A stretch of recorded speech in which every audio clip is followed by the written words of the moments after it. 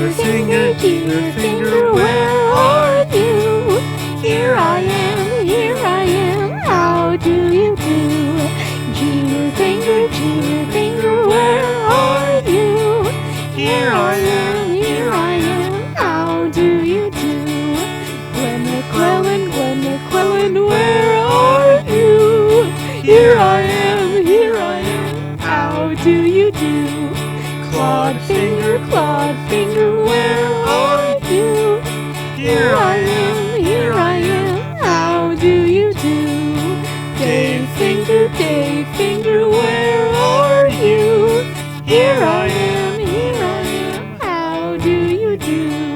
Heller finger, where are you? Here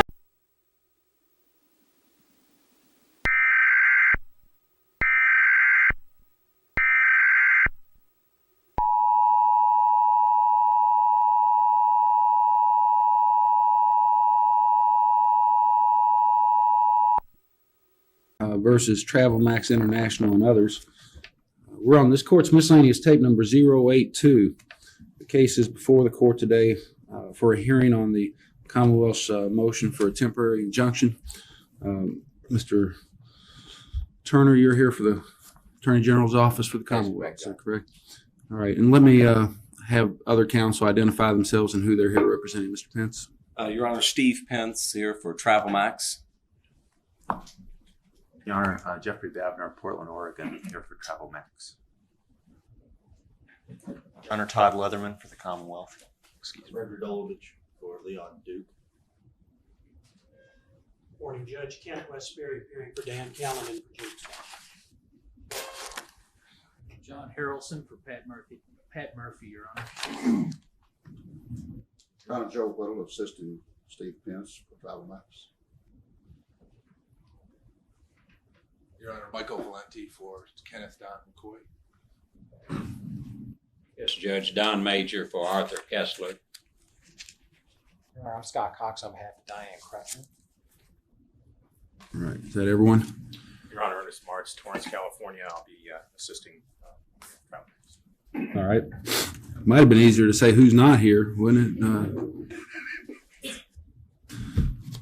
All right, just by way of procedure, I assume that that everyone from the defense won't need to question each witness.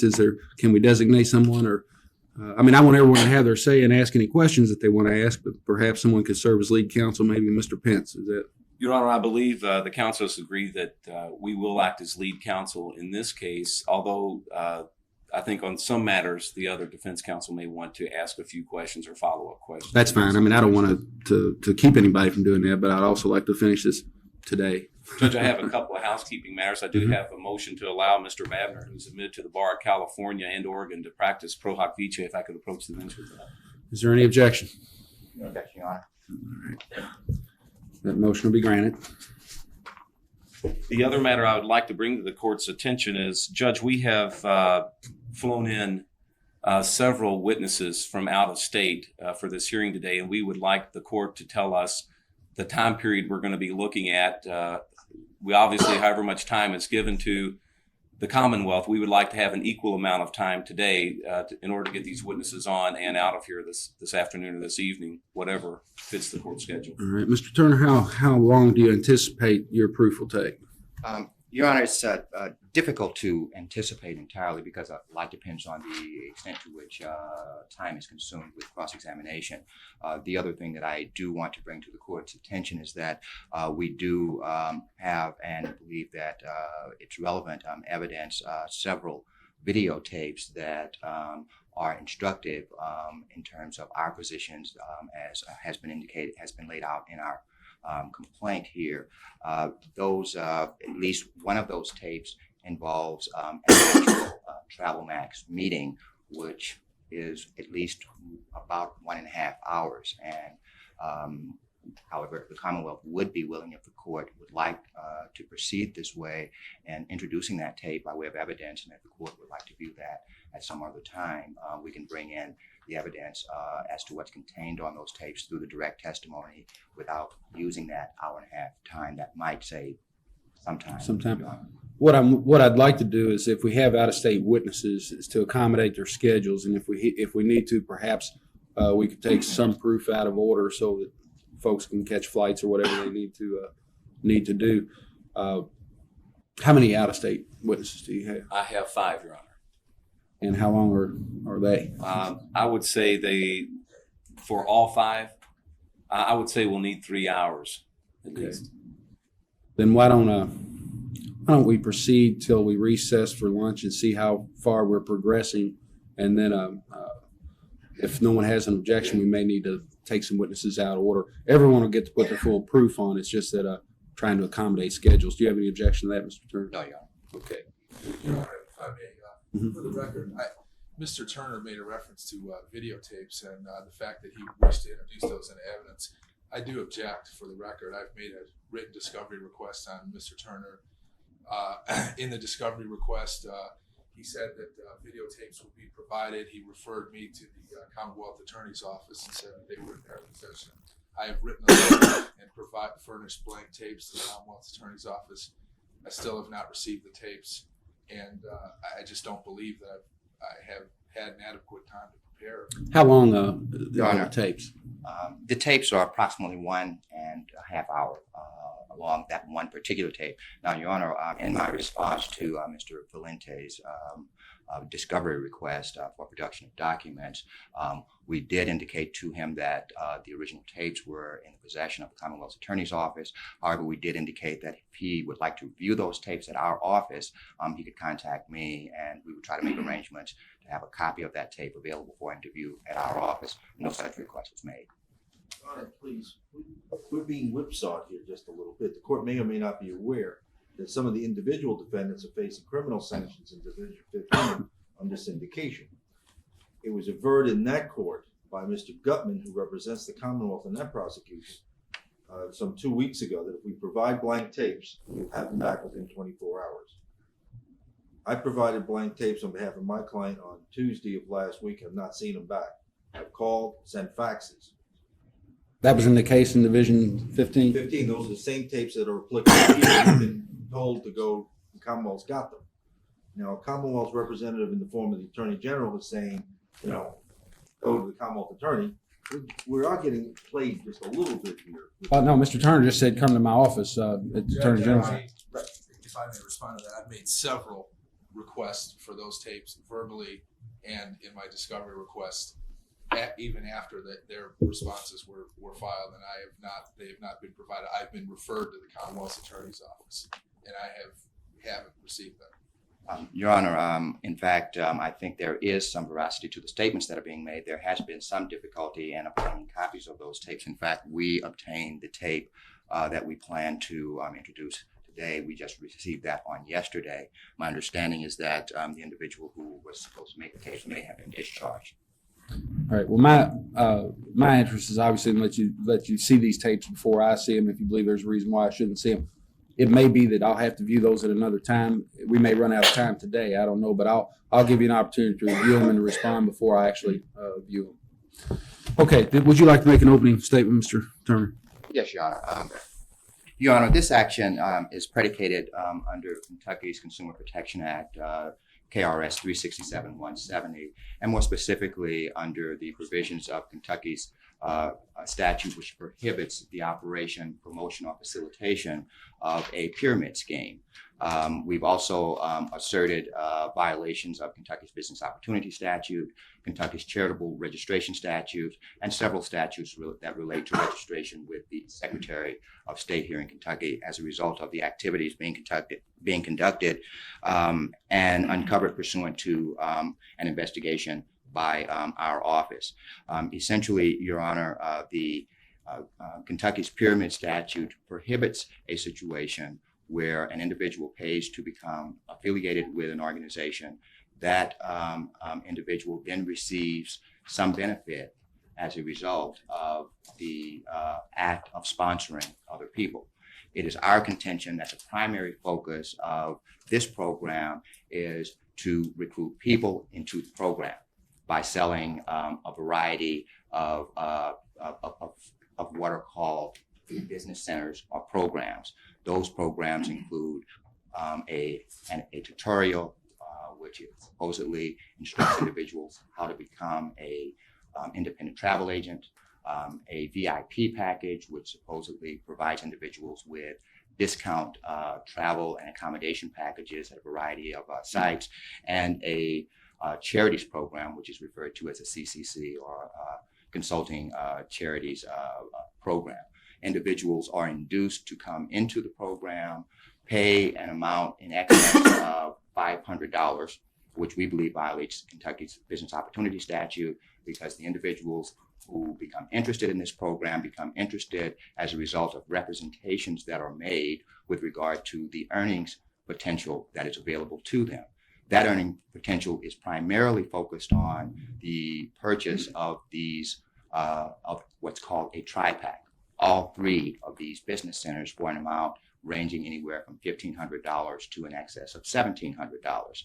The focus is not on the sale of discount travel packages. We believe we will be able to show that retail sales are not the focus here. Now, we admit that there are some discussion that relates to commissions to be received from the ultimate retail sales of travel packages. However, the evidence that we plan to introduce will show that commissions paid to individuals who bought into this program here in Kentucky, those commissions are primarily and almost exclusively based on the buy-in on those tri-packs or three business programs. Those three business programs are then set out in a way that individuals are then encouraged to bring in or sponsor 2 additional people in order to activate each of their business centers.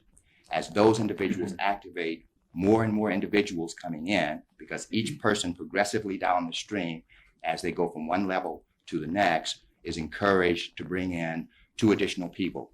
Earnings claims are made at by these individuals that individuals who purchase the tri-pack, which would be the 3 business centers, can earn commissions of up to $6,750 per week.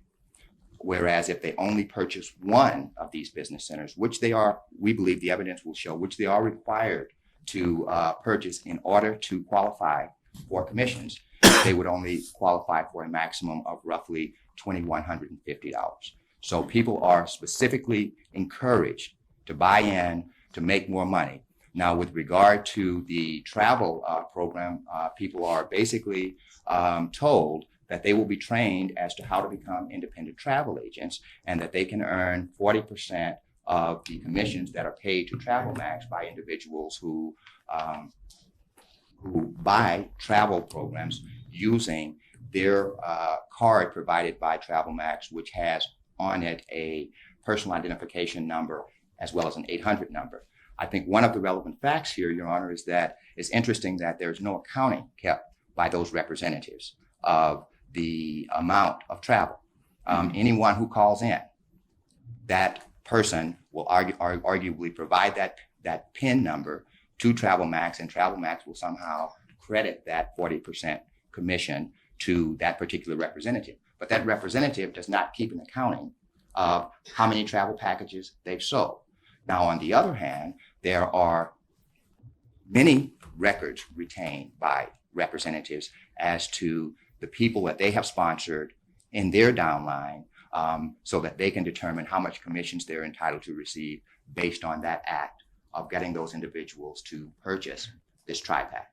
So we believe the evidence will clearly show that this case fits squarely within the dare to be great decision as decided by the Kentucky Appeals Court.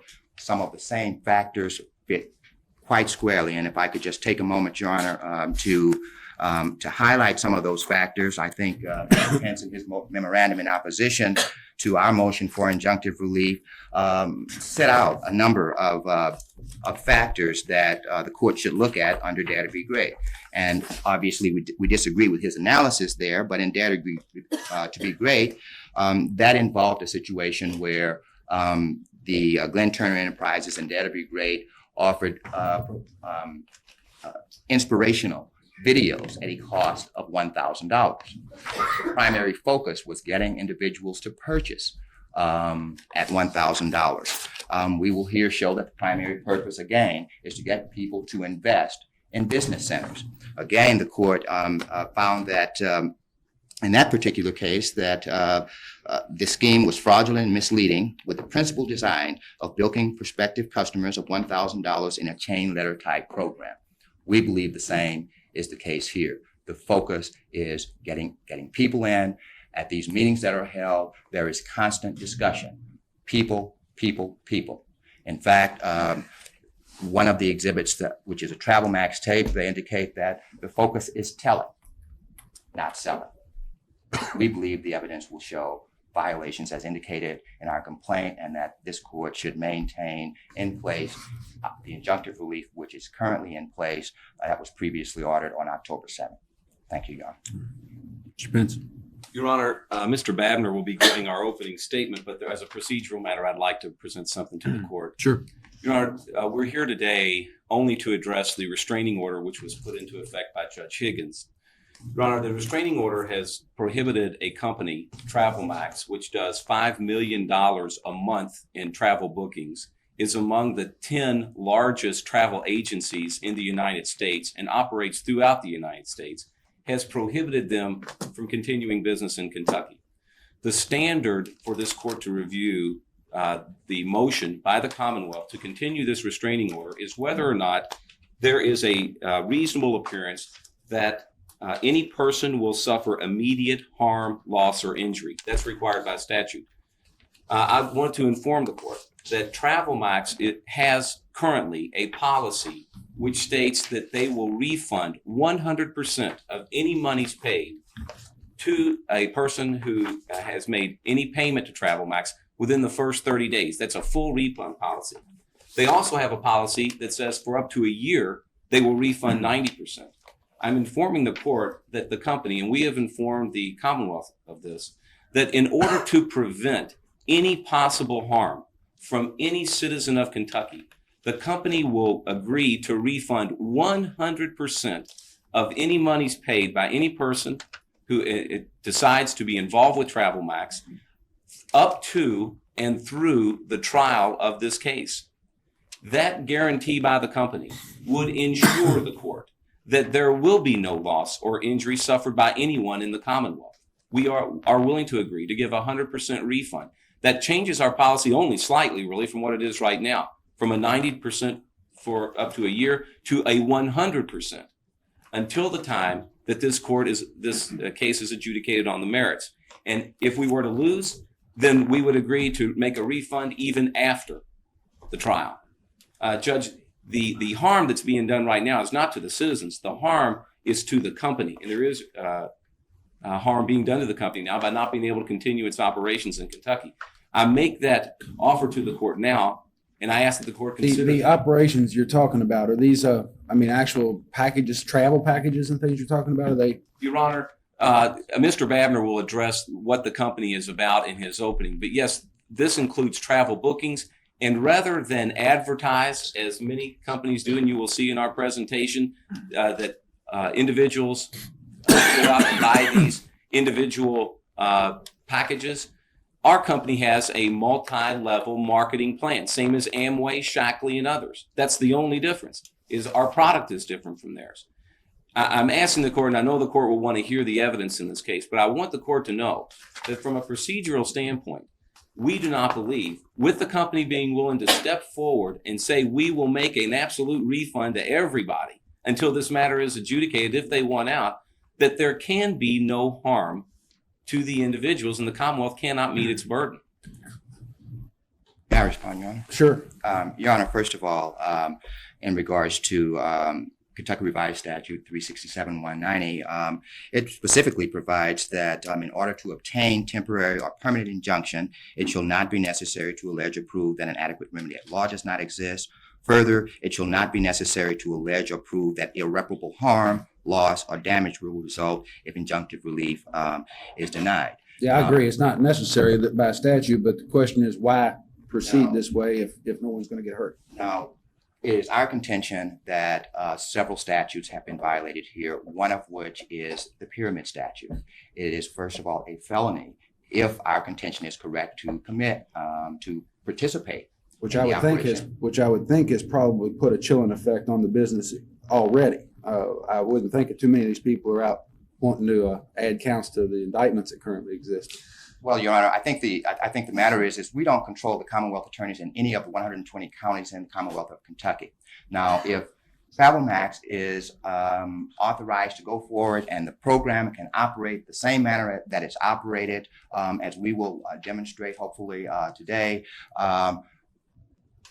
what precludes any particular Commonwealth attorney from imposing or seeking indictments against those individuals?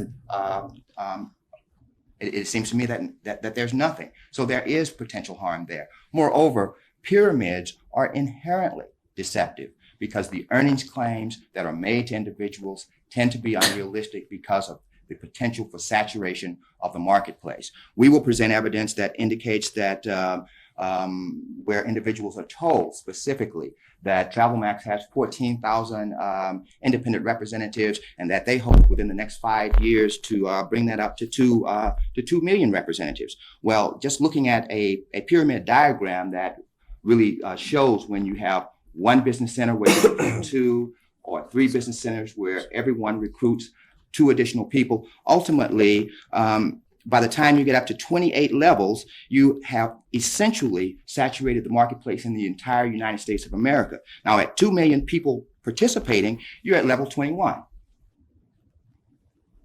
We believe there's harm in those representations being made to people and in encouraging people to sponsor other people into the program as opposed to getting people into the program for purposes of selling a retail product.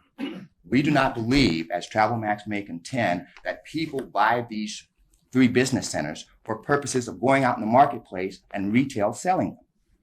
People pay money, that money goes directly to TravelMax for those centers, and those individuals go out and recruit additional individuals. The focus is on recruiting people into the program. We hope the court is not confused by that fact. In addition, Your Honor, I'd like to point out that we have entered into an agreed order with the defendant TravelMax that authorizes them to continue selling TravelMaxes, to continue the delivery of any travel packages that may have been sold, and to continue paying commissions to those people who have sold those travel packages.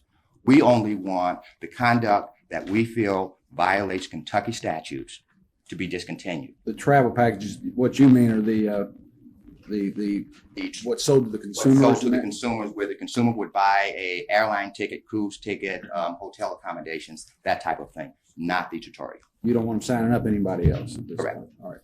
Your Honor, we're not going to belabor this. I simply wanted to make that known to the court that that offer has been made, that there is a standard. It's not irreversible harm, and we didn't allege that. That the Commonwealth does have some burden here, and that is to show that there it reasonably appears that somebody, a person in the Commonwealth, will suffer immediate harm. That's their burden. We simply wanted the court to be aware, as we make our presentation, that that offer is there and remains open. Bradley, make an opening. Yeah, Your Honor, I'll try to be brief. First, if I could explain why an Oregon attorney is in your court. Our law firm has for many years focused strictly on representing the direct selling companies in the direct selling industry. And that is how we happen to be involved in this particular case.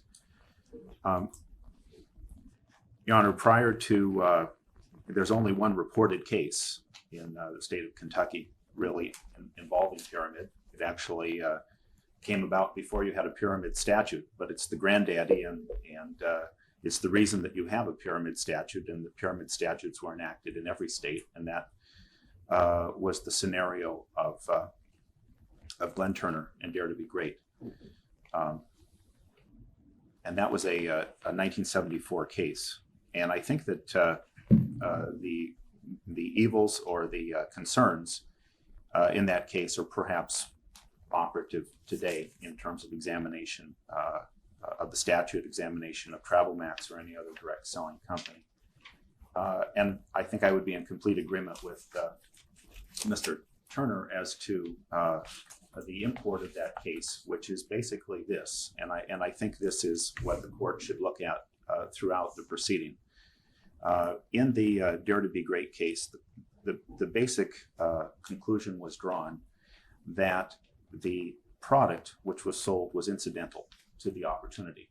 Really, it was a facade. It was masquerading as a real business, but really wasn't. And the facts, I think, that we'll put on today, Your Honor, through our testimony, including expert testimony, as well as company exhibits, will indicate that this is a product-driven company, that the product is not incidental to the opportunity, keeping in mind that opportunity goes in partnership with product in the direct selling industry. We have an industry in the United States, Your Honor, and to some extent, Mr. Turner's allegations regarding Travel Max and the fact that people are permitted to join a company, are permitted to purchase product or to take orders from others, are permitted to recruit a sales organization, to receive overrides over a sales organization, and that the condition of their rising through that organization is conditioned upon their productivity, that is, their sales volume. That is how the direct selling industry works. And basically in indicting the Travel Max program, really, Mr. Turner is indicting the very concept of the direct selling industry. We have experts here on that subject. But in a nutshell, Your Honor, the direct selling industry has had companies operating in Kentucky, I'm sure, for long before Glenn Turner. Companies as old as Avon, Tupperware, Mary Kay, Shackley operate exactly the same way. We'll introduce their compensation plans to you to show that people advance in those programs in the same way. They buy an at-cost sales kit, as in Travel Max, for $25. All other purchases are optional. As a matter of fact, in the Travel Max program, in no less than 6 places in the distributor agreement and the policies and procedures given to every distributor, in no less than 6 places are individuals told that no product purchase is necessary, that all product purchases are optional, that the only cost to become a Travel Max distributor is the purchase of an at-cost sales kit, which is, number one, specifically exempted by the Kentucky Pyramid Statute. Number two, falls below the $500 threshold of the Kentucky Business Opportunity Statute. And in 1994, at the behest of the direct selling industry, Kentucky, which is one of 24 states that has a business opportunity statute, amended its statute to specifically add a dual exemption in its business opportunity statutes for the required purchase of at-cost sales kits up to $500.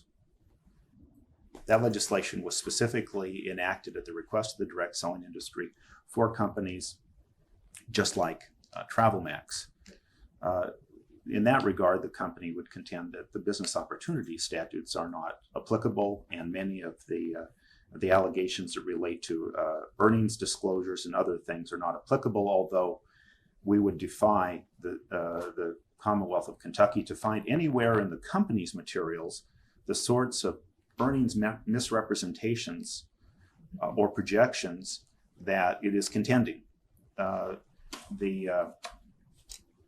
Travel Max would be the first to state that when you have, as with any company, whether it be Mary Kay, Emily, or Shackley that has tens of thousands of distributors, that presentations in enthusiasm can get a bit out of hand. Of course, that's why companies have compliance departments, and there'll be testimony that Travel Max has a compliance department, takes serious action against these misrepresentations or over-exaggerations or unauthorized representations where those things are made. But we believe the evidence will also show, Your Honor, that rather than contact the company, find out about the company's program, find out about the extent of its sales, the Commonwealth of Kentucky did not bother to contact Travel Max at all.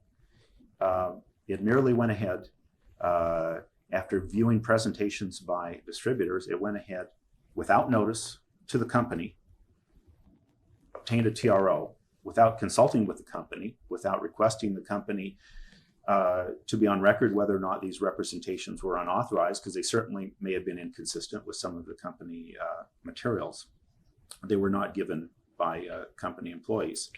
The state went ahead and obtained a TRO, and also with the presence of the press and the media, had a number of its distributors arrested on a Friday, incarcerated, middle-class citizens incarcerated over a weekend, to their great humiliation and to great press and fanfare.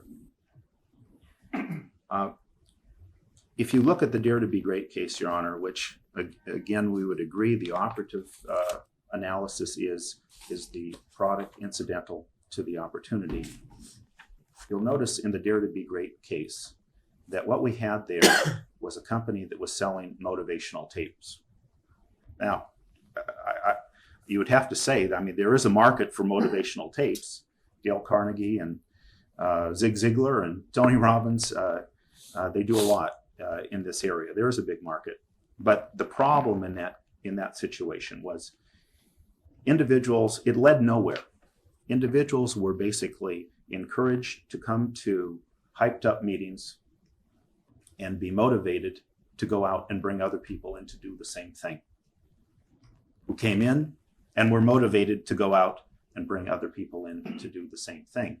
They were trained to recruit and to go back out and recruit. It led to nowhere but the purchase of more motivational cassettes.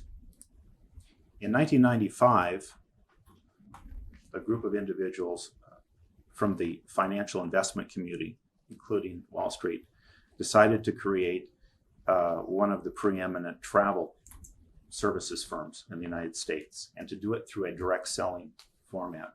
And they created TravelMax. And where has that led since 1995? In approximately a year and a half, that company has risen to travel booking sales of $5 million a month. We're not talking about sales of travel tutorials or motivational cassettes. We're talking about bookings of group tours, travel bookings that a travel agency would do, which was basically their goal, to use this mechanism to lead to a major travel agency. The evidence will indicate that over that year and a half, out of 38,000 travel agencies in the United States, TravelMax now ranks in the top 10% in sales. It is inconceivable to me to understand how it could be said that a company which set out to be a preeminent travel agency company in the United States and travel products related company, and create a nationwide system of outside travel agents, and has found itself in the top 10% of travel agencies in the country, how it could be said that, notwithstanding the fact that an opportunity is involved in this business, that the product is merely incidental to the opportunity. And that would be basically the thrust of what we would have to say. We'd also note, Your Honor, that this company is under no cease and desist order in any other state. It is not under indictment in any other state. It has not been sued in any other state. As a matter of fact, I think it has very few complaints, if any, in the state of Kentucky. I think with that, Your Honor, we'll conclude and we'll put on our evidence. Before we start the evidence, let me ask you a question. I read the memo and I got it late yesterday and read it and tried to read it thoroughly. The basic requirement is a $25, I don't know what you call it, package of some kind that you. That would be this, Your Honor, their sales kit. Then there are other things you can purchase to be very important, some representative or something. Is that how that works? The company does three things, Your Honor. The company, at this point, number one, has a product which we'll put on evidence that People pay thousands of dollars to go to travel schools to become outside travel agents. This is the company's travel tutorial, which includes manuals and videos on the travel industry that it sells for $470. Second product it has that it sells is a package called the Getaways package. I think Your Honor will see as we proceed. This is a package that is chock full of discounts on recreation, cruises, Disneylands, golf. It is a very substantive package. It is a product. That is a product that is sold. That sells for $475. And then thirdly, Your Honor, through the assistance of the creation of a nationwide system of outside travel agents, the company currently sells and books approximately $5 million per month throughout the United States in actual travel sales.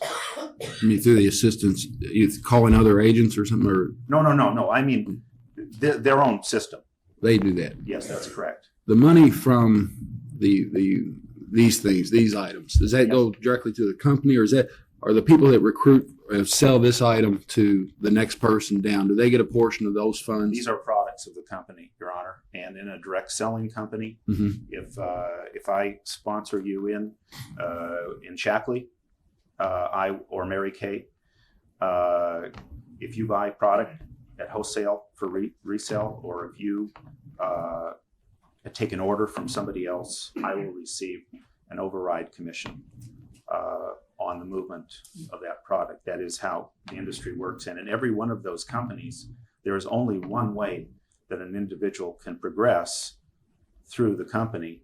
Of course, they have the right just to sell the product, but in order to get overrides, they must meet personal volume requirements, personal volume and group volume requirements. And basically that's how it works in this company as well. When you say volumes, you mean volumes of actual travel packages that are sold? That's correct. Sale, yeah. When I'm talking about sales volume of products such as this, or travel bookings. In a direct selling industry, Your Honor, basically people are offered two opportunities. One is to sell the product and to make a profit, and the other is to build a sales organization. Individuals who build a sales organization are asked to fulfill two things if they are to get override or downline commissions. And that is, they must achieve their own personal volume. And I think when Mr. Turner says, when he speaks about a business center, he is, what really he is referencing, everybody who comes into Travel Max is given a business center. That is their distributorship. In order, Meg, go to the board. Sure. 1 second. Do we have Shirley? Is there a pin there? All right. Your Honor, if you were to join a company such as Amway or Shackley or Mary Kay, you would sign up. This is your position. You're a distributor. You can sell and make money, or you can also find another individual to be a distributor who's in your sales organization. Find another to be in your sales organization, etc. There's no limit on what's called the width of the first level. Now, the sales organization continues down. And of course, it looks like a pyramid because it is a pyramid. All direct selling companies are pyramid in shape. That's all corporate organizations are pyramid in shape. And I know some of the affidavits indicated they had concern because it said this looked like a pyramid. Well, it does, but pyramid in the law is different than pyramid in shape. I mean, ask Transamerica. If you are an Amway and you build this organization, you receive compensation, override commissions on the volume of this organization. Usually it's percentages going down. And you advance to the point that you get larger discounts on the purchase of the product, and you get higher commissions on the on the downline organization. You are required in all organizations, and we'll show you the plans of them, you're required to maintain some basic monthly personal volume that is moving a wholesale product, and your group below you achieves a certain group volume, and you receive override commissions on group volume, and that's how you get paid in the direct selling industry. In the Travel Max program, it's slightly different. In the Travel Max, in Amway, you can sponsor at your first level as many wine as you want. In Travel Max, they compartmentalize it basically into legs of 2. Each one of these legs is called a business center. When you sponsor, you can only have 2 people below you in a business center. You are expected to achieve a certain PV. In Travel Max, that's, I think, $800 PV. And then your group does certain group volume, and at various volumes, you receive certain cash commissions. And then if you have another business center, it would operate the same way. Certain PV and certain group volume. In Amway, you receive generally percentages at every level. In the Travel Max program, you receive based upon the productivity of each level you receive, rather than a percentage, just a cash amount. If this group, let's say, for the sake of example, if your 2 legs do $1,000, maybe you get $50. If they do $2,000, then you get $200. I just say that for sake of example. In that regard, Your Honor, the program in the direct selling industry would be referred to as volume driven rather than level driven, because you're paid basically on the actual volume at these levels, not a percentage of each. But other than that, the program is basically the same. The industry itself, Your Honor, testimony will be, this industry is does about 20 billion a year in sales, 18 billion a year in sales, has 7 million people in the United States doing this. 1 in every 10 households in the United States has somebody doing something like this. Generally, it is part-time auxiliary income for individuals. They generally don't quit their day jobs, and that would be true with Travel Max as well.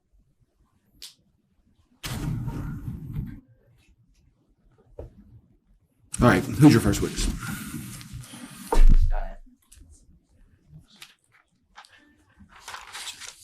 Is there a motion for separation of witnesses, by the way? Pardon, there was?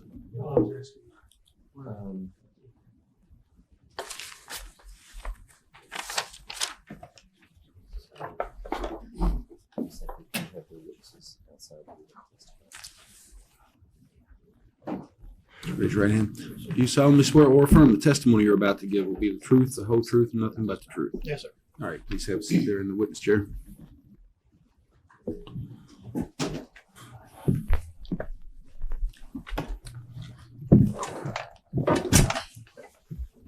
Good morning, Mr. Hansman. Mr. Turner?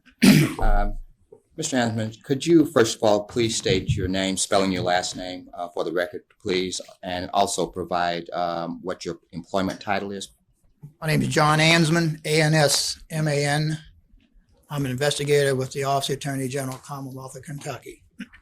How long have you been in that position, Mr. Hansman? 8 years. Okay. Prior to your employment in that position, had you worked in law enforcement? Yes, sir. For how many years? 26 years, sir. Okay. Did that involve investigating criminal actions? Yes, sir. Have you had any experience investigating pyramid schemes?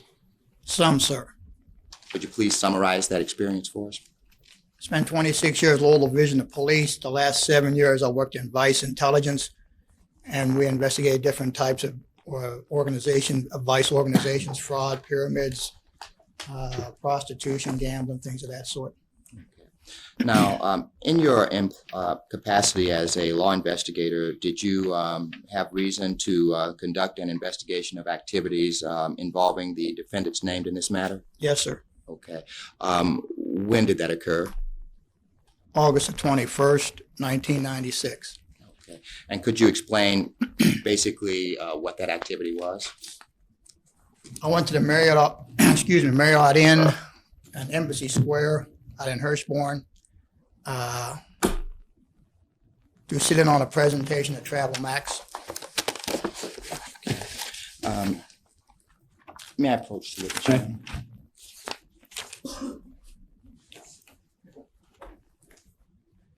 Mr. Ansman, I have what is identified here as plaintiff's exhibit 1. Could you review that, please?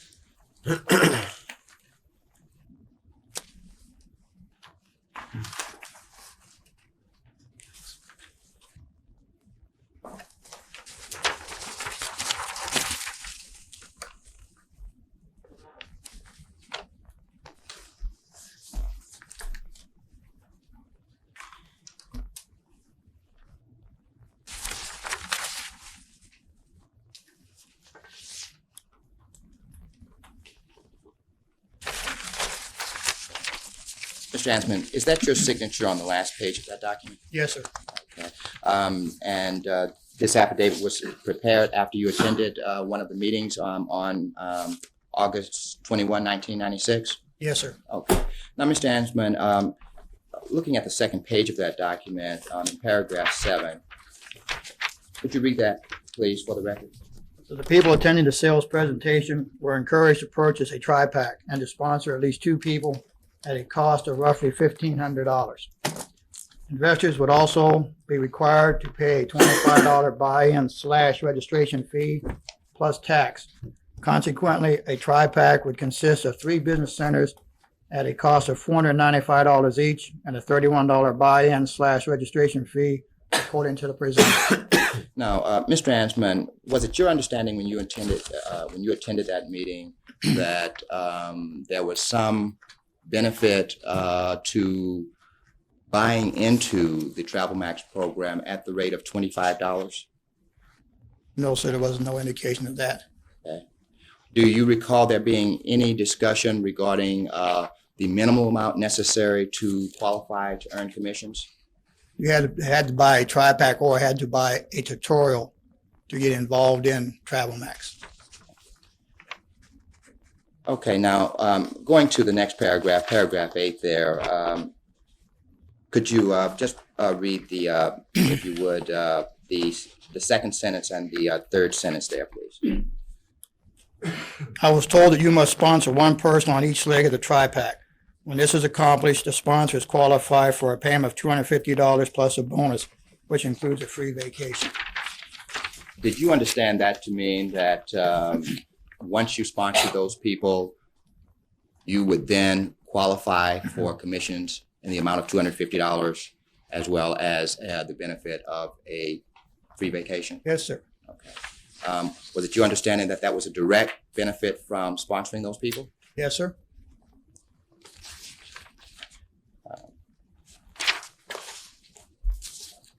Now, Mr. Ansman, at the meeting you attended on August 21, were any representations made regarding how much money people could earn by buying into this program?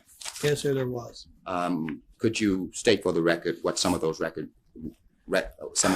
statements were? $1,450, $5,100, $6,750 a week. Okay. Now, Mr. Ansman, did you attend any other meetings of Travel Max? Yes, sir, I did. What dates were those on? August the 28th, 1996. Okay. Did you attend a third meeting? I was present at the third meeting, but not in the room when the presentation was going on, sir. And what was that date, if you recall? I believe it was the 24th day of September, sir, 1996.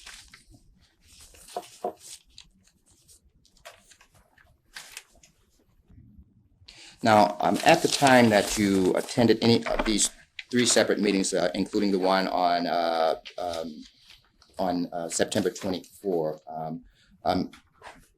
did you have any type of recording device? Yes, sir, I did. Could you explain what type of recording device you had? I wore a body microphone. I had a female individual with me, and she wore a fanny pack videotape on the August 28th one. On the September the 24th, I had two other people go into that meeting. The investigator was wearing a wire, and the female was also wearing a fanny pack. It's a video camera inside of a small fanny pack. The August 28th meeting and the December 24th meeting were videotaped. Now, Mr. Ansman, what did you do with the videotapes that were made at that meeting? Gave them to Mr. Robert Winlock with Consumer Protection with the Office of the Attorney General. Do you recall whether any transcripts were made by the Office of the Attorney General of those video recordings or those audio recordings? The audio recordings were transcribed, yes, sir, by our office. Mr. Winlock gave the videos to Mr. Gutman's Commonwealth Attorney. Can I approach you with this, Your Honor? You may.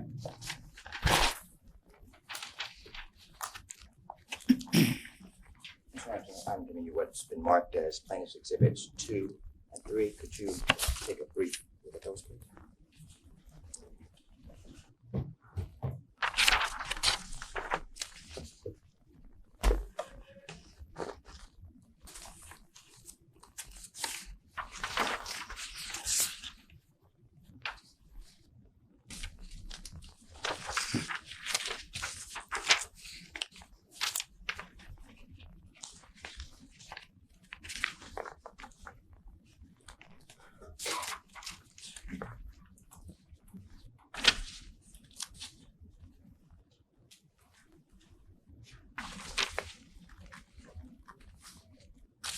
Mr. Ansman, as best as you can recall, just reviewing the document there, does it appear to be a copy of a transcript that was presented to you after it was transcribed? Yes, sir. Okay. If I could, Mr. Ansman, just referring you to Plaintiff's Exhibit 2. Yes, sir. Which is the transcript of the September 24, 1996 meeting. Yes, sir. Okay. You have copies, Mr. Turner, of those? Your Honor, those who requested discovery, I know we provided copies of. We can make some. To them. How lengthy are they? 23 and 19 pages. How many copies you need, Fred? Let's save some trees and just get the ones we maybe two can share or something. Sharon, would you make some copies?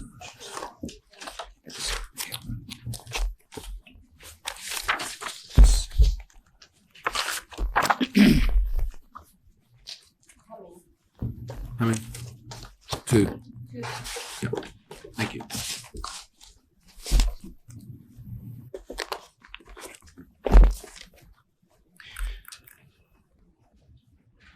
Mr. Ansman, just referring back before we get into the transcripts, is your recollection in terms of you at least could hear what was being said at 3 of these meetings? Is that correct?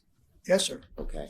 Now, were the statements made at each of those meetings fairly similar from meeting to meeting in terms of the representations made by the individuals conducting that meeting? Yes, those sir. Meetings?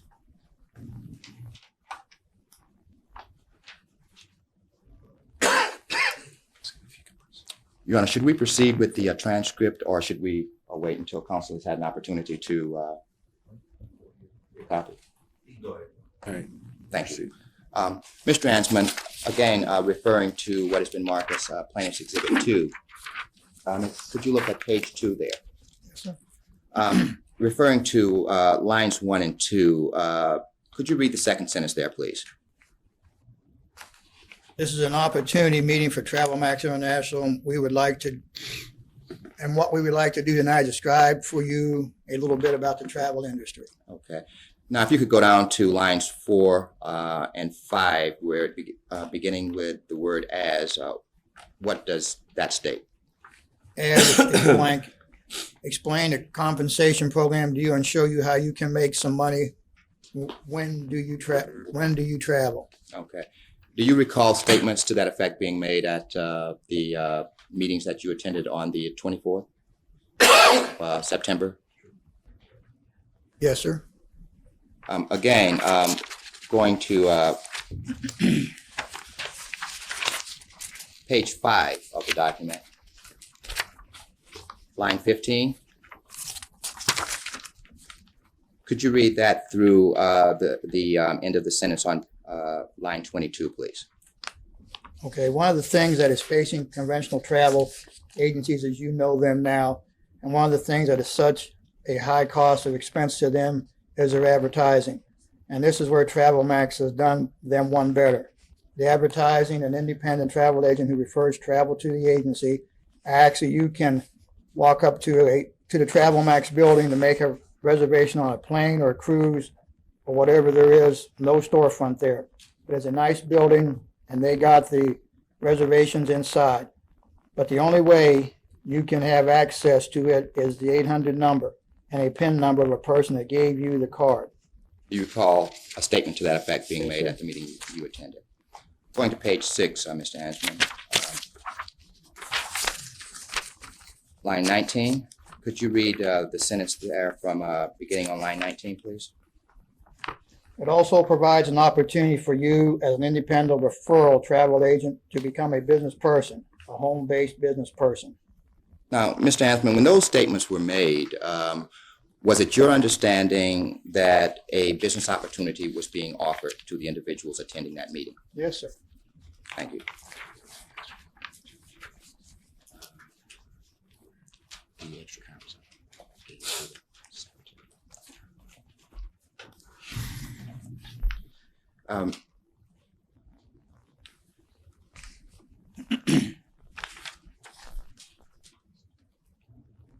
Okay, Mr. Anthony, going to page 8.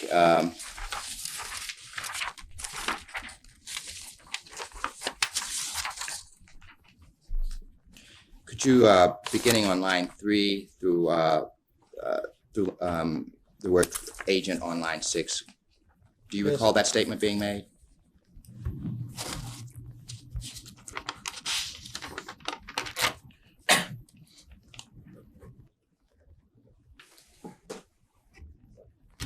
Yes, sir. Could you read that for the record, please? Now, how is that different? Well, the independent travel agent is not a new concept, but because there are about 300,000 of them in the United States, what Travel Max has done, they've taken it another step higher to a referral travel agent. Okay. Now, Mr. Hansman, going to page 9, beginning at line 12 through lines 22. Want me to read the whole thing, sir? Yes, please. Now, you pay for a cheap seat in the back, but they'll let you fly first class with no extra charge. They're glad to have you fly first class. You know why? Because they want you talking about their airlines or other people. How about Delta or American or Continental treated you? Okay, now also, what about when you get to a hotel? Not only do you have 50% off our hotels, which has happened to us already, we've experienced this. I got in the Riviera, for instance, $79 a night room. I got it for $35 a night. She walked up and showed her travel card and asked if it'd be possible for a courtesy upgrade. Ma'am, no problem. She gets the keys, she goes to her room, and what she thought she was going to be her room to a two-bedroom suite, 2 bathrooms, 4 TVs, a fireplace, about 12 to 1,400 square feet for $35 a night. It was a $279 room.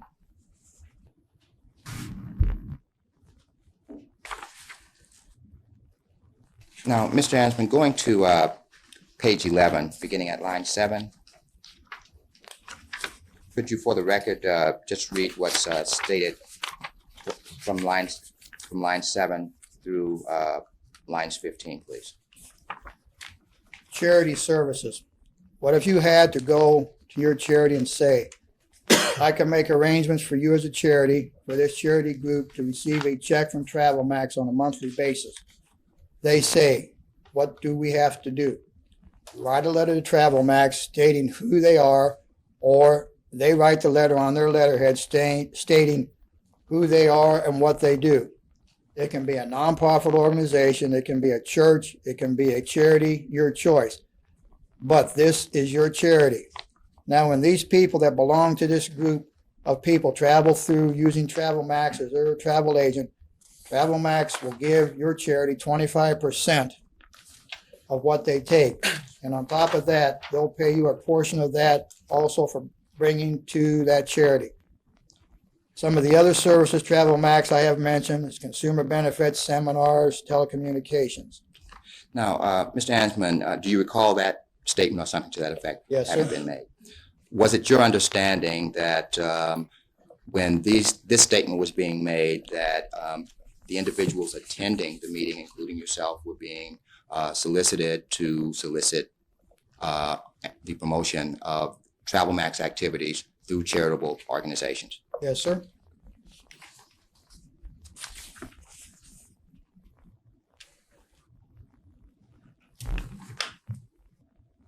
Now, moving on to page 13, Mr. Ansman.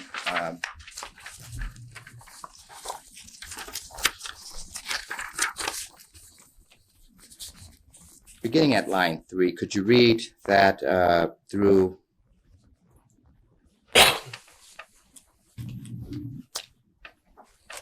looks like line 20 here.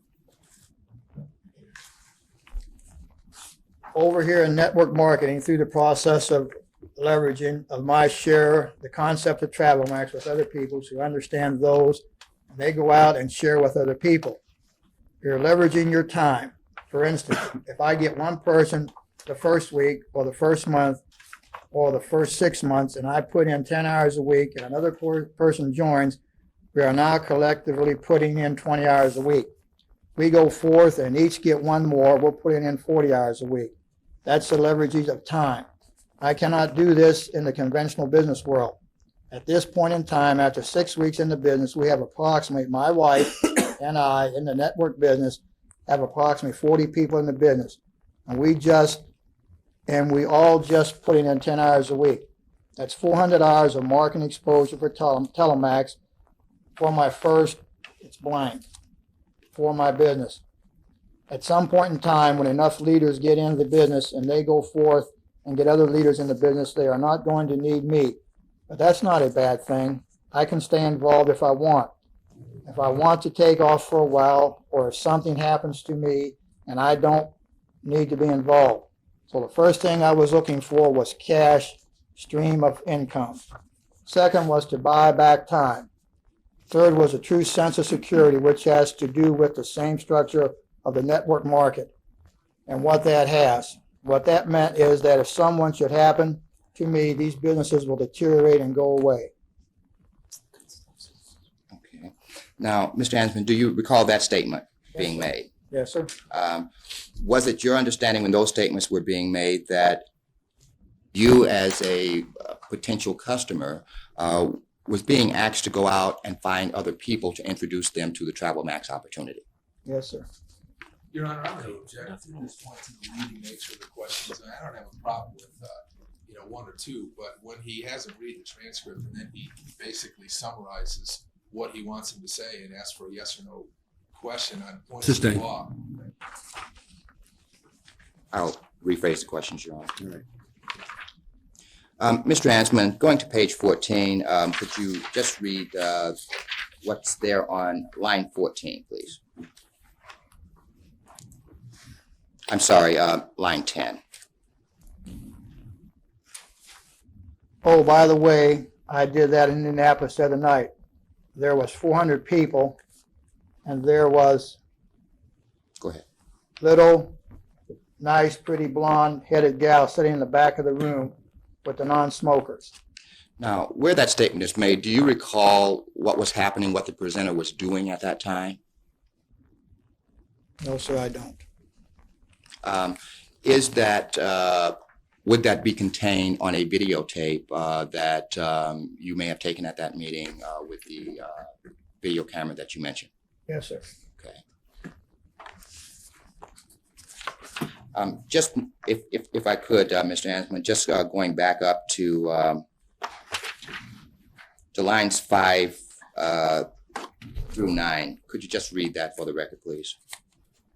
So far, the analysis, we want to find something with a real hot product. That is something that would have some emotional appeal, something that people would talk about and that we could try and sell through the market books. For instance, presenter attempts to sing a jingle. Everybody goes to the movies, right? Anybody not been to the movies?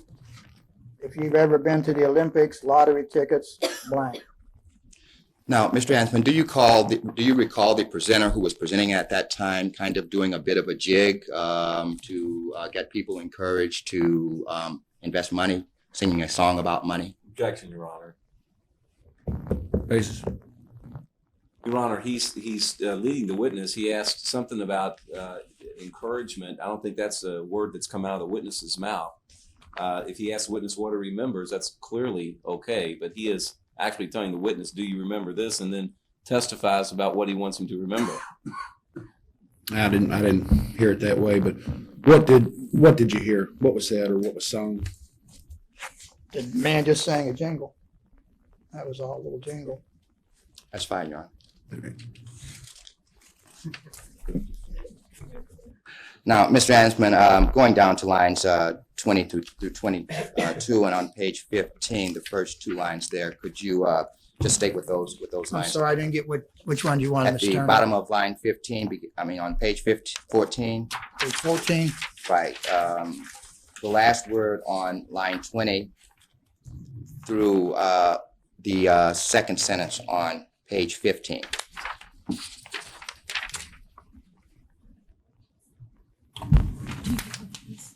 That's highly relatable. How relatable? Do you like to travel? That's relatable. That's relatable. Do you like to save money? Do you like to save money when you travel? Do you like to make money? Would you like to make money when other people travel?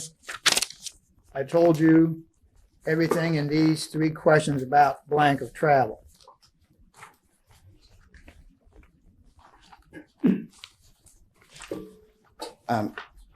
Now, Mr. Ansman, on page 15, going down to line 14, could you read there through the end of that page, please?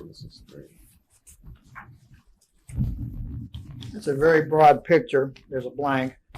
In studying networks and studying network markets, I understand there are certain individuals in other network markets that have downlines of thousands of people, tens of thousands, and some of them hundreds of thousands of people in a business. In this business, it is so new and is just beginning that there is only, as we speak right now, 14,000 independent travel agents and Telemax. Tonight as we speak. I'm sorry, Travel Max. And the projections are that in 5 years, this will grow to 2 million people. Be conservative, cut it in half, cut it in quarters. If you get it, I got in at 10,000. If you get in at 14,000, and there's going to be 500,000 conservatively in the business, when you see the biennium compensation plan and see how that works. Just objection that it's binary. I'm sorry, sir. Right.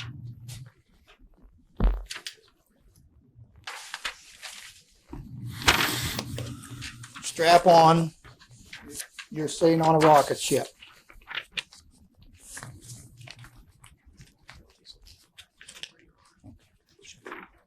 Again, as we look at Plaintiff's Exhibit 2 on page 17, beginning at line 1 through the end of that first paragraph, could you read that for the record, please? Or what would it take for you to double your income as you sit here and in the next year's time? Think about what you do. What can you do in your business to double your income? In this business, you can double triple, or quadruple because of blank records. It allows you to work part-time or full-time. It's an established industry that you can work on a part-time basis and create a serious full-time income.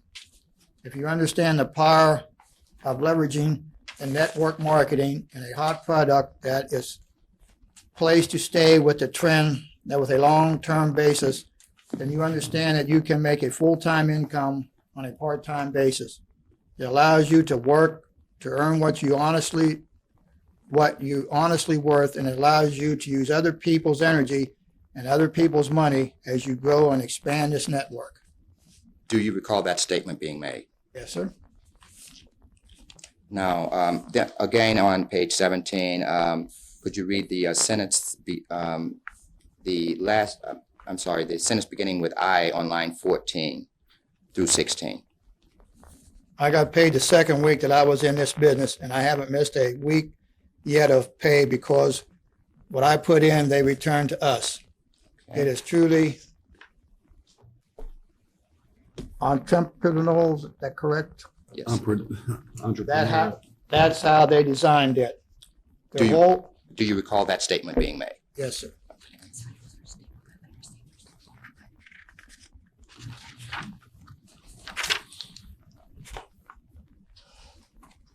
Now, on page 18, beginning at where it says, at line 7, beginning with the word now. Could you read that through the end of that paragraph, please? Now you have no product inventory. No monthly sales requirement. As we said, there are no levels or no generations.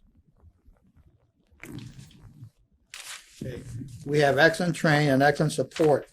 The program that you're hearing tonight is the same program that's going on in San Francisco tonight, in New York City, down in Florida, Puerto Rico, some of the outlying islands. This is an excellent, excellent national marketing training and support. Do you recall that statement? Yes, sir. Now, the next paragraph beginning there on line 13 through the last sentence on line 16. Let's blank talk about and low overhead cost to operate. Travel max compensation plan blank that fit. Missions based upon selling our product. There are 3 products that we have developed at this time. There is an independent travel agent tutorial. Now, Mr. Hansman, at the time that statement was made, do you recall whether there was any discussion of selling travel packages to destinations? No, sir. Okay, so the products that were discussed were what? The Do you tutorials, the VIPs, and the charities.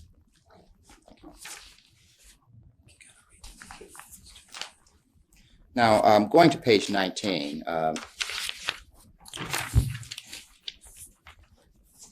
on line 3, beginning with the word to, could you read there through line 9 at the end of the first period?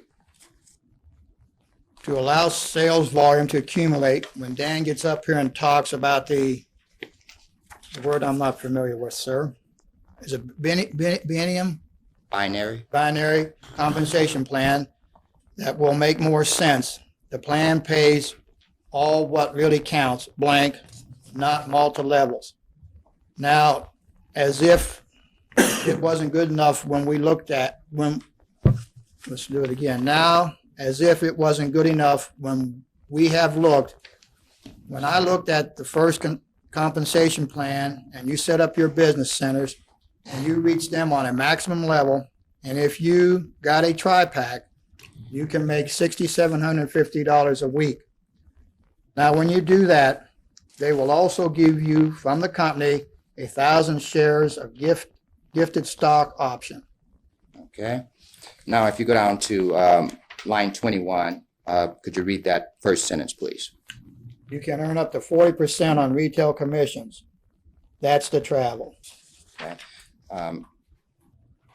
Do you recall those statements being made, Mr. Hanson? Yes, sir. Now, looking at page 20, beginning with the word "to" on line 18, would you read that, please? To get started in Travel Max, the first thing we need to do is to walk through blank, create a business center. Go ahead. That costs us $25, filling out a form, send that to Travel Max, and they'll send you back this kit here. Inside the kit, you'll find the slides or the flow chart, which are just like our slides. You'll get all the rules, regulations, policies, everything you need to do about our business. Okay. Now, could you read the last word on page 20 through the first 3 lines on page 21, please? The second thing we need to do is qualify our center with $800 worth of personal sales. Now, we mentioned we have 3 products. This slide does not represent but only 2. There's another tutorial, which is a charitable tutorial called the CCC tutorial. Do you recall that statement being made? Yes, sir.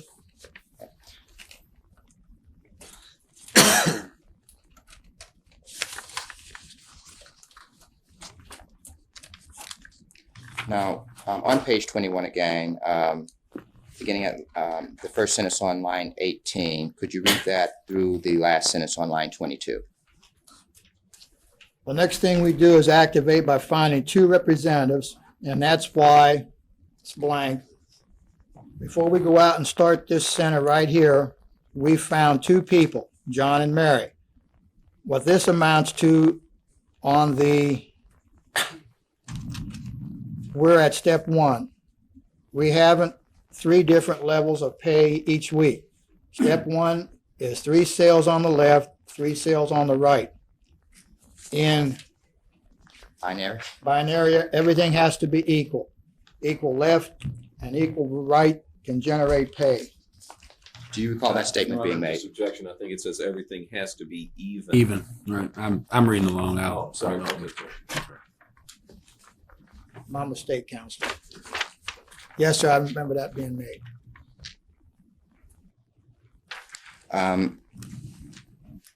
Now, on page 22, could you read that language at line 1 before the comma, please? Do this. I'm sorry, if you would go back to page 21 and simply read the beginning of that sentence through the comma on line 1. Equal left and equal right can generate pay when we do this. Second comma, I'm sorry. Okay, we get a check for $250, and the bonus is a 5-day, 4-night vacation stay in Mexico at one of 5 different resorts, and Art explained it back there. Okay. Now, beginning at on page 22 on line 3, could you read that sentence which goes, well, the 2 sentences that go through line 6, please? Step 2 is 3 more sales on the left and 3 on the right. Gives us a $500 check and another bonus certificate for more travel. Step 3 is 3 more on the left and 3 more on the right, and a $700 check and a bonus, which is 2 more certificates for travel.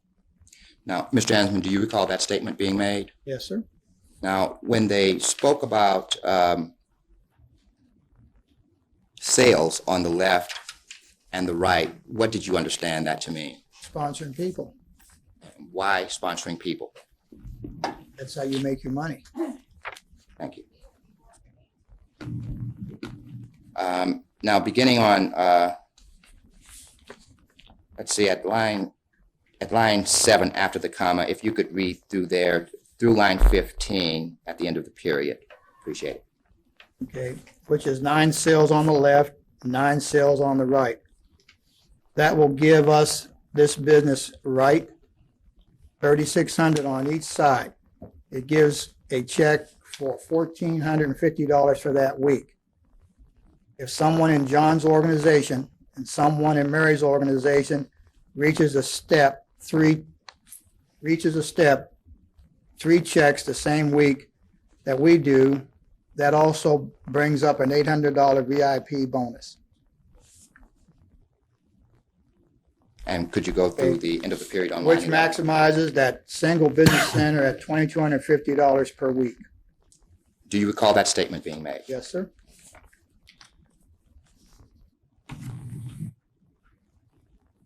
Now, could you read the from line 11 through the end of through the period on line 15, please? Beginning with the word when. When we come to Travel Max, we have an opportunity. We will either purchase a single product and accomplish the $800 worth of sales, or it's blank, purchase what is known as a tri-pack. When we purchase all three products, we have this business center here by filling out that far, and the company awards this business center 2 and business center 3. Okay. Now, could you continue to go down to through the period on line 19, please? In this particular chart, when it shows 9 sales in each of these columns, that particular week, it'll pay Business Center 2 $1,450. It'll pay Business Center 3 $1,450.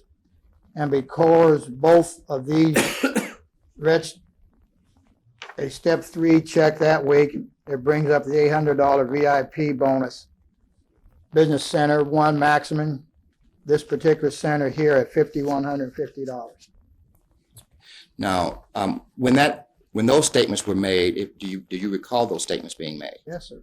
And when those statements were made, when they indicated an amount of $5,150, what did you understand that to mean? Did you understand that to mean that the person would be paid a check in that amount? Yes, sir. And that check would be paid for that person doing what? Sponsoring people, getting more people into the business, sponsoring. No further questions on that exhibit, John. Approach the witness stand. Yes.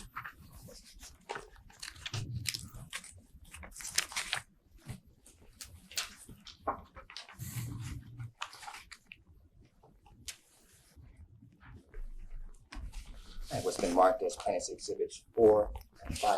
Review those, please. I have a copy of those.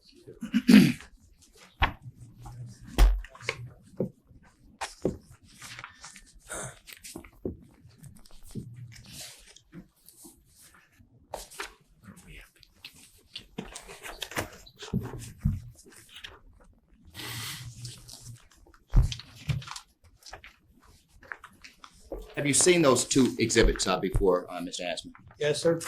Okay. Referring to exhibit 4, could you describe what that document is and what it means to you in terms of how you came about seeing that document? We said through the presentation at the Marriott Inn, I say we, myself, and Miss Kathy Parrish, I'm the Office Attorney General. After the presentation was made, you break up into small groups and you meet with your sponsor to discuss Travel Max. Myself and Ms. Parrish found Mr. Bill Johnson, and we talked to Mr. Bill Johnson trying to get a couple questions answered. And Mr. Johnson drew this diagram for Ms. Parrish and myself outside the meeting at the Marriott Inn on August the 28th, 1996. Mr. Ansman, I notice there are circles and a kind of a pyramid type diagram drawn there. What type of discussion was occurring when those things were drawn on this document? We were talking about the business, and the very top 3 circles shows the business centers. Then he dropped down, and where he's got the diamond or the square here, he's got the 3 business centers, and he starts telling you how you get your people, and that's how you make your money. So these pyramid type diagrams are representative of people that would be recruited by? You would sponsor, sir. I object to the meeting. I believe the witness I testified would it draw was a that question square-like down. figure. He keeps talking about a pyramid. Question's been withdrawn. I will draw that question out. I'll rephrase the question. Mr. Ansman, the diagrams, there's a diagram at the top with a circle around it. Yes, sir. What does that represent? You talking this one, sir? No, the diagram at the bottom here that has a circle and it has the number 5250 beside it. That's how much money you can make a week By doing what? by sponsoring people, getting them in your organization. Now, the diagrams that where the lines are drawn down from that, which appear to be in a, for lack of another term, a pyramid type shape, Well, triangle could be another. triangle type shape.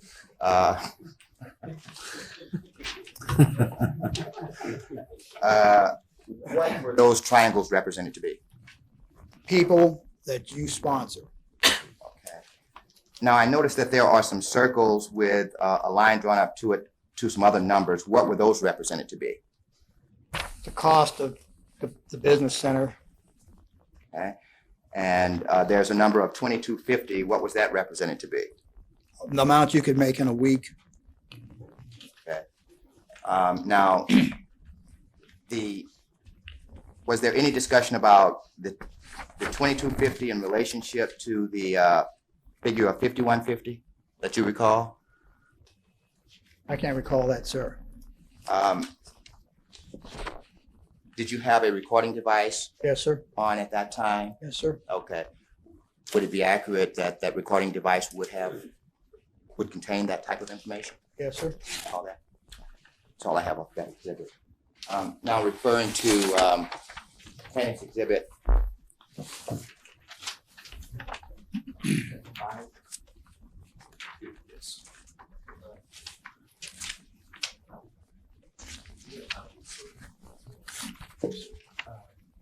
Maybe during lunch, we could get copies of maybe there's one or two of the ones that we're going to use. Okay. Your Honor, the counsel who requested discovery, I know they should have copies of this. We provided those, but. We can make them over lunch. The practice in this circuit is that you send copies to all counsel who's so certified. That's not really being honored by the AG's office. We'll get copies at lunch. Now, Mr. Ansman, referring to what is marked as plaintiff's exhibit 5 there, are you familiar with that document? Yes, sir. Okay. Could you describe how you came upon this document?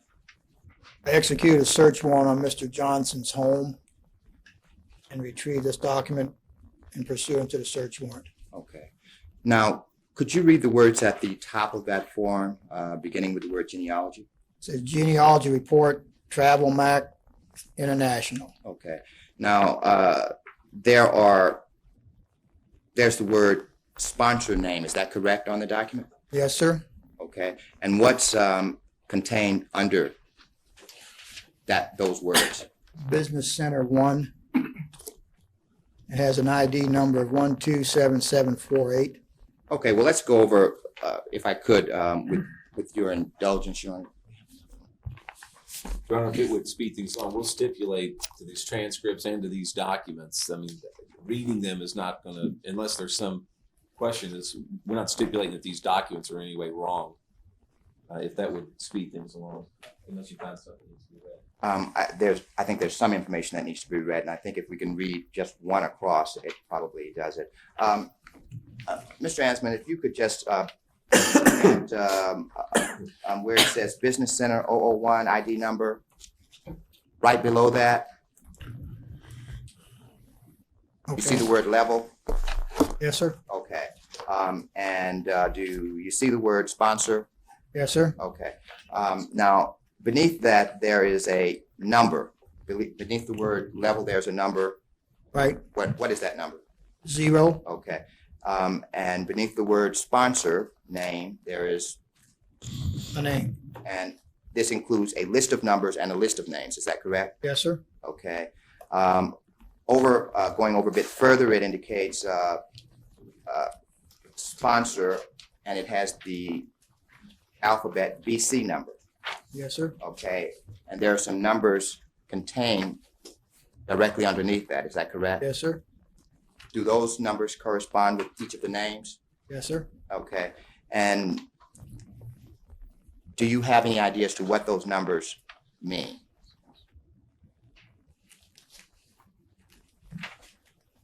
The people who are, the gentleman sponsored, that's his, how many people's in his organization? So, do you know what the initials BC number stands for?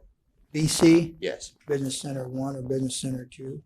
Okay, and then there's the word side, and there are the letters R and L, is that correct? Yes, sir. Okay, and that is attached beside each of the names contained on the exhibit, is that correct? Yes, sir.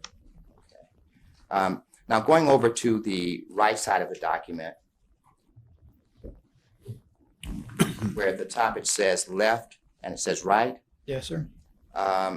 there appear to be some numbers there. Do you know what those numbers reflect? It says left side, and then there's what appears to be a dollar sign. Yes, See sir. that? Right. Do you know what those numbers reflect? Money received by sponsoring people. Okay. Now, and do you know what the significance of the left and right might be? You have to have equal, one on the left and one on the right to collect commissions. Now, going through this entire document, at least if you go to the last page of the exhibit, what is the total number listed there at the bottom? 269. Okay. Now, Mr. Ansman, you indicated that you attended 3 meetings. Is that correct? Yes, sir. Did you ever hear reference? Corrections are 2 meetings. 2 meetings and 1 meeting where you were outside, but you had an audio device so you could hear Yes, sir. that particular meeting. Is that correct? Okay. Object to leading, Your Honor. Sustained. Please try not to lead the witness. Now,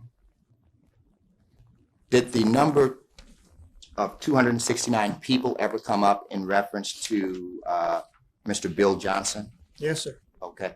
Do you recall, or could you state or summarize what that reference was? Mr. Johnson stated he had 269 people in his organization, his downline. Thank you. Now, just one final question on this, Mr. Ansman. Reviewing this document where it says left side and right side with the dollar sign, do you see $25 listed anywhere?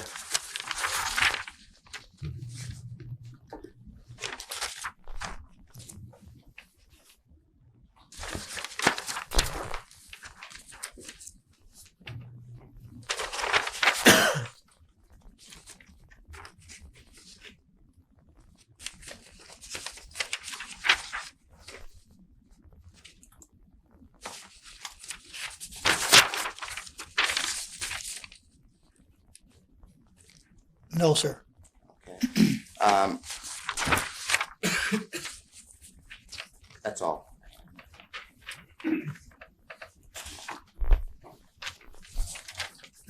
So, with respect to that document? Yes, Are you done? with respect to that particular document. I do have several other exhibits that I'd just like to get in for identification purposes that can be done fairly quickly.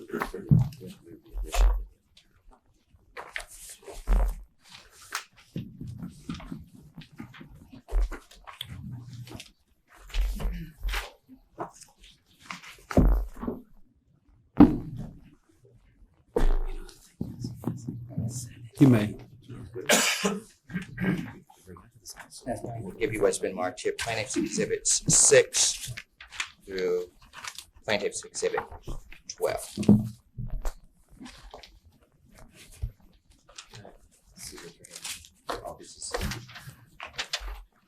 So 6 through 12, is that the number? 6 through 12, Your Honor.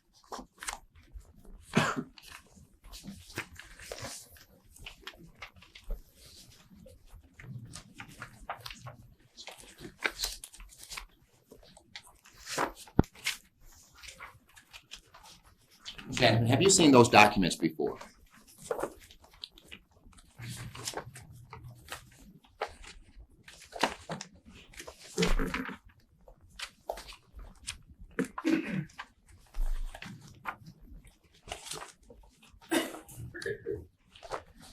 Yes, sir.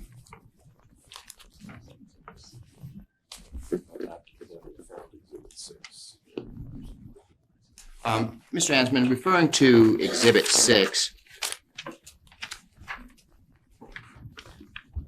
Your Honor, if I could just a moment, I've got, do you have, what is Exhibit 6? I've got a 7 and a 9, a 10, 11, and a 12, unless it marks another way.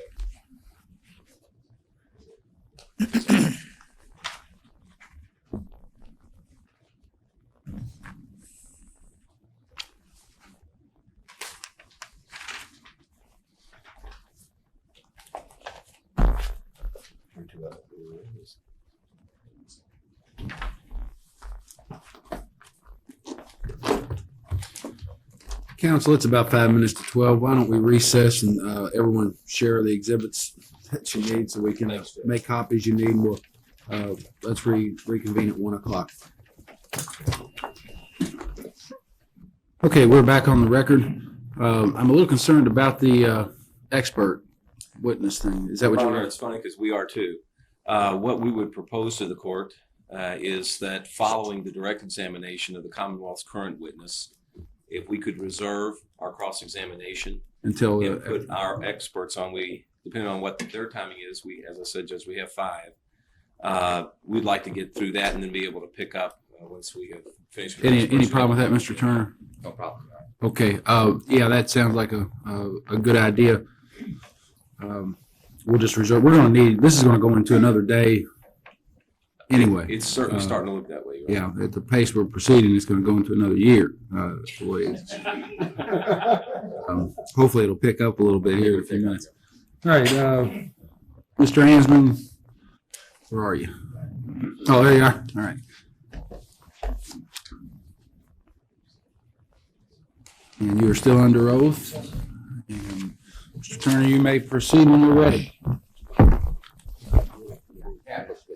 Yes, you may. Your Honor, if we could just ask, we do have a witness that's has a flight at 2:15. If the direct is going to go much further, then we may even need to, if the court would tolerate that, to interrupt. How much more direct do you have, do you think? Your Honor, it's primarily just getting the exhibits, remaining exhibits that are relevant to Mr. Ansman's testimony are introduced and at least laying a foundation for those for introduction. Is that it? Just Once we've done that, I think we'll pretty much conclude it with Mr. Ansman. If we can go through these, I think we can stipulate to many of those. So if we can. okay. Have you looked at exhibits 6 through 12? Yes, those are fine. Fine. Any objections to anyone? 6 through.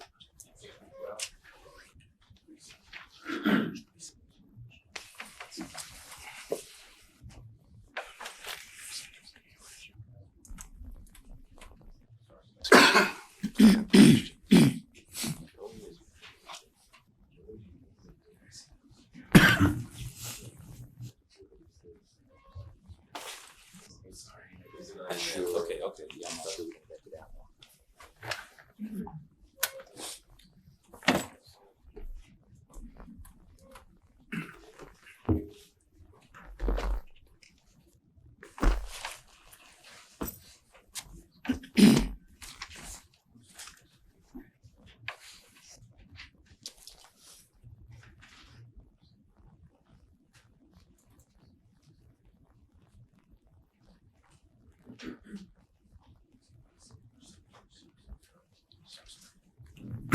What are 6 through 12?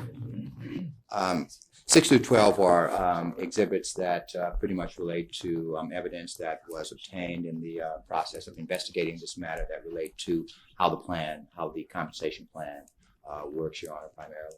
All I right. think if we can get those things, if we can get stipulation to those things, we may not have to back things out getting them in. Judge, absent any objection from other defense counsel, it's so stipulated.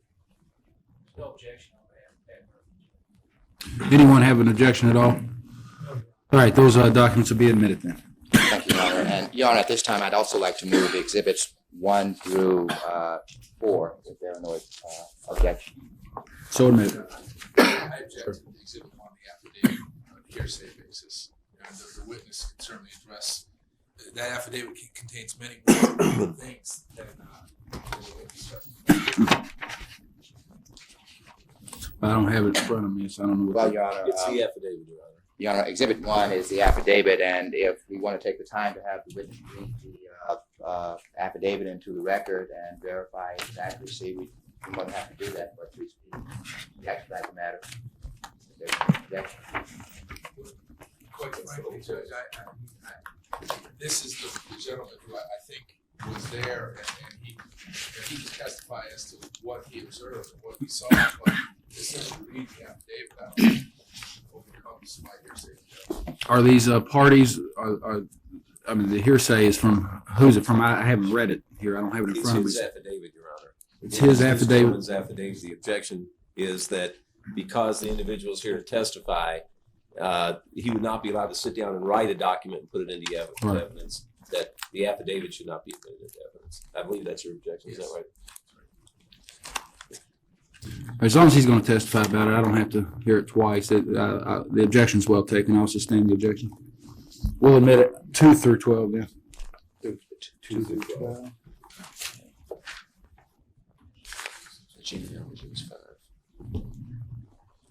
I see.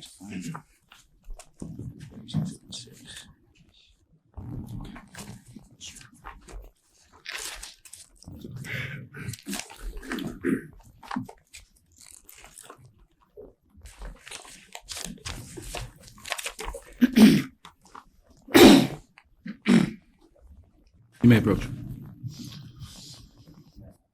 And you has been marked here as Plaintiff's Exhibit 13 and Plaintiff's Exhibit 14. Have you seen these? Have you seen those materials before, Mr. Adams? Yes, sir. Okay, could you tell us where you've seen those materials before? They were in a briefcase taken from one of the gentlemen who we arrested. Now, Mr. Ansman, if you could open Exhibit 13. As far as you recall, is all the information that is contained in this booklet, was that contained in that booklet?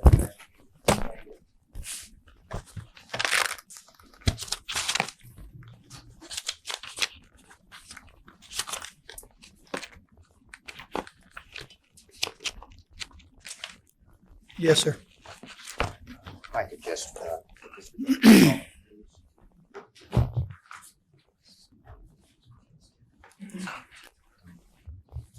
now, do you know who this Exhibit 13 belongs to?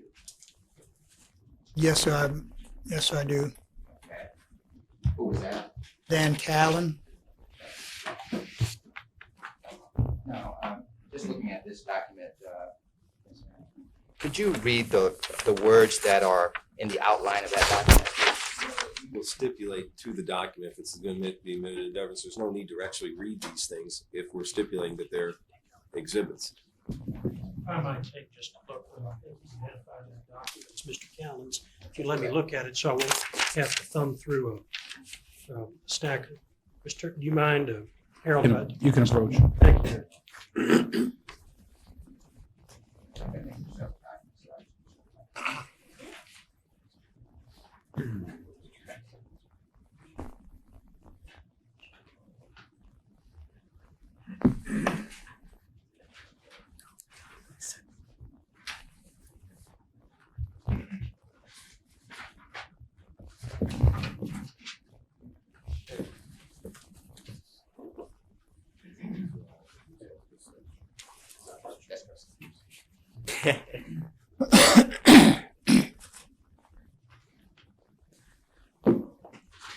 Any objections from any counsel on any of this matter? No, thank you. Okay, if there are no objections, you answer any further questions. We'll offer it into evidence. So admit it. And we would also, Your Honor, offer evidence on Exhibit 14. And that is a tape. A tape marked as Plaintiff's Exhibit 14. So admit it.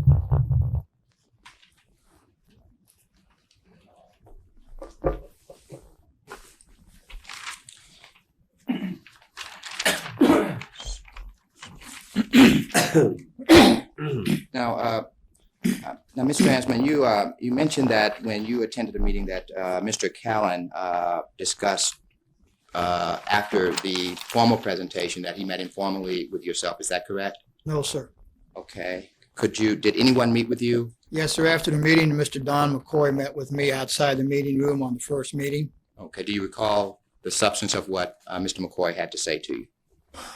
Explained to me what Travel Max, how you go about joining Travel Max and what you had to do to make money with Travel Max. And that was to sponsor people. You had to purchase, he put it, would you rather make $1 or $3? And I kind of said, what are you talking about? Well, I said, you can buy one tri-pack, or you can buy, you can buy one tutorial, or you can buy a tri-pack. When you buy the tri-pack, you can triple or double your money. And then he went on to proceed on I guess it's a brochure that Travel Max put out. And we turned back to a page that showed a diagram. And on this diagram, he diagrammed to me the different ways and how much money you could make with Travel Max by sponsoring people. Now, in any of those descriptions from Mr. McCoy or during the presentations that you heard, was there any way to earn commissions off of any of the programs at an amount less than $500? No, sir.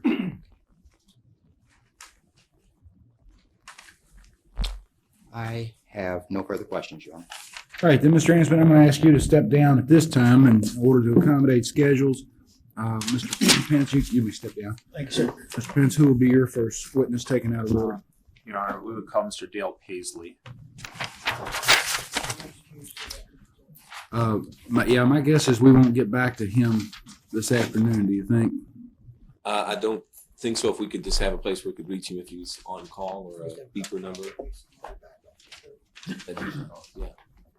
Okay. I didn't catch that name. Would you tell me? Dale Paisley. Dale Paisley. Let's see. Would you please take the witness stand? Would you raise your right hand? Do you solemnly swear or affirm the testimony you're about to give will be the truth, the whole truth, and nothing but the truth? I do. You may proceed. Thank you. Mr. Paisley, I understand you have a flight this afternoon. That's correct. We're putting you on first. Mr. Paisley, could you, where do you reside? In Orange County, California. Okay. And could you briefly inform the court of your educational background? I received a bachelor's degree in accounting from San Diego State University in 1965. And after that, could you briefly summarize your professional experience? After graduation, I joined the accounting firm then known as Lybrand, Ross Brothers in Montgomery, currently Coopers and Lybrand. I was with the firm a little over 25 years, the last 15 as a partner in the Newport Beach office. Mr. Paisley, as a partner at Coopers and Lybrand, what particular area did you focus on? With the amount of time that I spent with the firm in the profession, I certainly had the opportunity to deal with a large number of different types of companies and clients. Examples would be Shearson Lehman Brothers. I was responsible for the financial services and real estate operations of Shearson.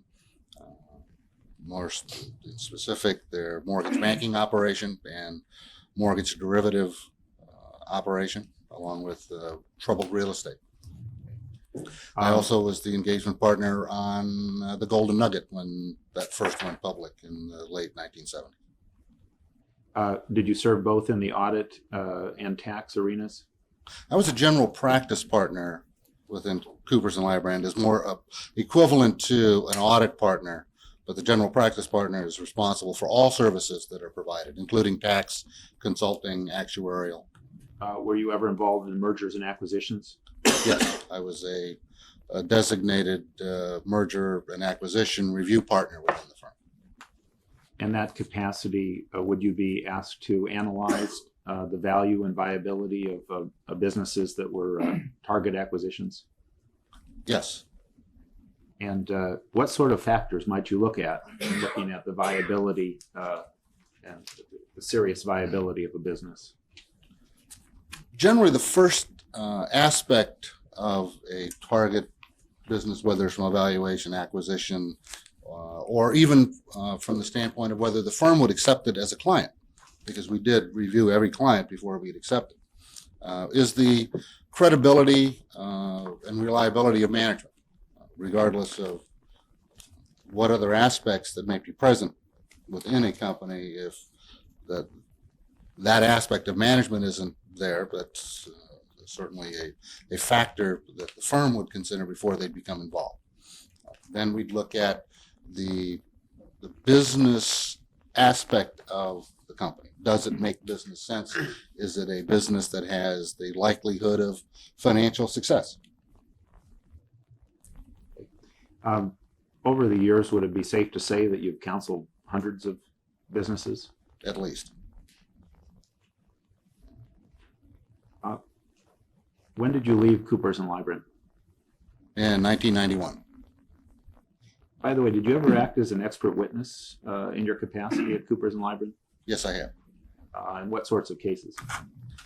I've acted as an expert witness in cases involving application of generally accepted accounting principles, with respect to the determination of damages, and one in the valuation aspect of an acquisition.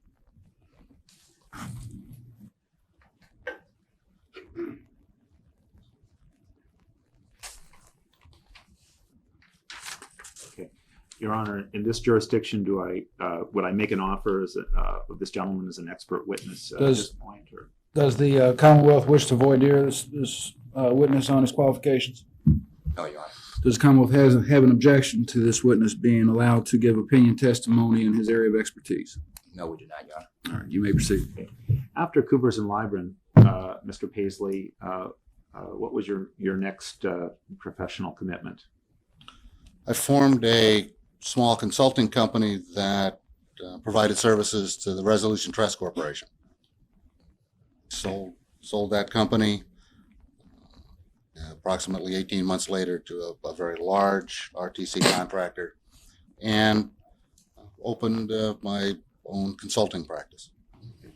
And your consulting practice, again, consisted of advising businesses? Principally small businesses in capital formation, how to access capital markets, general business consultation. And when did you commence your experience with TravelMax? Shortly after its formation in the late summer of 1995. And what were the circumstances that led you to this relationship? The individual of TravelMax, that's currently the chief executive officer, William Alverson, and I had been involved in other business situations, not functioning together. He was functioning in an investment banking standpoint. I was providing financial and accounting consulting to these companies. Was Mr. Alverson the initial founding partner of TravelMax? He was one of the founding shareholders of the company. His background came from the financial investment industry? From the investment banking and broker-dealer background. Did he have any background in multi-level marketing? None of which I'm aware. And when did you actually assume duties of any sort with TravelMax? It was in August, I believe, of 1995. And could you describe from August of 95 until the present what your function and duties have been at TravelMax? I'm the company's chief financial officer. Therefore, I've been responsible for the financial activities of the company, orchestrated, if that's the correct term, the merger that the company entered into in December of 1995. I've been involved with generally the acquisition and development of the company's hardware and software internally, and the discussions and structure of mergers, one of which is currently ongoing, and generally all contracts in which the company enters into. Is TravelMax a publicly traded company? Yes, it is. And would you explain what that means? Well, the company's shares are owned by a large number of individuals. A portion of those shares are what are known as free trading and are traded frequently on the NASDAQ bulletin board. There's approximately 1.6 million free trading shares. They have been trading since January of this year. Of 1996? Yes. And are there, from your standpoint as a former partner at Coopers & Lybrand, are there additional accountability standards for a company such as this that is publicly traded? As a publicly traded company, there is the added disclosure requirements that private companies are not, to which they're not subject. Disclosure regarding financial information, contracts, compensation of officers and directors, stock option plans. Just generally, the company, public company, is required to disclose to its investors, to its shareholders, and to the marketplace in general, the affairs and its activities. And you oversee those areas? That's correct. Let's say, Mr. Paisley, that you were still at Coopers & Lybrand and I was one of your clients, and I said, I'm interested in acquiring this company, TravelMax. Can you give me a picture of this company from the standpoint of a Coopers & Lybrand partner? What can you tell me about this company that I should either be interested in or not interested in?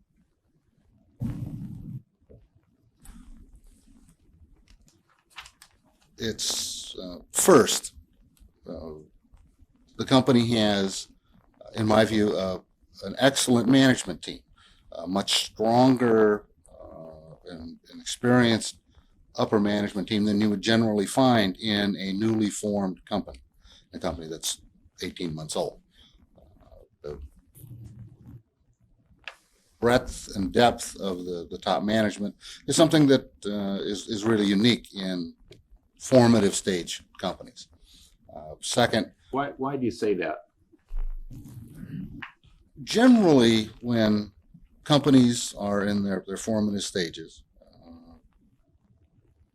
they're led by a small number of individuals, generally the individual with the idea, the concept, and they assume significant roles and responsibilities within the company. TravelMax made the decision at its inception that it wanted to bring on board levels of management at all aspects of the company to build a foundation to enable it to grow and to facilitate growth, to do things right initially. This company, am I correct, has risen to about $5 million a month in travel sales? I think peak revenues were probably 6, but that's correct. Yeah. And from your standpoint as a Coopers & Lybrand partner, would you say that is a good track record for a company that set out to be a player in the travel industry?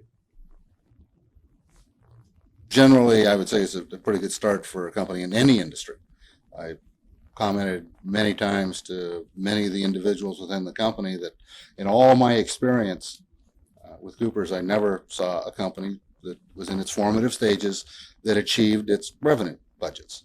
As a statement of fact, I can honestly say that I never saw one. TravelMax exceeded the revenue budgets that I was in part responsible for putting together every month. By the way, how many employees does TravelMax have? Currently, there's just over 100. Over 100. You have inside travel agents that take the orders of your customers? That's correct. And about how many of those inside travel agents do you have that take orders of customers? The Between the two travel operations, we've broken travel into two pieces: the individual and leisure travel and the group and tour travel operations. Those two combined have somewhere between 65 and 70 employees. Inside. Inside. These are people servicing customers who are just booking travel. That's correct. And this travel is all generated by your outside distributors and travel agents. From our independent travel agents. Yeah. You're what you call an outside travel agency type agency, is that correct? We rely upon our network of independent travel agents to generate revenue to the company, as opposed to advertising, taking out the ads in newspapers and whatever. We instead pay a portion of the commission. These are people that would have bought your tutorial type products and learned how to be an outside travel agent. That's correct. So you mentioned management. Can you tell me something else about the infrastructure of the company? The second, the company had put in a significant amount of equity capital. The initial, or the capital that was put into the company through the shareholders was approximately $3.5 million, as opposed to financing a company start with borrowings and aging accounts payable. The company was formed with and operated through significant capital infusion. You mean before you hit the streets and solicited distributors to bring customers, you already had a capitalization of $3.5 million? No, but as the company needed capital to support growth, instead of borrowing, it went to capital markets and raised additional funds. As the value of the company increased, we were able to raise funds at a lesser dilution to the previous shareholders by getting a higher price per share. And what about operating systems at the company, computer systems or other types of systems? What would I see? The company has invested significant resources in hardware and software. The company is currently on its third iteration of hardware in 18 months. We've elected to upgrade our hardware twice from what we started with. As technology has increased, we have stepped forward and upgraded those systems. In addition, we've invested significant amounts of money in software systems. We elected to go with Windows 95 early on. The Windows NT is an operating system. We've developed, acquired, modified, and developed significant internal reporting systems. We are currently,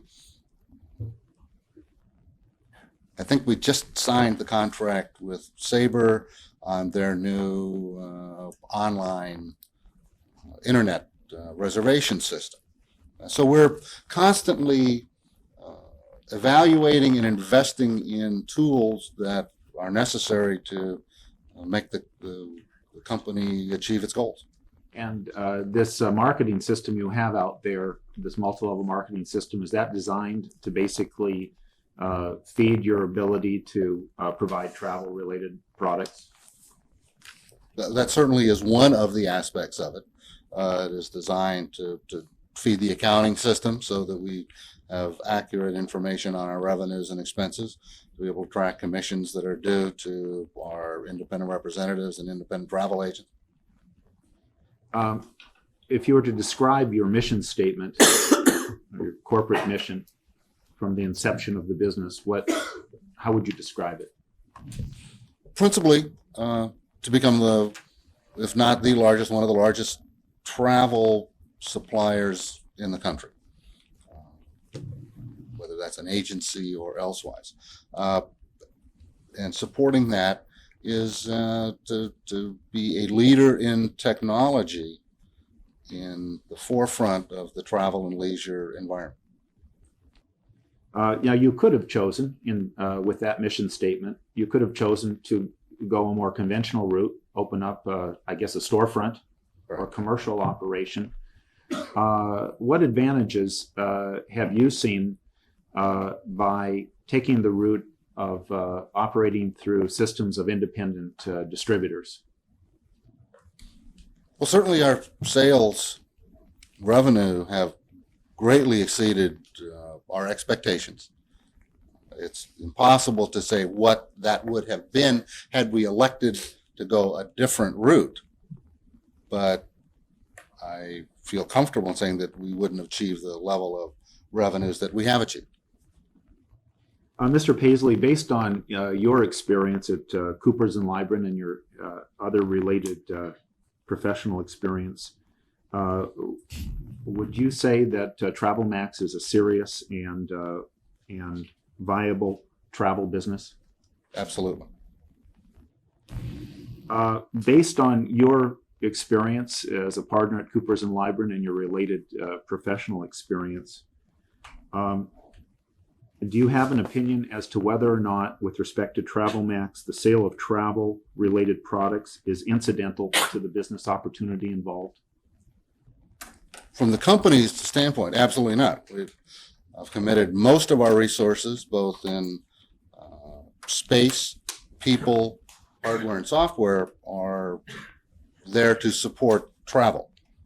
And with respect to the opportunity that is offered to the public, do you have an opinion as to whether or not your product is incidental to the opportunity being offered to the public? What we offer to the public is product. So I'm not sure. Would you say you're a product-driven company? Absolutely.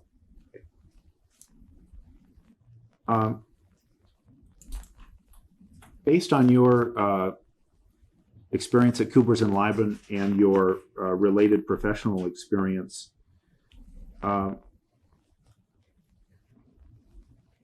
do you have an opinion as to whether or not this is a legitimate business which markets travel-related products, or is merely a pyramid recruitment scheme? Yeah, I'm going to object. I think it's the question asked for that he draw a legal conclusion. I'm not sure the witness. And that's what we're here to determine. What was the question again? Whether it's a pyramid scheme, Do you or have an whether it's opinion as to whether or not this is a legitimate business which markets travel products, or is a pyramid recruitment scheme? all right. That is the ultimate question I'll be deciding. He's already testified that he considers this business a serious travel agency type business. Is that correct? That's correct. All right. I'll sustain the objection. Thank you. I have no further questions. You may cross. Thank you, Your Honor. Could I have your name again, please? Dale Paisley, P-A-I-S-L-E-Y. Mr. Paisley, you've talked generally about the question about the company. What I'd like to do is ask you a few questions about Kentucky.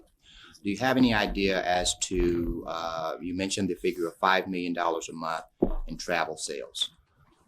How much in travel sales has occurred here in Kentucky? I don't have that information. I'm not aware of it. It's available, but I don't know what it is. I don't look at that level. Do you have a guesstimate?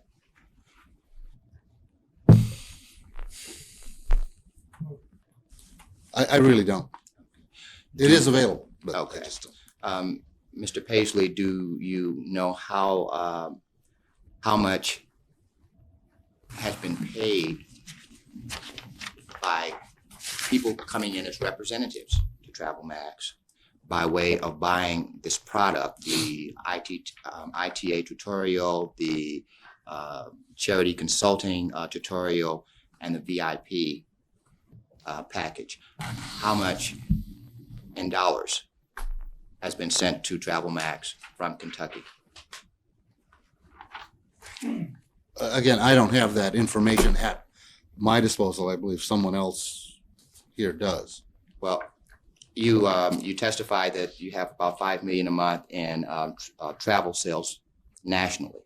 How much do you receive per month nationally from the sale of the tutorials, the charities package, and the VIP package?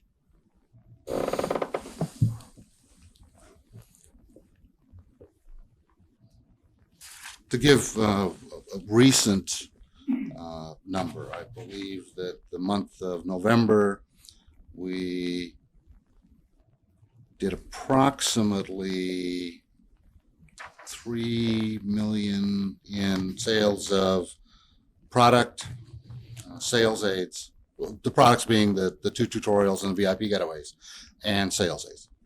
Okay. Now, do sales aid include anything other than the tutorials, the charities package, and the VIP package that has been referenced? Yes. Okay. Could that include things like coffee mugs, T-shirts, yes, etc.? So you don't. The videotape that you may have there may be one. Okay. Forms, things like that.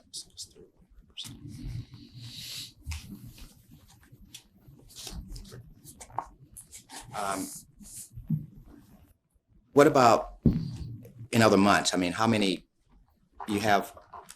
representatives? I believe there's currently about 30,000. About 30,000. Do you have any idea as to how many of those 30,000 have purchased what has been described as the tri-pack?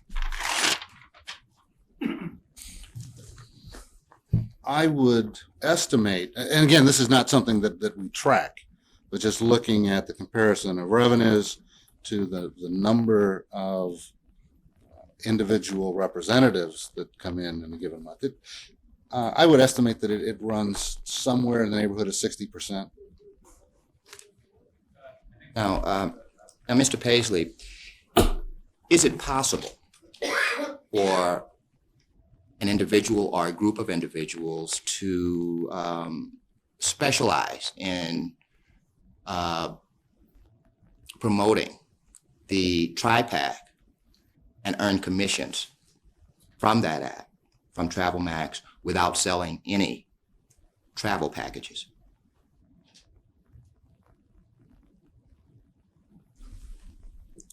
It would be possible to sell only company products exclusive of the VIP getaways, which is a travel product, and earn commissions from the sale of tutorials without ever earning a commission selling travel. Do you have any idea as to how many of the 30,000 representatives have done so? Do you have any idea as to how many representatives from Kentucky have focused exclusively on the sale of these 3 programs, the tri-pack? I object to the form of that question as to how many people have focused on that. That is by far too vague. I will rephrase the question, Your Honor. Do you have any idea as to how many of your representatives in Kentucky have received commissions without selling any other products such as travel or leisure travel products? I would estimate that it was a reasonably high percentage because travel commissions are paid when travel is taken. Generally, you can make a reservation today for travel to be taken in 2 weeks, in 3 weeks, in 3 months in the group and tour operation. The commission is paid when the travel is taken. The commissions paid on the sale of product is paid when the product is sold, which is right now. The company started its activities in Kentucky fairly recently. It was not an early state. Therefore, the likelihood that representatives in Kentucky would have earned commissions related to product sales well before they would have realized commissions based on travel sales, just because of that lag time. Now, Mr. Paisley, does Travel Max issue or sell what are called genealogy reports? Genealogy reports are available to independent representatives. Okay. There is an at-cost charge. May I approach the witness, Your Honor? Yes, you may. I have been previously identified as Plaintiff's Exhibit 5. Could you just review that briefly, please? Okay.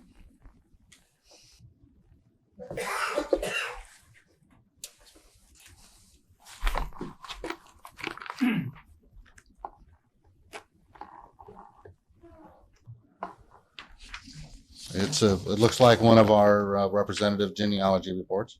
Okay. Now, looking at that genealogy report, Mr. Paisley, do you see any individual or any amount there that would relate to a person paying an amount less than $500 to join TravelMax? There's no payment. There's the amount to become a representative of TravelMax is $25, and that would never appear on this because we do not pay commissions on that fee. We only pay commissions on the sale of products. So this only reflects the product sales by individuals, not their $25 independent representative fee. Looking at that document, can you tell what kinds of product was purchased? No. By that individual? This product doesn't show that. In terms of the dollar amounts and the placement on the right side and the left side, could you explain how that works?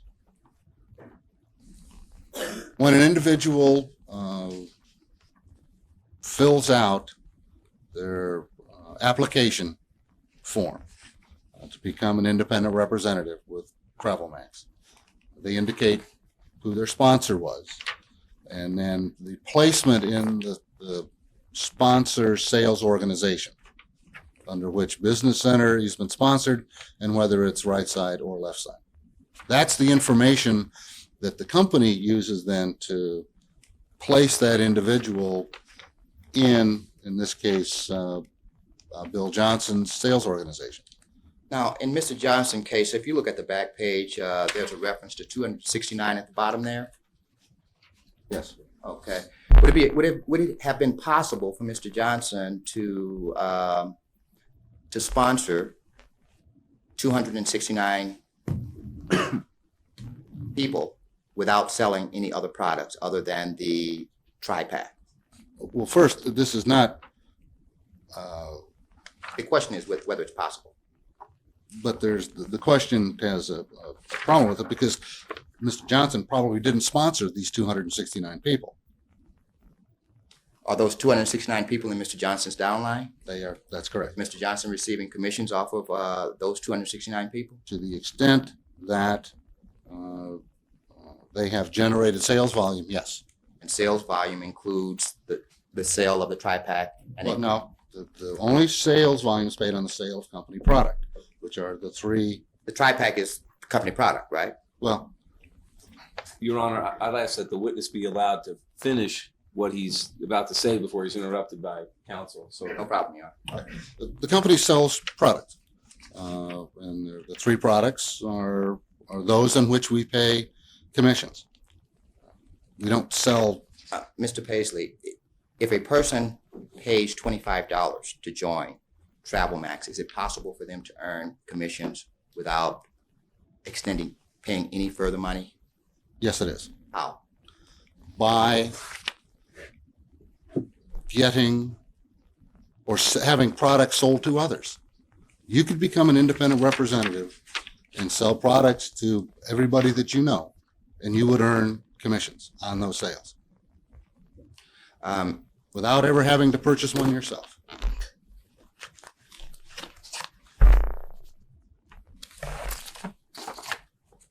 May I approach you? Right.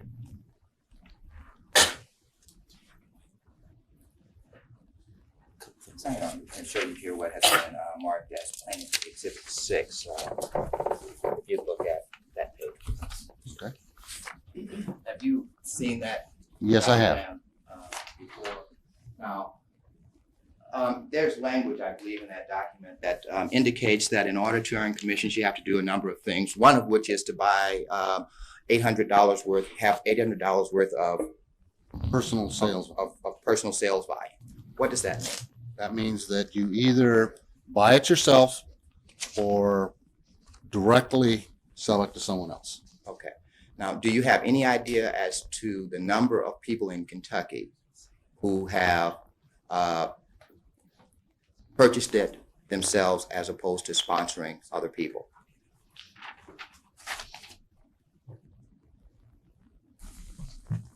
I would speculate that virtually all of our representatives in the state of Kentucky have purchased product from the company. And that product would be the tri-pack. Well, would be the one or both of the tutorials and the VIP getaway. Do you know if there are any people in Kentucky who have paid the amount of $25 and qualified for commissions by selling other product? I do not know. We can find out, but I do not know the answer to that.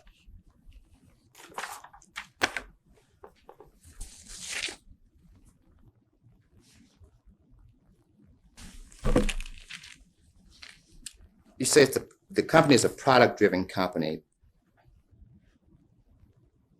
What is the primary product the company is driving to sell? Well, the company's three principal products that it is selling are the two tutorials, the VIP getaways. That's the product side of the company. Then we sell individual and leisure travel through the traditional structured travel agency. Then we sell group and tour travel through our group and tour operation.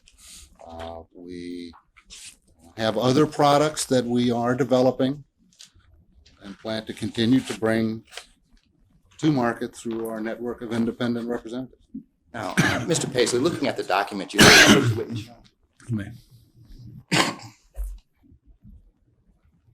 looking at this document that here, it kind of has the words "Your Business Center" at the top. Is Yes. that correct?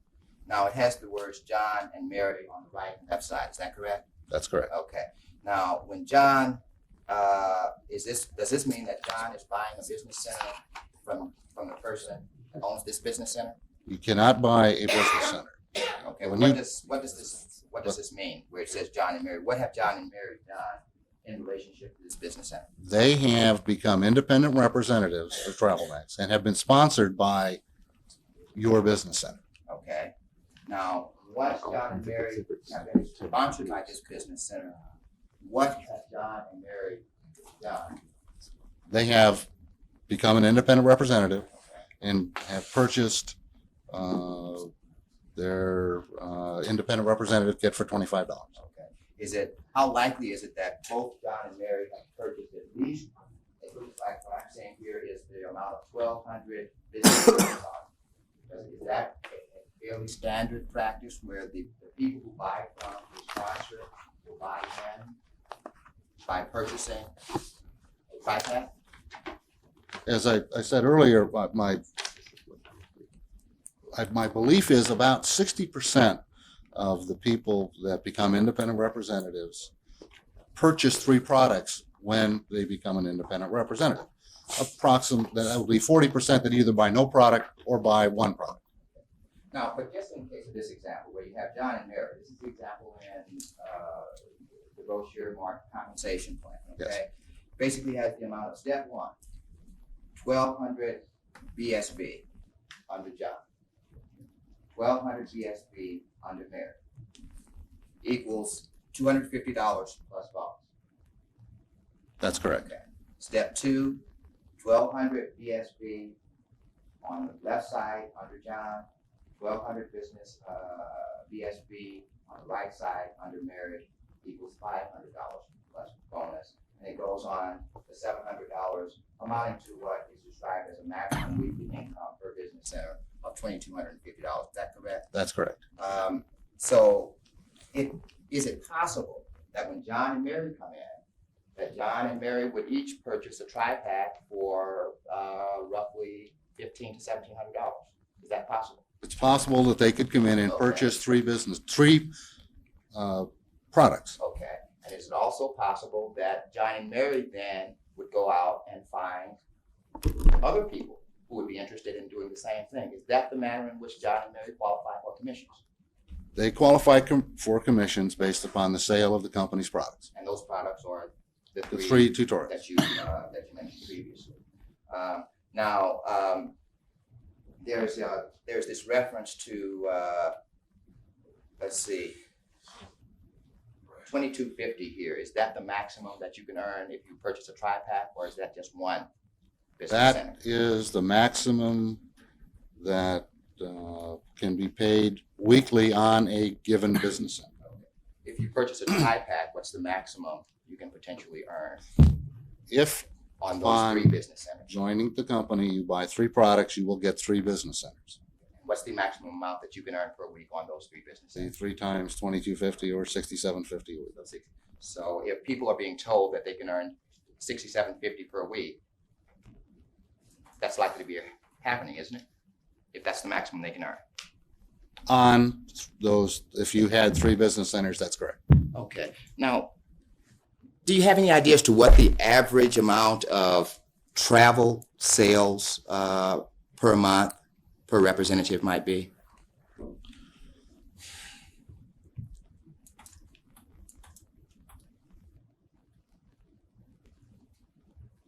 No, I don't. Is it anywhere close to 4 times $67.50? That In other words, any multiply individual, $67.50 times 4, which would be roughly a month.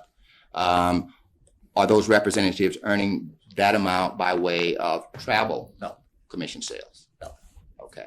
So it's possible that if a person looks at the fact that if I go out and sponsor other people, and I can make a maximum of $67.50 per week, and I can earn significantly less, how often are representatives paid for the sale of the travel packages? Are they paid weekly? travel commissions are paid monthly. Commissions on the sale of products are paid weekly. Okay. So here you have a situation where if I go out as a representative of Travel Max and I get people to buy the tri-pack, and I have a tri-pack, which is for my 3 business centers, I can earn significantly more than by way of selling the travel packages. Is that correct? The potential to earn is greater as an independent representative than it is as an independent travel agent.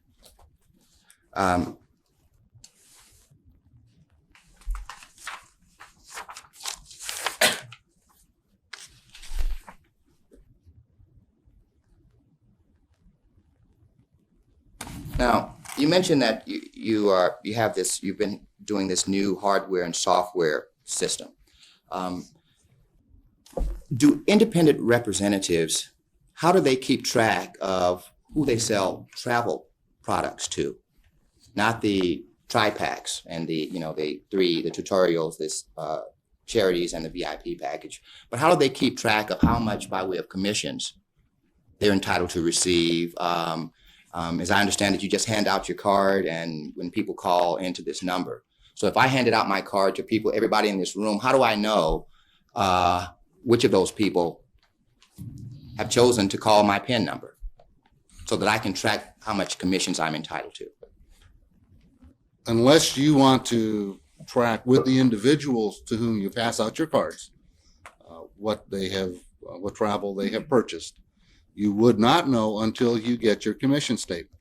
On your commission statement, it'll break out what travel has been taken using your PIN number, the travel and the commission on it.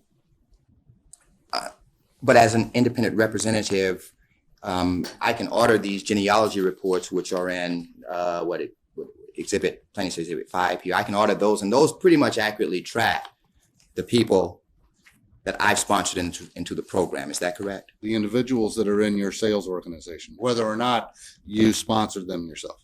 Right. So I can pretty much figure out by ordering this from you, but I'm going to have a difficult time tracking the commissions that I earn, other than just relying on Travel Max to be truthful and honest with me about those travel packages that were ordered under my particular PIN number. Is that correct? That's correct, if you just pass out your business cards. Or if I just leave my business cards at a hotel or wherever people might pick them up. That's correct. I have no further questions, John. Redirect.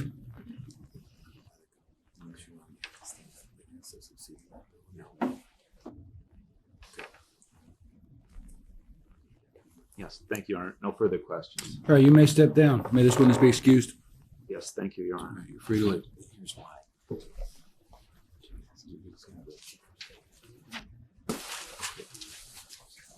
Your Honor. This time we call Mr. Al Analig.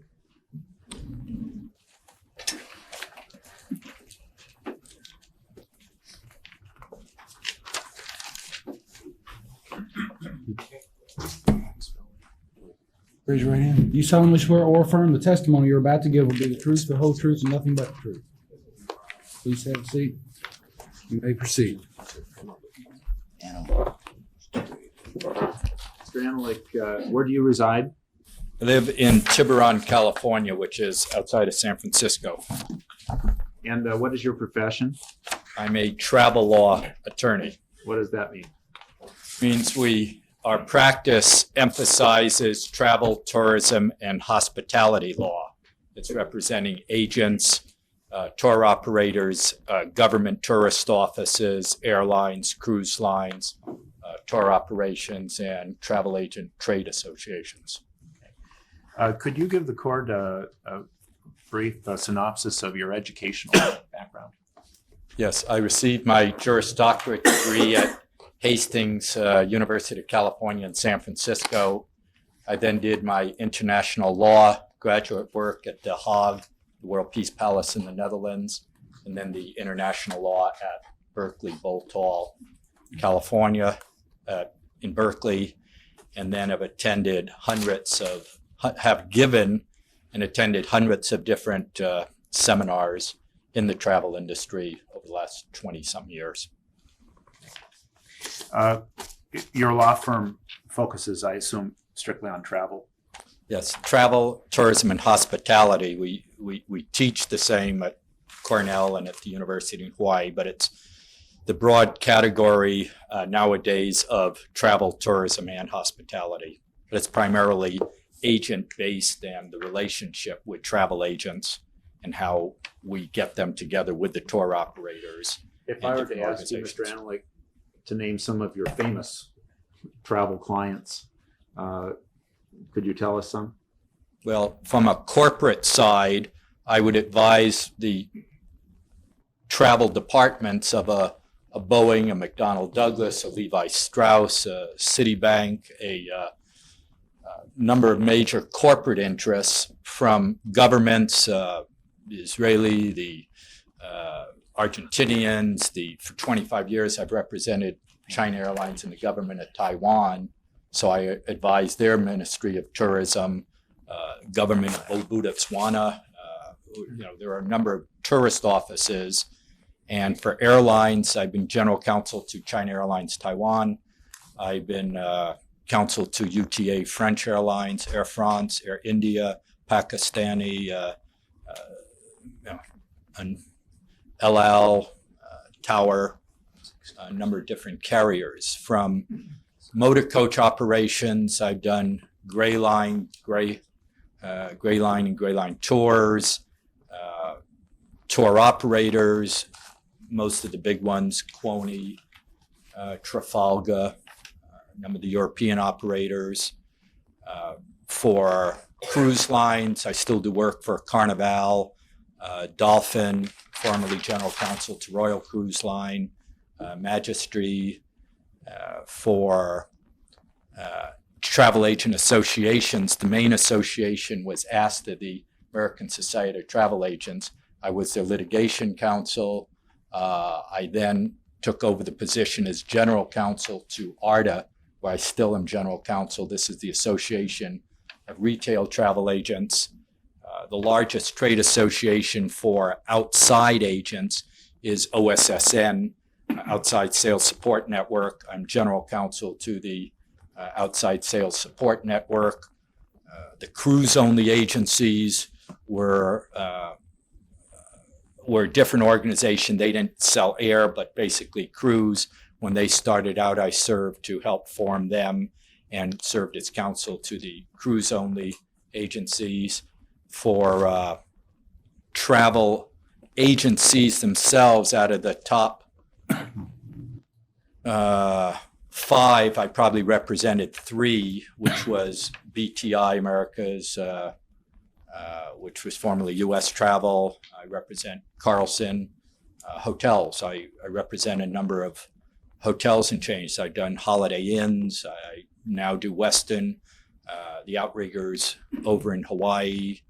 And then I teach the tourism hospitality hotel law course at Cornell for business travel executives. And in Hawaii, it's an Asian basin executive course for tourism officials and government. Further elaboration by the witness that he's qualified to speak as an expert attorney in travel-related matters. All right. Mr. Annalich, I'm handing you what's been marked as defendant's exhibit, travel max exhibit number 24. Is that your biography or curriculum vitae? I think what I left off is I was appointed a part of the Honorary Order of Kentucky Colonels, and bring it to it will go on my next biography, Your Honor.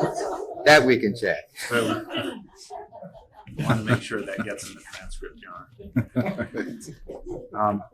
Your Honor, we would offer exhibit number 24. All right, it's his experience and background. Yes. And I take it from the exhibit as well, Mr. Annalich, you're well published in this field. You've published many books and articles on this subject. The first textbook was The Law in the Travel Industry was mine. The Official Outside Sales Agent Handbook is mine. Most travel agents use what's known as a policy and procedures manual, from everything human resources to how to handle insides. I've done the official manual, which is sold by ARDA now, and I have various sets of tape sets and hospitality training law courses that I've done. And I'm general counsel, I'm legal editor to Travel Agent Magazine now. Okay. And are there many other law firms like yours in the United States? Internationally, no one is as big, although we have a network of travel attorneys. There's a couple in each country that at least do similar work that we associate with. Now, is it safe to say that in your business, you've come to understand the business of travel as perhaps as much as the law of travel? I even got myself here late last night after 2 flight cancellations by using my travel knowledge, but I did manage to get here, and I think I know my travel industry. Do your clients seek you out for your knowledge of the travel business and travel agency business? Yes, I help them with relationships in the industry. You know, I think that's hearsay. I think I would object to that. We have those clients here to testify to that, unless he's discussed that with his particular clients.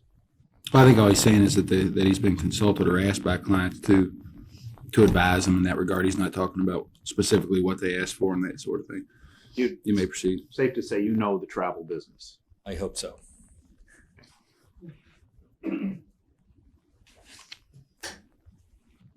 Mr. Annalich, there obviously have been some changes in the travel industry, the travel agent industry during the last decade. Could you briefly expound on some of those changes as they might impact the emergence of the outside travel agent? Well, until 1985, the former Civil Aeronautics Board was operating within a very regulatory industry.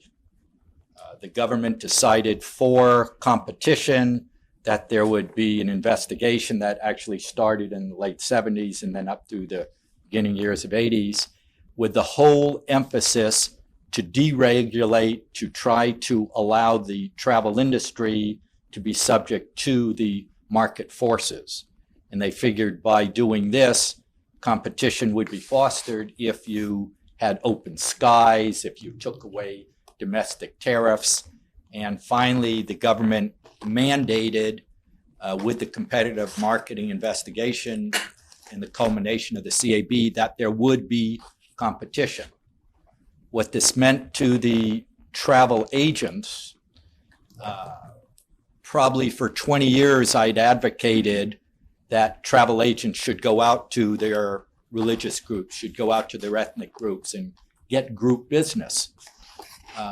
They couldn't really until 85. You weren't even allowed to put your home telephone number on your business card if you were a travel agent, because the cartel that controlled travel agents said you can't do anything other than out of your office that they approve.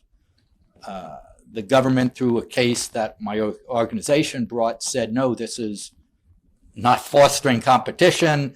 It's restricting people within the industry. And the ATC, which was the cartel of domestic carriers, had to disband. And a new organization had to be formed that controls travel agents. But in their new agreement, their Inchstick agreement, nothing even mentions the description of the outside sales agent. It was taboo to try to restrict them because the government wanted competition.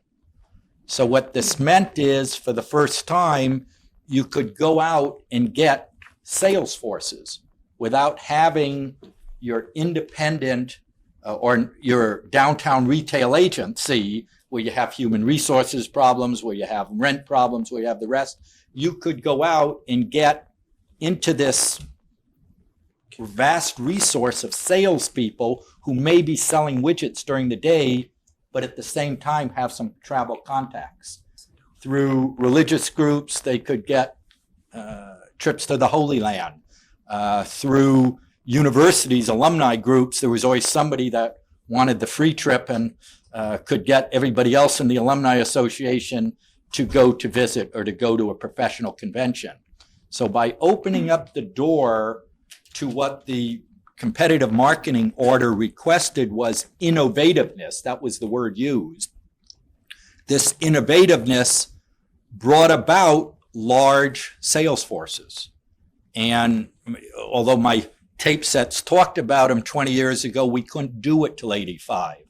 And once we did, a new era really started in the travel industry. And the old-time travel agent, the one who does hopefully most of everybody's work in here that they use travel agents, did get a little upset because all of a sudden there was a whole new workforce out there. And people who had daytime jobs were talking somebody else into going on a golfing trip.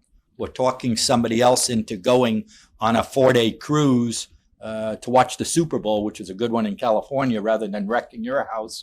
You know, you get everybody on a cheap Carnival cruise for 4 days. And it was, you know, it was a situation that you made money, you had fun, you remembered it. And filling up rooms, hotel capacity, statistics in the last few months, I think was 50.3. There's half of the rooms empty. Airline seats. It only cost the airline approximately $4 to fill a domestic seat domestically. $1.61 for the piece of rubber chicken, 26 cents for insurance, and $1.28 in fuel. So if the incremental cost was only about $4, the airline industry all of a sudden saw a source that could fill up extra seats. And they would do their promotions, but you still needed somebody to push. So with this, the direct marketing organizations started looking into this. And what TravelMax was a concept that came about saying travel has got to be an easier product to sell than vitamins or water purifiers or other types of products, because you didn't need an inventory. Some of the people who were into TravelMax that I met at these conventions still have garages full of cleansers or so. There wasn't an inventory needed, and the product was so much easier to sell because you went up to somebody and said, do you like to sell or do you like to travel? And everybody's going to say, yeah. You're not going to say, I like to sit in a corner.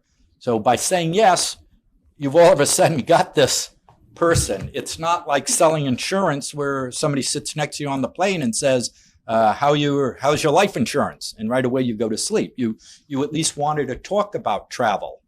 And through this, by getting people who may not have known everything about travel, but could get bodies to buy travel, it provided a product. And Travel Max came to us and said, help build a travel organization with people who could do tours, people who can do conventions, people who could put together our own tour products and handle leisure sales. And the easiest way to do it was to get these people knowing the basics, and they would be referring travel agents. They would be outside agents, but they would be able to say, the next time you book, here's my card, phone in, and I'll get some credit for it. And if you like the person and you're not used to your own travel agent, it was a way of picking up some business, was the easiest way. Other than that, it was sitting down with a person and talking them into going on a trip. Mr. Alec, let me interrupt for a moment and just because you're talking about teaching the individuals, yes, training them to be travel agents. So if I might approach the witness, You may. Your Honor. I think also have a copy of the tutorial ready. This is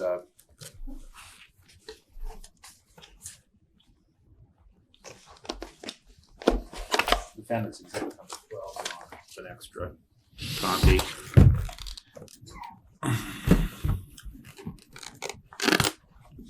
So, Mr. Alec, was Travel Max the first one in the country to come up with this idea of offering individuals educational materials about the travel industry?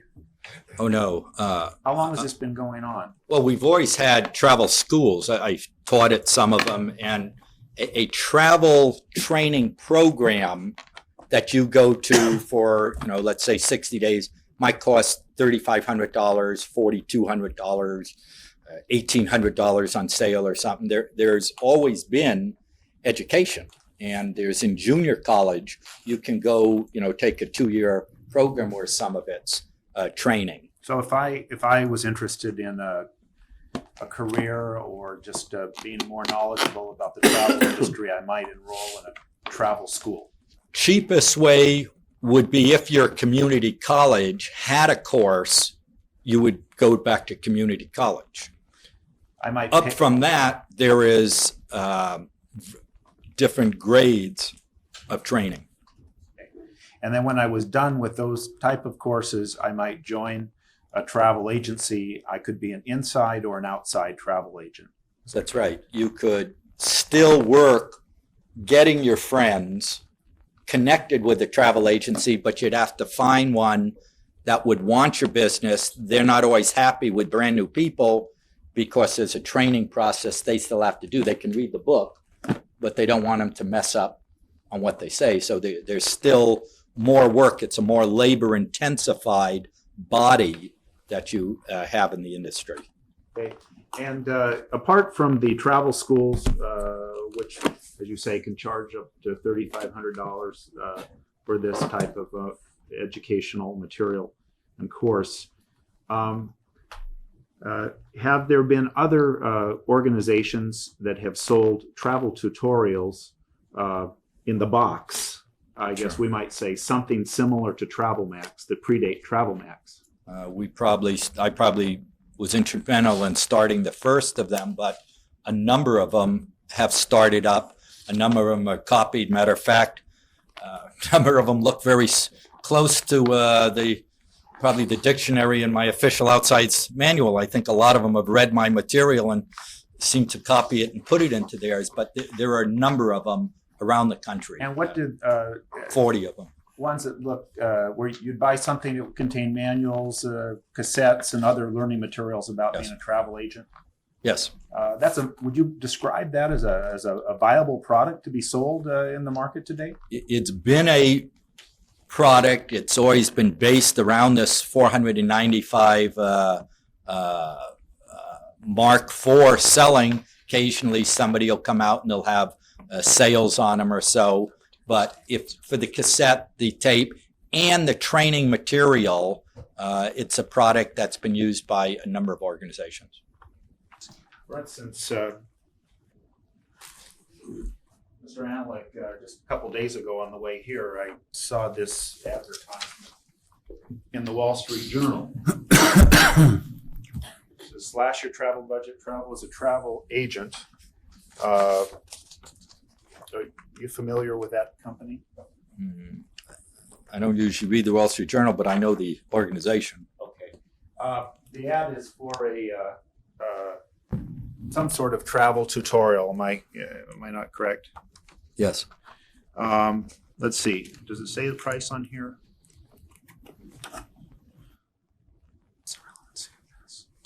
This would be of the sort that we're talking about, though. This type of a tutorial. Yes. Okay. Do you know how much the Travel Max? You mentioned This is $4.95 in the paper. Oh, that's a $4.95, Yeah. which is not unusual. It is the. It seems to be the usual price for all of those who've copied all the ones who are on the market. Okay.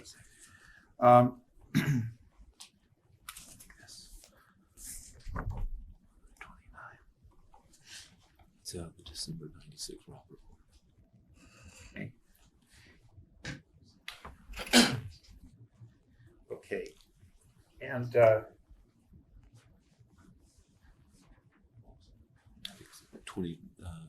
This one would be 29. Your Honor, we'd offer exhibit number 14. So admitted. I have a similar kind of ad, Mr. Anlick, that comes from the December issue of the Rob Report. Looks like another tutorial on travel. This one is $4.75. Would that be similar to the types of ads we would be seeing all over? I have heard of them. It was kind of a knockoff on a website that's for the travel industry called 10IO, and they had nothing to do with this. I remember phoning at the time.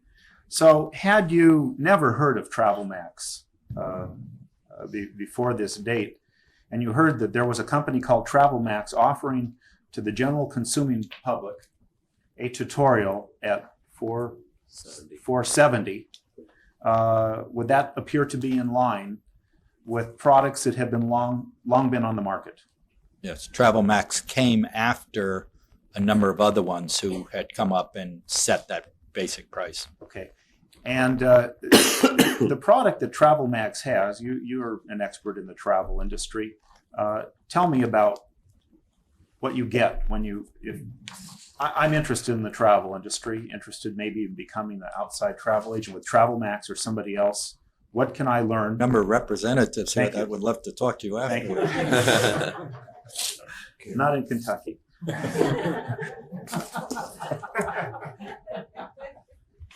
What could I learn from this tutorial that, and in particular, that I wouldn't call you up the next day and say I've been swindled? You would have an understanding that if you wanted to do more and ring more doorbells or see more friends, you could make more money selling travel. If you had basic people that you could bring in, even in your own businesses, somebody works in a business and knows that they can get the business account of all their people, you know you've got enough material and an organization that's going to back you up, especially for commercial. Leisure is a little easy to work with, but when you're bringing your company and you could stall your CEO somewhere with the wrong reservation, you know by learning this, you know the basic languages, you see how to book it, with the company, and you know you have a company behind you that can sell travel and it has enough volume to get decent prices. In your opinion, as an expert in the travel industry, is this a good and valuable product which stands on its own? Yes.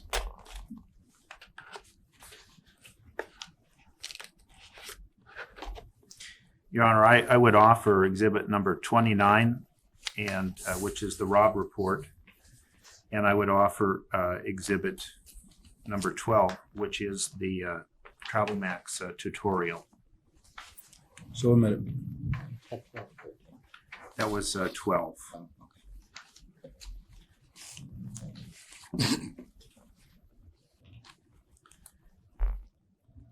Mr. Analyk, some of these companies that have marketed, that I see marketing in the Robb Report and Wall Street Journal, I can't tell whether they are a multi-level marketing companies or not. Can you tell from those articles? I can't tell from these. GTI, I don't want to get it confused, but I know I've talked to them. I know I've turned down many of the companies that didn't have the type of background that Travel There's Max. a company, a large company in industry called IntelliTravel. Yes. And they offer tutorials and book travel, is that correct? They're probably the biggest, and I set them up. Similar to Travel Max.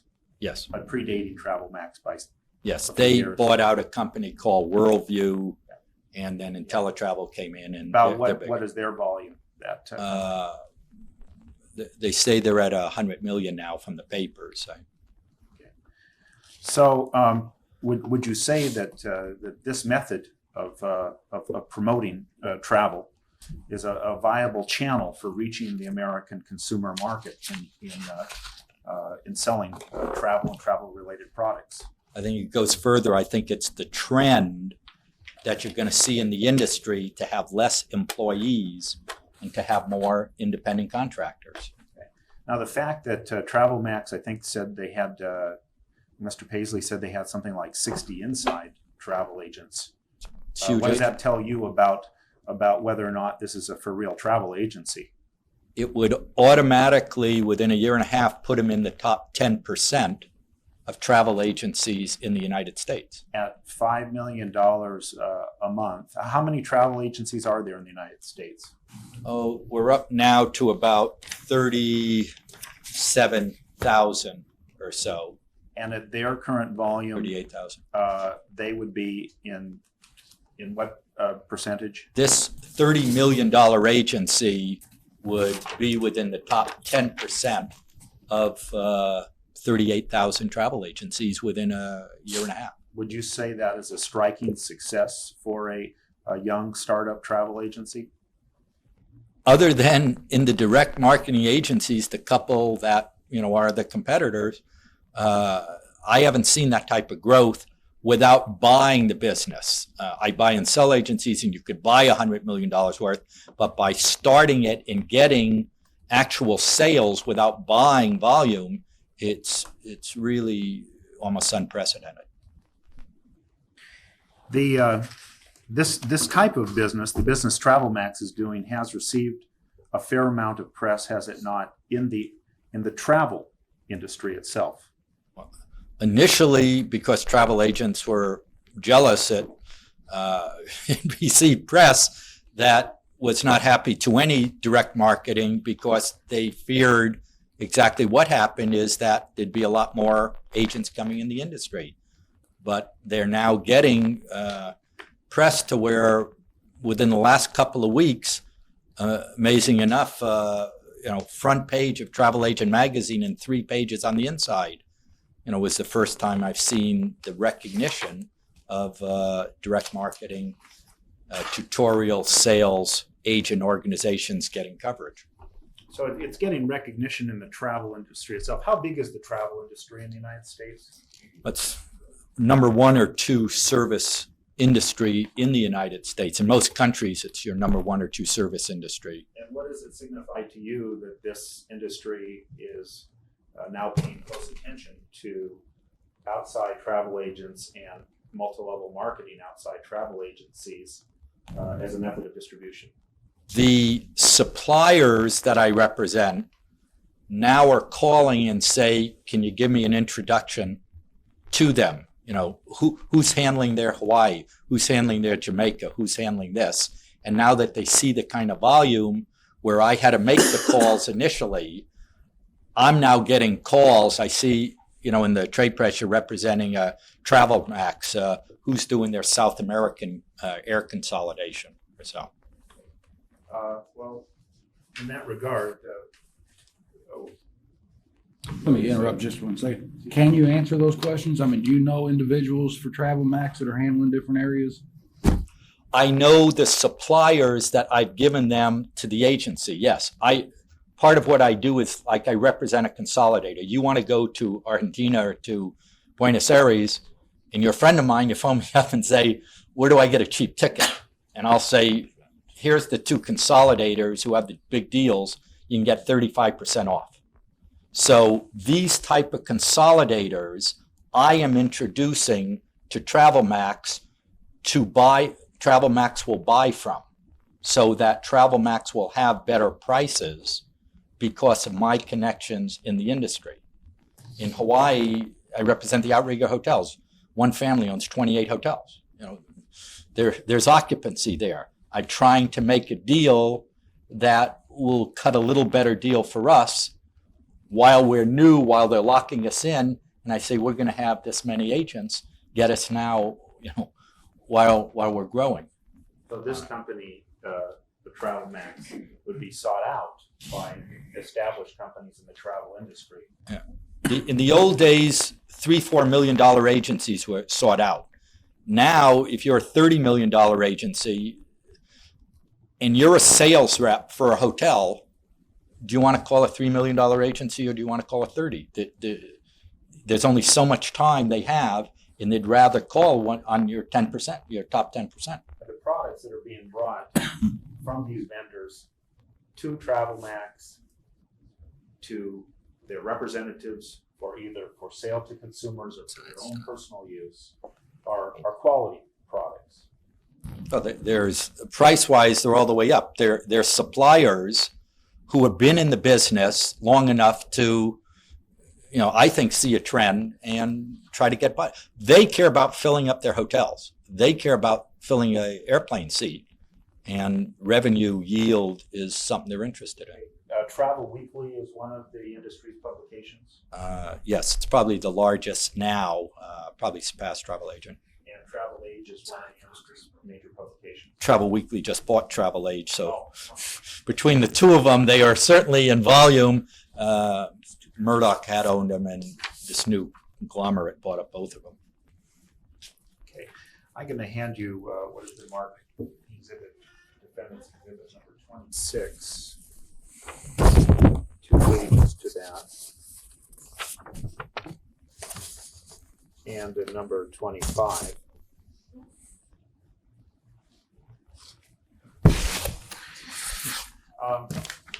I recognize the Travel Weekly article. In it, I had black hair. Here it looks like I'm bald. It was actually a favorable picture, but I recognize the article. You have hair. Mr. Analik, the article in Travel Weekly, could you just briefly describe that? There's 2 pages there. What is the import of that in this type of a case? Well, it's fairly new, and it's November '96. It's different than a year ago. A year ago, all of the trade magazines were being hostile, is the only way to say it, to this new concept, because their subscribers are travel agents. And the full-time travel agent who saw this competitive force wasn't too happy about it. Now, probably a year later, you have the first time favorable articles. I mean, this being on the cover within the last month and 3 pages on the inside is something that I wouldn't have thought was going to happen for a few years. And it's already happened where you're getting good stuff. The Travel Max article in Travel Weekly, the same one that's November 4th, that's a very favorable article, which probably would not have happened a year ago. Conversely, press such as Travel Max receives TRO in Kentucky could be fairly devastating to their business, could it not? That's always much more exciting than talking about $30 million growth. It's like any other press packages. But it is from a standpoint that suppliers would be scared to deal with them. This particular action that has been taken against Travel Max not only will prejudice it in the state of Kentucky, it and all of its representatives and customers, but it will also be prejudiced in the United I'm gonna States market. object, to the use of the term prejudiced. Will it be damaged? Something Yeah, we'll. Mr. Allen. Triangle. It's already hurt. It's hurt. Already one major airline, one of the biggest airlines, has already come to TravelMax and said, you've got a criminal thing pending over there. Until things clear up, they actually pulled the plate. Delta has pulled the plate, not allowing TravelMax to sell because they've got a criminal action. It's the first time that there's ever been a criminal arrest like this that has ever happened in the United States, to my knowledge. Did you find that amazing in this situation, based on your own experience? The criminal, yes, I No, know. I'm going to have to object because factually, I don't believe TravelMax nor any of its officers have been charged criminally in this matter.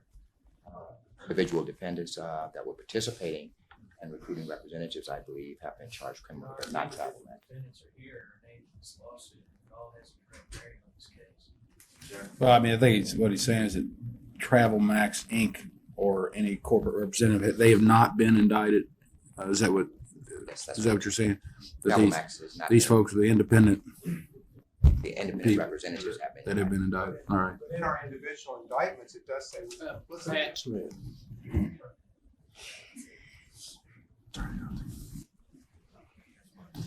Your Honor, I believe what the counsel is saying is that even though his testimony may not address particularly TravelMax, there are other individuals who are in the civil case also, who his testimony may be relevant to that, to those individuals, even if it doesn't necessarily apply to TravelMax. So to that end, I understand what you're prohibits- saying. I mean, so far what I've heard is that there is a TravelMax corporation that does a lot of bookings and that sort of thing. What I've also heard, or what I believe I'm hearing, is that these independent agents probably don't make a whole lot of money booking flights and things. They can do it, but the money comes from selling the package to someone else. Now, whether that's right or wrong, whether there's a problem with that, they believe it's a pyramid. You believe it's a business opportunity. That's fine. There's no problem with that multi-level, Your Honor, that's true to this extent. In the end, it is all driven, though, by travel. Even when you look at any of the material, in the end, it is driven by travel. In order to get travel, you've got to have agents out there selling that travel. Mm-hmm. I mean, it is driven by travel, and I believe that's what I've heard anyway. But the court is right. Yeah. There is a question that the issue is the tutorial. Mm-hmm. And whether or not there's value, and I believe there's documents in here to show what the value of that is. Well, we're still early on, Correct. Unfortunately, in the hearing of this case. But I'll move on, Your Honor. All right, please do. Thank you. Just in reference to the last point, Mr. Amelick, is there any doubt in your mind that the ultimate future of TravelMax and its distributors is going to be based upon money earned from the booking of travel? This is what I hope to do with them, because if we can teach them how to get the group rather than the 4 people on the cruise, but how to get their alumni association, how to get their ethnic groups, how to get their senior groups, disability groups or so. By getting those groups, they can make that much more in travel. It doesn't take much more than to book the one person to Disney World or so. So one of the jobs I had was to advertise in Travel Weekly for top travel people who could help make these deals besides myself, but could help train these people how to sell the larger groups. If we can get somebody who works as an accountant in a major firm to get all that travel, then we've got their corporate travel, but then when we send stuff, you stuff it and you put in flyers about cruises and stuff. We hope to sell leisure travel to whatever we pick up on corporate, and every now and then luck out and get a good convention or get a tour on it. But the problem and I thought of an example with Delta that happened to me an hour ago.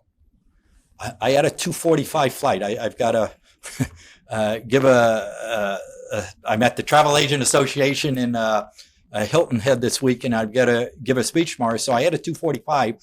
So there's a 5:50 on US Air, or there's a 7 o'clock Delta.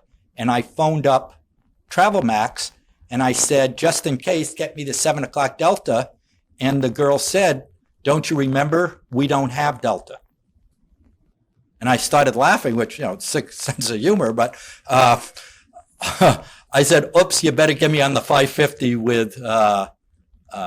with US Air. We couldn't today, being a $30 million agency, where normally the airline would kiss you on the ear to have your business, I could not have them book my 7 o'clock Delta. I have to buy it at the counter because we don't have plates, and they're holding it until they find out, what this is all about. And it would be instructive, Mr. Amlich, would it not, if in fact we were talking about a company that had substantial sales of tutorial and could not demonstrate any sales of travel bookings? That would not look good for this company, would it? I have said in the trade press that I wouldn't represent such an organization, and there are some that I have refused. Unless they're pushing the travel, I can't take my travel industry representation. This is one client. Everybody else is travel. I can't get them upset by doing that. I won't do it. But a year and a half out of the chute, being in the top 10% of travel bookings in the country, does that tell you something about where this company is going and where its emphasis is, and what is the emphasis of this company? It tells me that they are serious about travel, or they wouldn't have put the resources in me to build the travel aspect that they're doing. Your Honor, we would offer Exhibit 25 and 26. So a minute. 25, Mr. Analik, an article in Travel Age. I think you indicated one had just bought the other. Travel Age bought Weekly, or Weekly bought Travel Age? Weekly bought all the Travel Age were three. There were Travel Age West, Travel Age Mid-America, and Travel Age South or East. There were four. Okay. And they're combining them, and Travel Weekly now owns this. So this is getting thinner each week. And the Travel Age article basically announces rather prominently that multi-level comes to travel. Is that correct? Yes. And is that the message going through the travel industry? It's going through it, and I can remember a year and a half ago, 2 years ago, when I started with the other ones, how hostile they were, but they've come to recognize it because they make their money selling their magazine to the agents, but getting their ads inside. It's free. No, this is free to the agents, but they make their money from the suppliers, and the suppliers are recognizing that there is this new agency on the horizon. There's another product that Travel Max has, Mr. Analik. That's their Getaways package. Yes.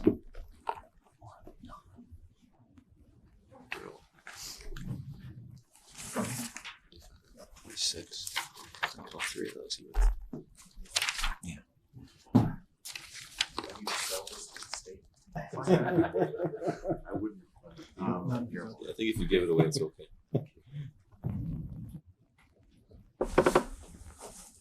Okay. Your Honor, if I could approach the witness. You may. I'm going to show the witness exhibit number 11. Well, Your Honor, I'm going to object to exhibits. At least with regard to exhibits 26 and 25. I mean, these are all out of court statements, and the witness is simply expressing an opinion as to these statements that are made in these publications. Your Honor, they're offered for the purpose of showing the interest of the travel industry, the growing interest in this, not only this business, but in this type of business. As opposed to the content, they're offered to show that there are articles in these publications about these. I would be happy to, I would accept them for that purpose, and I'd be happy. I'm not going to pay any attention to what's written in the articles for purposes of this this hearing, although. They're very We just good. have no way of cross-examining the reliability Right, of what's I contained understand therein. Mr. Analik is on the stand, and with regard to his article, obviously, we can cross-examine as to the statements made therein. Yeah, the only thing I didn't note in this one is this little quote here. It's often difficult to tell the difference between a pyramid organization and a legitimate MLM company on its face, which makes me feel a little better about the job that I have. That's true, Your Honor. That's our job this afternoon, Your Honor. All right, I'm not going to pay attention to what's in there. Your objection is well taken in terms of cross-examining the articles themselves, but just for the purpose of showing that there are articles devoted to this industry, they'll be admitted.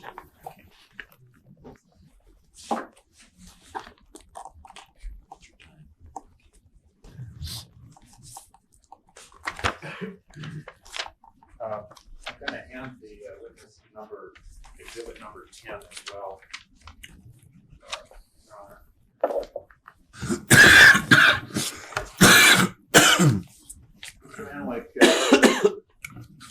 The company has a second travel product, which I think is marked as exhibit number 11. Could you describe that product? The VIP Getaways is a combination of a bunch of bargains. You might see one or two bargains, different destinations in the Sunday travel sections. But what they've done is they've combined them and put everything from RVs to seniors wanting RV type sales to the type of cruises.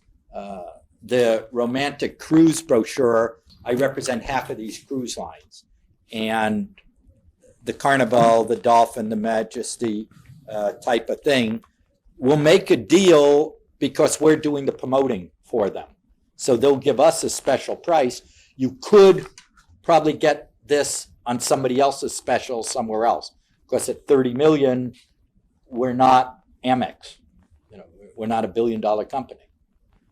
But we're big enough now that if we put it in our packages, they'll give us a deal.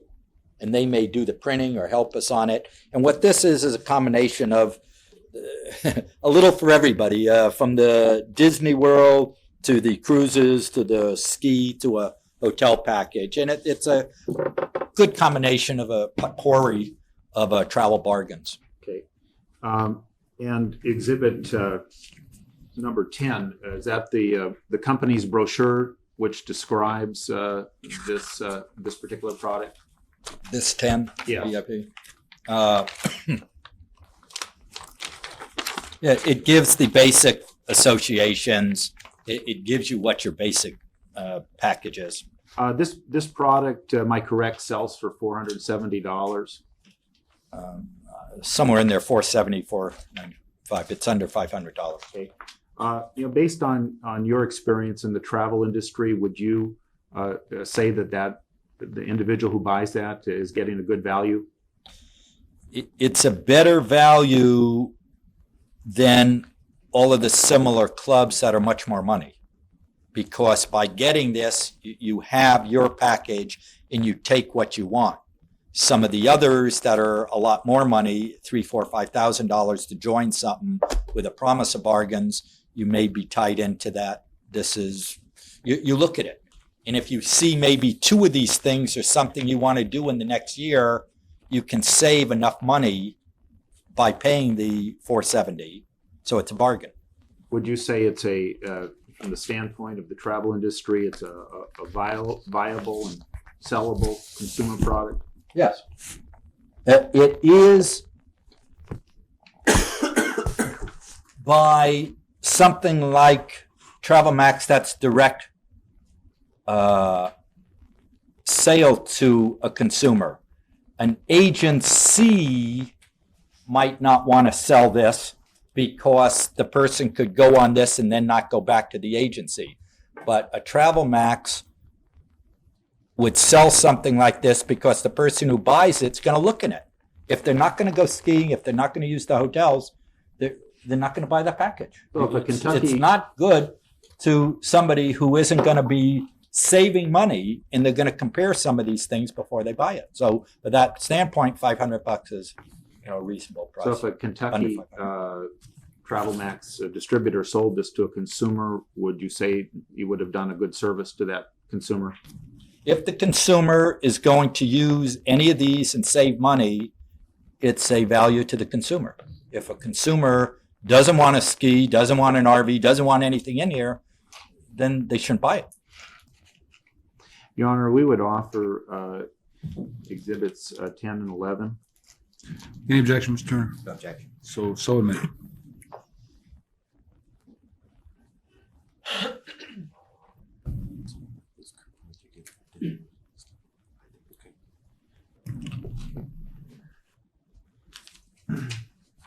Mr. Analik, you heard some of the earlier testimony in the opening statement about the Dare to Be Great case. Were you here for that? Yes. Okay. And the operative, one of the operative statements in the Dare to Be Great case is the product incidental to the opportunity. You recall that? Yes. Okay. In your opinion, based upon your experience in the travel industry and your expertise in the travel industry, with Travel Max, is the product incidental to the opportunity? It's not incidental. It is what you're buying. You want to become an outside person. You want to get the training. The tutorial is the product by itself. Would you say this is a product-driven company? Using the term of Mr. Paisley, and from what I know of the company, it is a product-driven company, and I think has the easiest product to sell. I think travel will always be easier to sell than vitamins, healthcare, and mops, and the rest of the stuff. It's just an easy product to get new people to sell. Thank you. I have no further questions. Cross. Yes, Your Honor. Mr. Analik, have you reviewed the Travel Max tape contained in this Travel Max tape, which is Plaintiff's Exhibit 14? Talks about travel opportunity and how much money you I've seen the tape before I agreed to represent them. They showed me the packages. I reviewed the tapes, and I've seen the tape. See a statement made in that tape that said effectively this is about telling, not selling. It's been probably 7 months since I've seen it. I don't recall that statement, sir. Well, you talked a bit about this is not like selling insurance. It's much easier. I guess the question that I have for you, sir, is why would someone focus their energies and efforts on trying to get people to purchase travel packages from various destinations when apparently they've been convinced that they can make significantly more money on a weekly basis by simply buying the 3 programs, whether they're going to use this or not? Very good question. The reason they do it is it gets them in the door and gives them a chance of earning travel as everybody else sells travel. I was going down to LA, I spoke at their conference, and from the airport to the LAX Marriott, it's a 6-7 minute ride. Dressed in a night suit, nice attaché case, 2 people came up to me on the bus, because obviously I'm a traveler, and tried to get my travel on a 6-7 minute ride. And they didn't know who I was. And I started laughing, and I said, I appreciate you coming up to me, but I don't think you want my travel business. It's usually free comp, or I give somebody a hard time. And then when they saw who I was, they came up to me, and at least we were talking. And they were hoping to get my travel business. And I think your answer is it supplements the travel. Travel agencies now, before deregulation, you could not sell a fanny pack, a suitcase, a map, or anything in your travel agency. You could only sell travel. Now you go into any decent travel agency and they sell everything from videos. They rent videos. They have everything else you need, the plugs for the European, electric or so.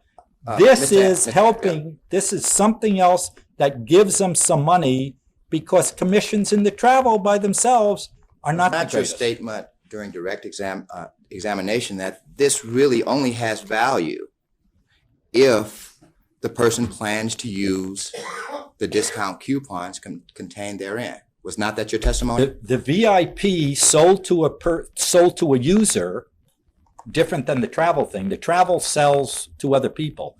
But if you're going to buy this for yourself, you would want to buy it only if you were going to use it for yourself.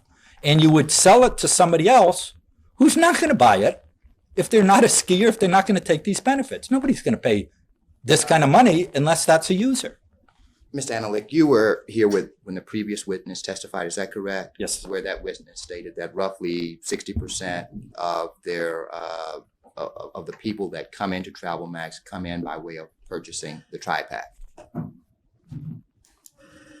Yes. The tri-pack includes this package. They buy 3 products. 3 products, right.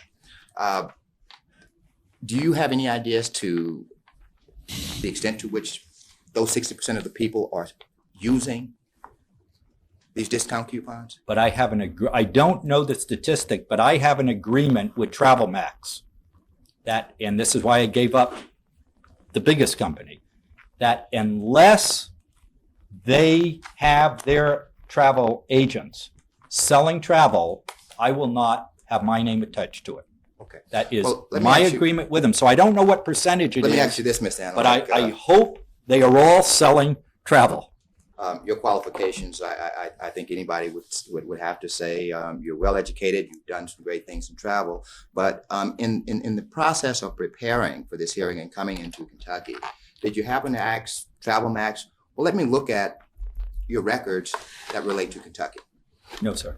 Okay.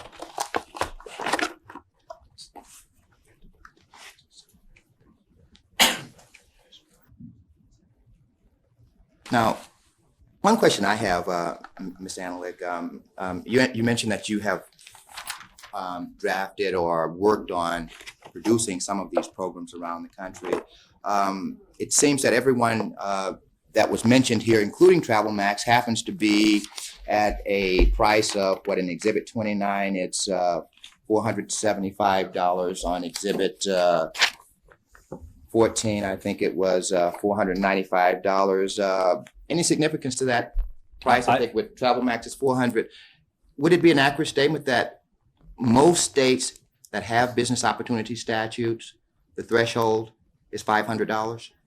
Yes, that is my understanding. And if I were looking at it, I think the reason you have most of them under it is not conscious parallelism. It's a situation where obviously they are trying to sell something with a product. If they have the others have a real product under the 500. I'm assuming that's why they picked the magic price. Well, I'm quite sure they don't phone each other.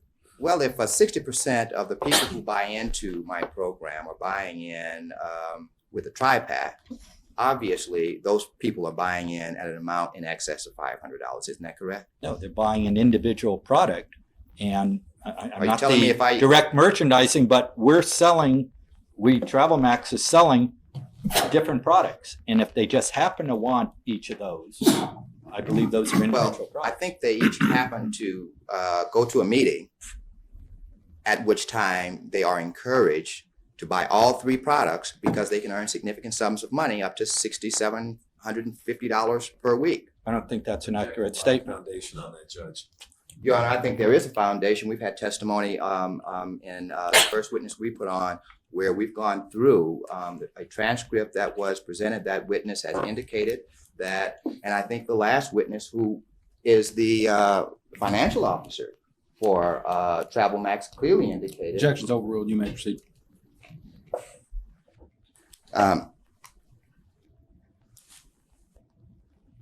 Mr. Angelic, is there any reason to believe that people, when they get these 3 packages, they're reselling them to anyone else? What do they do with these after? I mean, what do they do with the tutorials after they've The consumed? meetings that I've gone to, I haven't even heard this push. I've seen it, I've looked at it, I've helped fill up some of the product, but I've been to meetings where I just happened to be there, or once I was in a hotel somewhere else and I went to a meeting, they didn't know I was in the back, and all I heard was travel. I didn't hear the other because the charity thing is something new. So I have heard. Have you attended any meetings in Kentucky? No. Okay.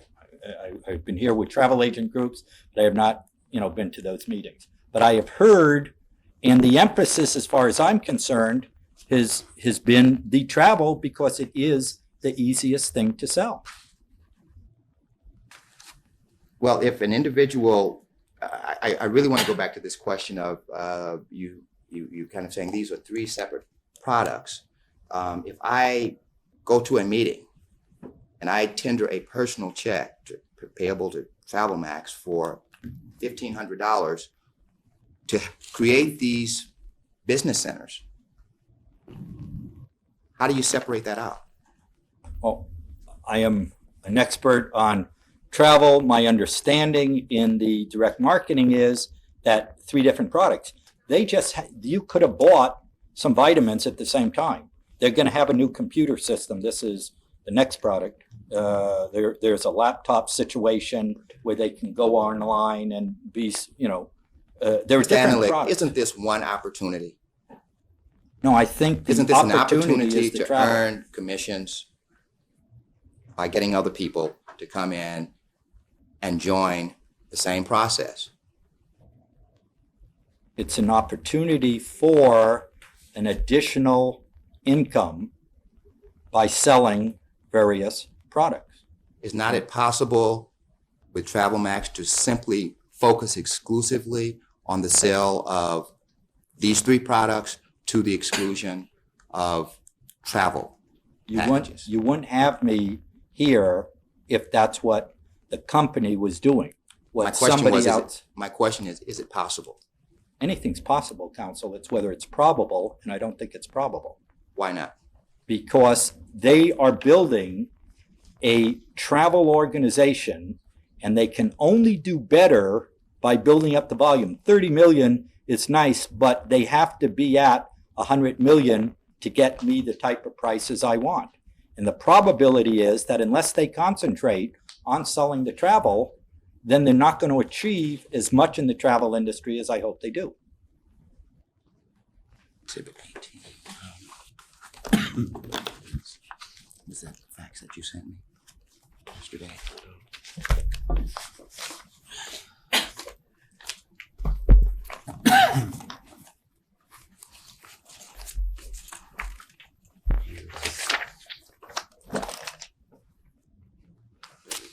Take a break. Attempting to find an exhibit here. My exhibits are kind of gotten out of sorts here.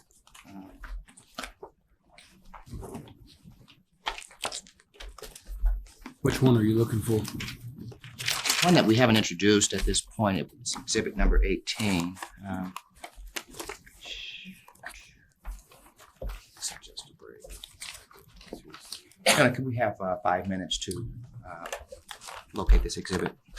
Well, I was about to take about a 15-minute break. I tell you, what I need the attorneys to do is to also see my secretary about when we're going to resume this after today. I mean, we're not through for the day. We're going to keep going, but she's going to leave before we finish this afternoon. So I'm going to have probably about 3 more hours. We could go on a Monday, but then I don't know how close we're getting. It doesn't seem like we're getting very close yet to finish. You have a plane to catch out? Well, I don't want to go on the Delta, so I have a 550. I missed my 245, but a 550 on the U.S. Air. How much more would you have of this witness when we do resume? I think I just had a few more questions, Your Honor, and I'll be done if I can locate this one exhibit. All right, then let's take about a 15-minute recess and we'll resume at that time. Okay, we are back on the record. You may proceed. Your Honor. Yes, you may. Your Honor, I'm going to object to the exhibit that's now going before the witness on the basis of hearsay. If you see that document, I think you'll first see, before they hand it to the witness, I'd like the court to see it. Is it? This is this came to us by way of a fax. This came to our office in the normal course of business with regard to an inquiry from an individual with regard to activity, although it's in another state. The witness here is from another state. He's testifying about national activities. We think he set a foundation for us to at least ask him a question about whether or not there is an incentive for people to to purchase this getaway package if they don't intend to use these discount coupons. We believe that purpose is because it qualifies them for commissions. Your Honor, our objection, of course, is that it's hearsay. It is actually being used to prove the truth of what's in here. It is totally 100% a statement by a witness made out of court. And of course, it is something that's being said bad about Travel Max. That person should have to come in here. Their name is on here. They can be called in as a witness. Sustain. Thank you. Your Honor, in that event, You want to make it an eval exhibit? Did you want to make it an eval exhibit or something? I mean, do you want to make it an eval exhibit? no, I think I'll try a different exhibit. All right, very good.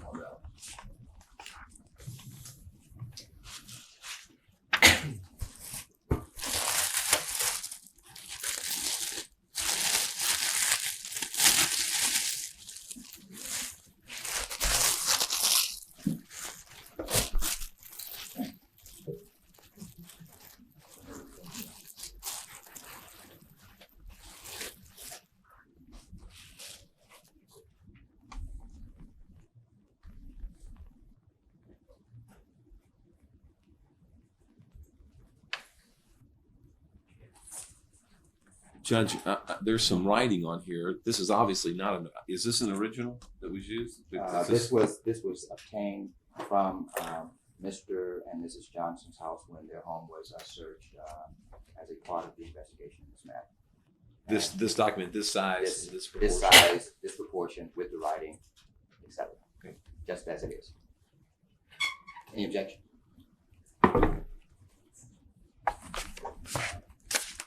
I'll show you. This is not yet been marked as an exhibit, but I just wanted you to take a look at that, and I have just a couple brief questions for you. What is it?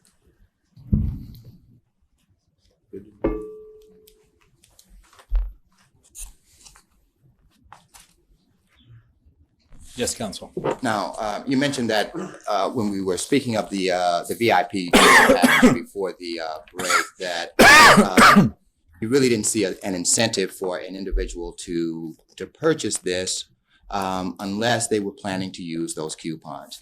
Now, I show you a check that was presumably paid by Travel Max to one of the named defendants in this matter. Now, do you notice the red writing? Yes. Could you read that, please? My first week check with Travel Max, July 23rd, 96. What is the amount on the face of that check? $5,150. Okay. Now, if you look in the upper, I guess it would be your upper left-hand corner of that, do you see some writing there, and what is that writing? It's got ID numbers and it's got amount. I don't know from my standpoint what it refers to. Right, but there are numbers. Would that correlate to business centers? Is there like an 001, 002, 003? From my test, from what I heard Mr. Paisley say today, yes. Okay. Now, would it not be fair to say that an individual who is being solicited may very well purchase this getaway package with no intention to use it, simply to qualify for commissions if a check such as this is being held in front of them saying, this is what you can make in your first week, all you need to do is buy this tri-pack? Your Honor, I object to that as speculation. First, there's no foundation laid for this document. It's been simply handed to this witness and asked to read. There's no foundation as to what that check's for, who wrote that language on the check, and therefore I object to this witness making speculation about what that check could mean or could be for.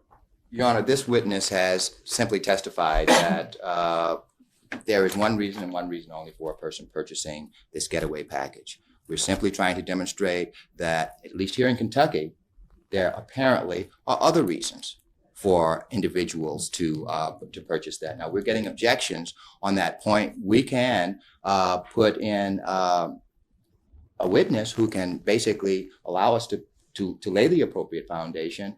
Mr. Johnson is a defendant in Your this Honor, action. That's true.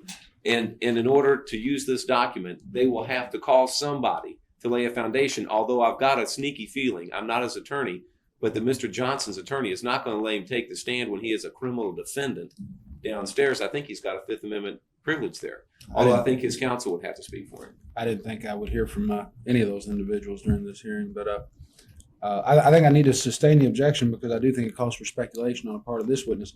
He's made it clear from his testimony that he would not be involved with this organization or lend his name to it or work for them if they weren't interested in selling travel.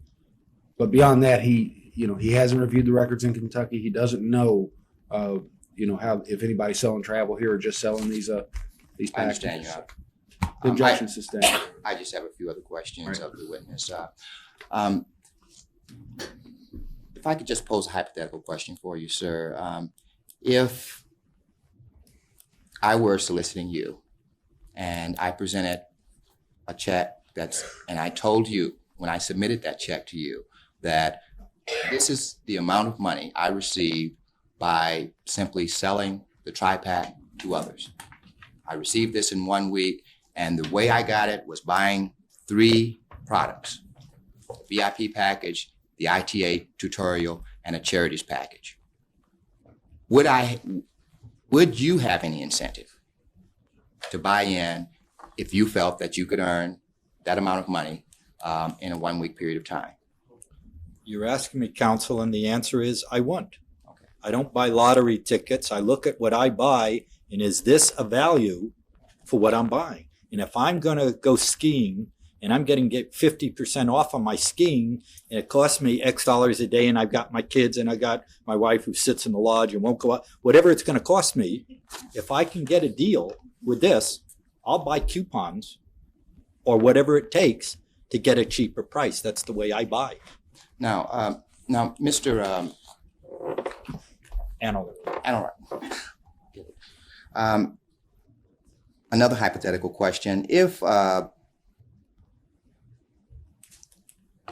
you mentioned in your testimony, in your direct testimony, that you would not do business with certain kinds of companies if the focus was not on ultimately retail sales. Did I understand you correctly?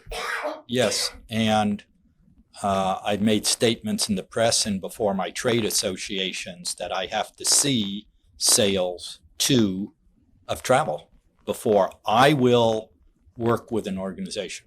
Okay. During earlier testimony, were you here when our first witness testified that people were told at the meetings that he attended that there were currently 14,000 Travel Max representatives, and that the goal was to obtain within the next 5 years up to 2 million? I heard that, yeah. Okay. If that is happening by way of getting people to buy the tri-pack, would you have any reservations about continuing to do business or representing Travel Max if they requested you to do so? If I could get 2 million or 1 million or 500,000 travel agents selling travel and would allow me to be in the top 10 rather than the top % of travel agencies, and I would have the power to buy with those 500,000 people, I would represent them because I think that's where the organization's going, to build itself into one of the most powerful travel organizations, because it's going to have this cheap labor on the streets selling. Well, now, if that were the case, what happens when you run out of people in the United States? Because ultimately, if you get to 2 million, at the next level, aren't you going to be at roughly 4 million or some other number? All right, Jack, that's could say that about anything, Amway, Shackley, any type of organization.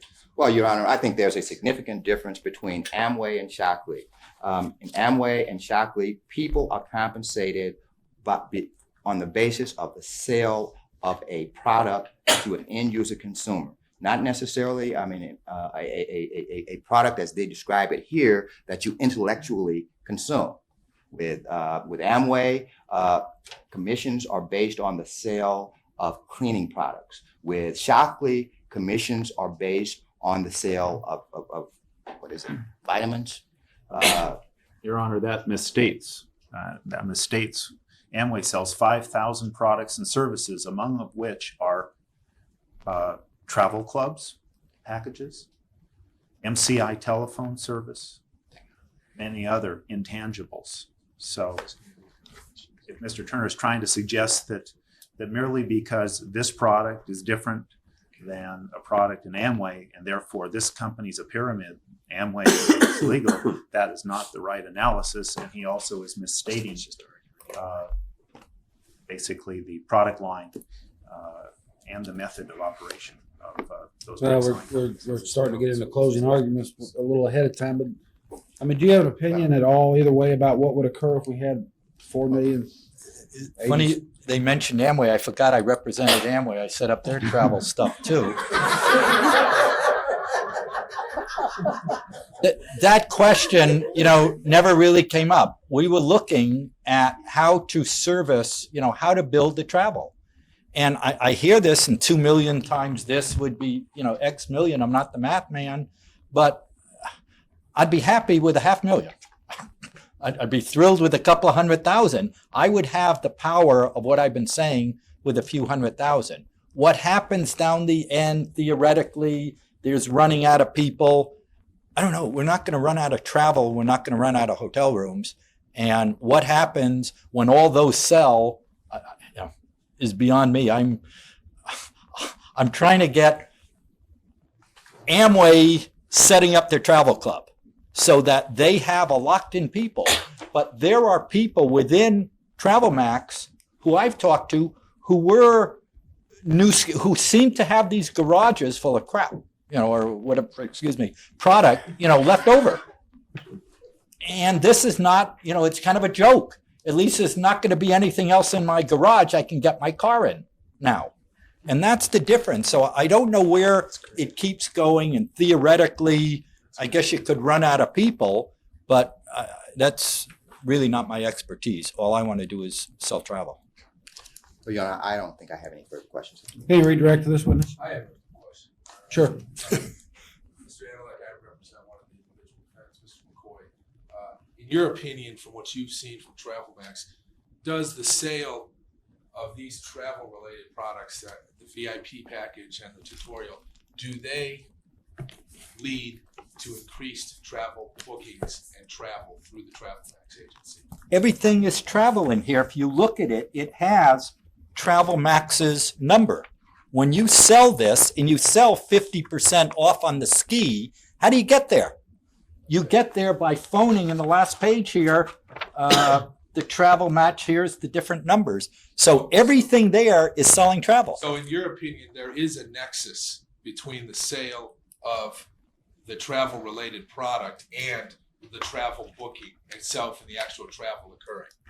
There's a nexus, but even with the only questionable one maybe is the RV, but then you're selling ground with the RV. So everything in here is connected with travel. There's nothing in this product that's not travel.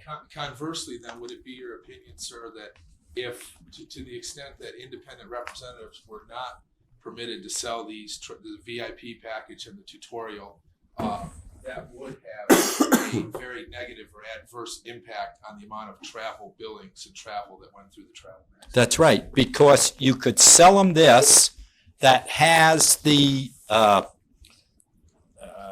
ski. But if it doesn't have the air, when that same person who bought this wants to use the ski, it gives its PIN number. So you're selling travel, and the person, the outside agent, is making more money because they're selling the travel on it. This has to be used in conjunction with travel, and the only minimal one is probably the RV, and even that buys some ground. Would your analysis be the same for the tutorial package that you spoke about earlier? That the sale of that would promote travel and travel bookings? And it would promote travel bookings and would be easier downline because everybody travels, everybody talks about their travel. You don't talk about the vitamins, you talk about travel. And it is easier to sell travel because you're hearing somebody else's travel patterns. Oh, hey, great cruise. How much did that cost? Funny you should mention it. What do I have for you over there? So you're able, whenever you distribute the pictures of your cruise with the costume night, you're possibly picking up somebody else to sell travel to who may be a candidate for this. Just one final question. Mr. Turner asked you a question about whether it was possible, I think the question was in your mind, to say that someone would be paying more than $500 for some of these products if they bought them all at once. Do you recall that general question, sir?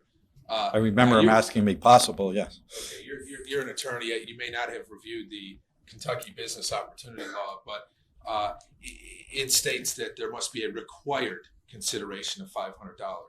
From what you've seen of this program, is there a requirement that anybody purchase any product over $500? Yeah, I'm $25. Characterization of required investment. I'm not characterizing a thing, Your Honor. I can show them the statute. It says required. An initial required investment. Required. And that's all the questions that I have. The only requirement I know is at the $25 initially. You don't have to buy any of the others. That's all the questions. The statute will speak for itself. I'll take a look at it. Do you have any more questions of this witness, Mr. Turner? No, I do not, John. All right, you may step down. I didn't have to take the Delta. I'm going to get on my US Air. Thank you. Right. Next witness. Your Honor, we call Dr. Charles King.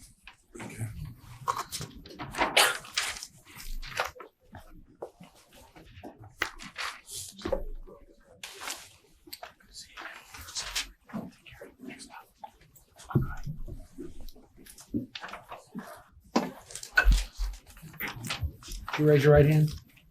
You solemnly swear or affirm the testimony you're about to give will be the truth, the whole truth, and nothing but the truth. I do. You may proceed. Dr. King, where do you reside? Chicago, Illinois, the suburb of Wheaton. Okay, and what is the doctor association with? Doctor in marketing from Harvard University in 1964. Okay. Dr. King, could you briefly give the court your educational background?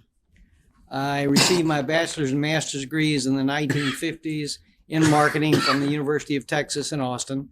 I then worked with corporate America for a number of years, decided to return to academic life, went to Harvard and got my doctorate, and then left there and went to Purdue University and was on the faculty in the Krannert Graduate School of Management for 17 years. In the course of that, I attended a number of universities on sabbatical leave and research, etc., returned and ultimately moved to the University of Illinois at Chicago, where I now reside since 1980. Okay. And at the University of Illinois at Chicago, your position is that of what? Professor of Marketing. Okay. And in that capacity, do you teach both in the undergraduate and graduate school? I do. And could you, Dr. King, have you published in the field of marketing or business? Yes, I have. In the course of my career development, I am currently an activist in the field of market positioning and strategic planning, which has led me into the field of network marketing. Okay. Have you, during the course of your career, advised Fortune 500 companies? Yes, I have. And could you give us some examples? I maintain an active consulting practice since 1964 in the general area of marketing management, and more recently have moved into the areas of strategic planning and market positioning. And I've essentially consulted for 30 years with companies ranging from General Motors to General Electric to Westinghouse to all of the major corporations that have a marketing interest. And more recently, I have moved into the general arena of small to medium-sized businesses on the grounds that that's where the major growth is now at work, given the downsizing in corporate America. Would you call a company such as TravelMax a small to medium-sized business? Exactly. In comparison to a General Motors? Yes. Have you been involved in mergers, acquisitions over the years? Yes, I consult with a large number of venture capital companies, have been working with them for about 20 years, and my role there is to evaluate new ventures, take new ventures from startup through phase 1, phase 2, phase 3 financing, and assess their growth potential. And so in that framework, I applied that same model, the approach we use in evaluating TravelMax. So in looking at companies, would you say that you've developed expertise in analyzing the viability and seriousness of a business? Yes. Have you acted in the past as an expert witness in the area of marketing? I have. In the area of network marketing? Yes.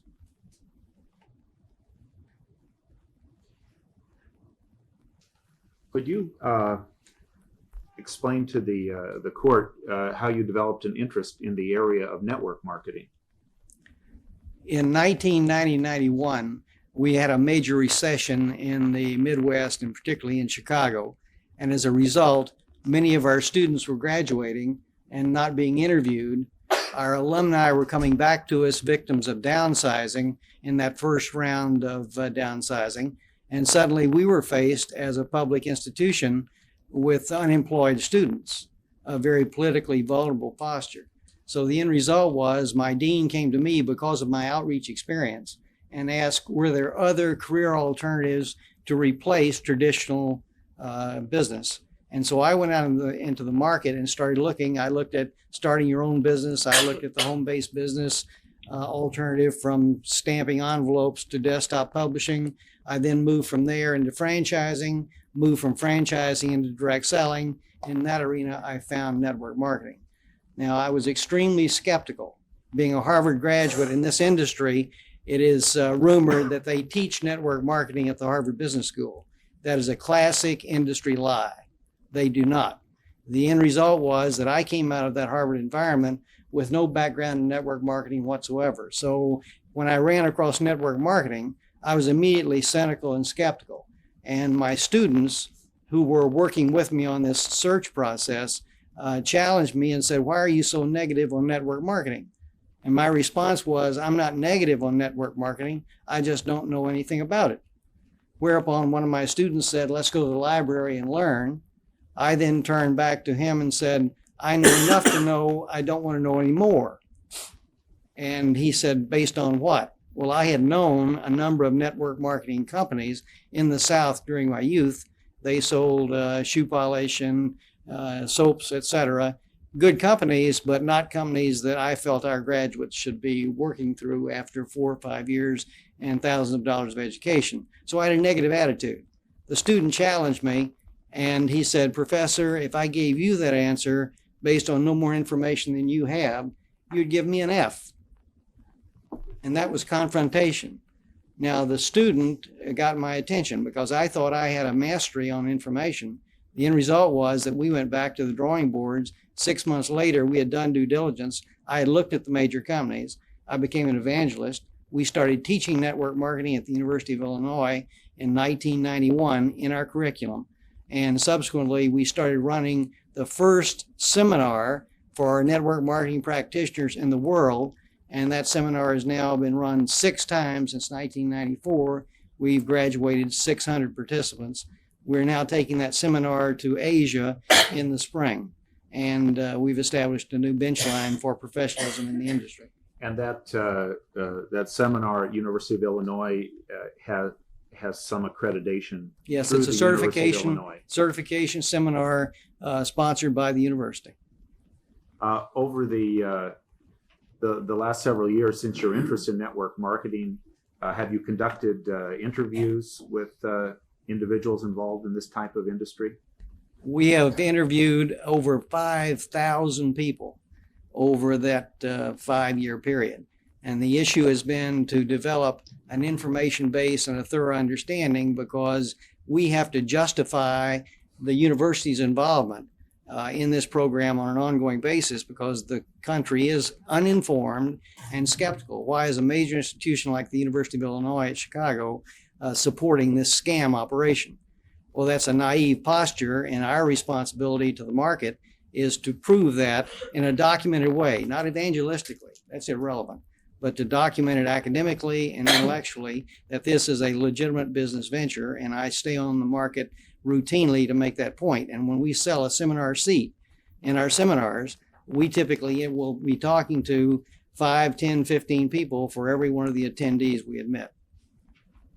And have you studied many of the companies in the network marketing industry?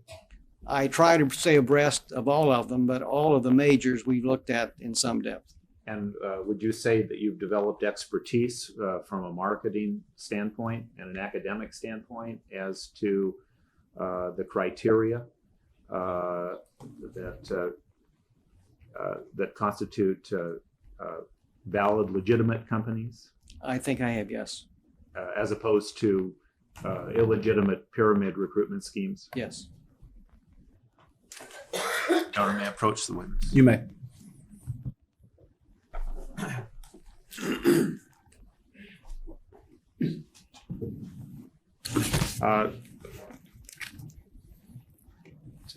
Two sections to it, Your Honor. Yeah. Yeah.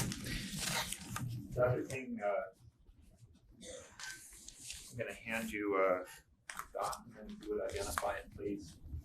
This is my set of credentials, document 15, biographical sketch of Charles W. King. And in this document are several subparts. The first piece is a short biographical sketch, which I give to clients or people who inquire. The second piece deals directly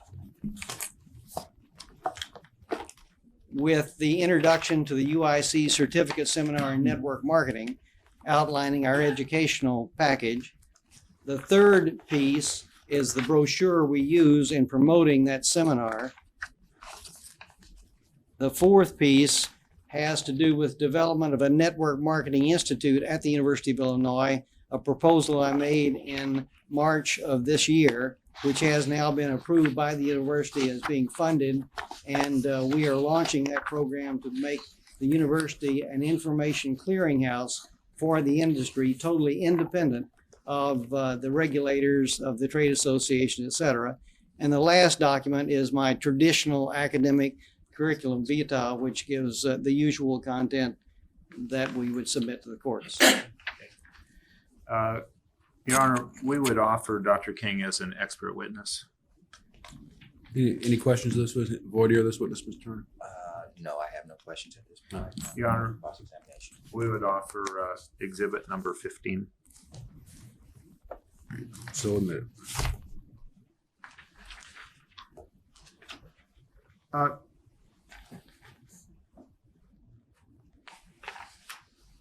Dr. King, could you give a brief overview of the extent of what we've been referring to as the network marketing or direct selling industry in the United States or abroad?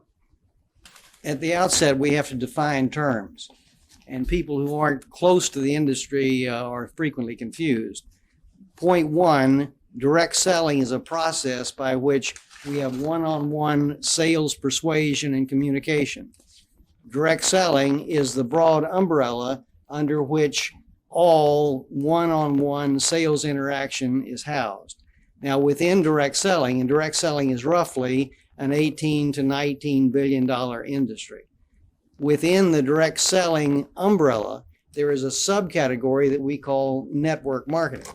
Now, network marketing, as we're describing it here, the Amways, the New Skin Internationals, the Shackleys, the Travel Max organization, that is a different kind of one-on-one networking because we use word-of-mouth communication in a very interpersonal way, not through the normal insurance sales or encyclopedia door-to-door sales, but really through personal sharing.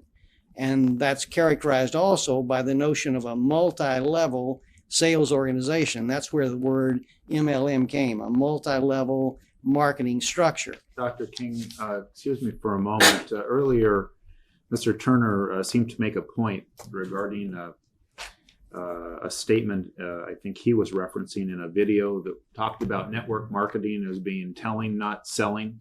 Would that have some significance to you? The industry is frequently called sharing selling in contrast to hardball selling.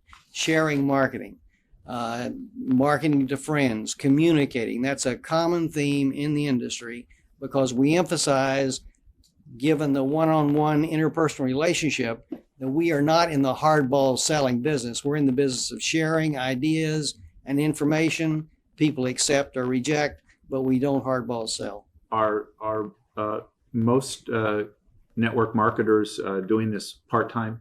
Yes. About what percentage do this part-time? The number is changing as we speak because of increasing numbers of professionals moving into the industry. But the Direct Selling Association will say as much as 75%, maybe more. I would say that number is decreasing. But the point is, it has historically been a part-time business. The Honor may approach the witness. May. You mentioned the Direct Selling Association. Yes. What is that organization? The Direct Selling Association is the professional trade group that represents the direct selling industry, and this is a fact sheet that they produce. How many such trade organizations are there in the United States? There are two primary ones. The Direct Selling Association is the dominant one. The second one is the MLMIA, which is the Multi-Level Marketing International Association, and that is much more specific to the network marketing sector. Okay, and DSA located in Washington, D.C. Correct. And MLMIA located in California. California. And what could you identify exhibit number 16? Number 16, I see it. A fact sheet, 1996 Direct Selling Industry-Wide Growth and Outlook Survey. And does this document represent, to your knowledge, an overview of this industry? The overview of both direct selling and network marketing. Now, again, I reemphasize that of that 17.9 billion listed here, a smaller percentage of that is in fact network marketing. Okay. The DSA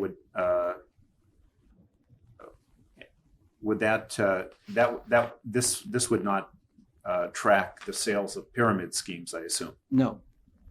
Well, it depends. If they can get into the Direct Selling Association as a pyramid, they would be included potentially. But the purpose of the Direct Selling Association is to establish a code of ethics that would suggest that they would not be allowed admitted. So in answer to Mr. Turner's question, potentially it would not include pyramid companies. Although you're aware, as late as 1975, the Federal Trade Commission was labeling the Amway Corporation as a pyramid. Correct. And they were subsequently found to be a legitimate direct selling company based on a variety of criteria that we'll be asking you about. Your Honor, we'd offer exhibit number 16. Any objection? I have no objections to this, Your Honor. So admitted. Dr. King, could you briefly explain how the typical multi-level marketing or network marketing, can we use those somewhat synonymously, company, how does the opportunity and the sales and marketing work?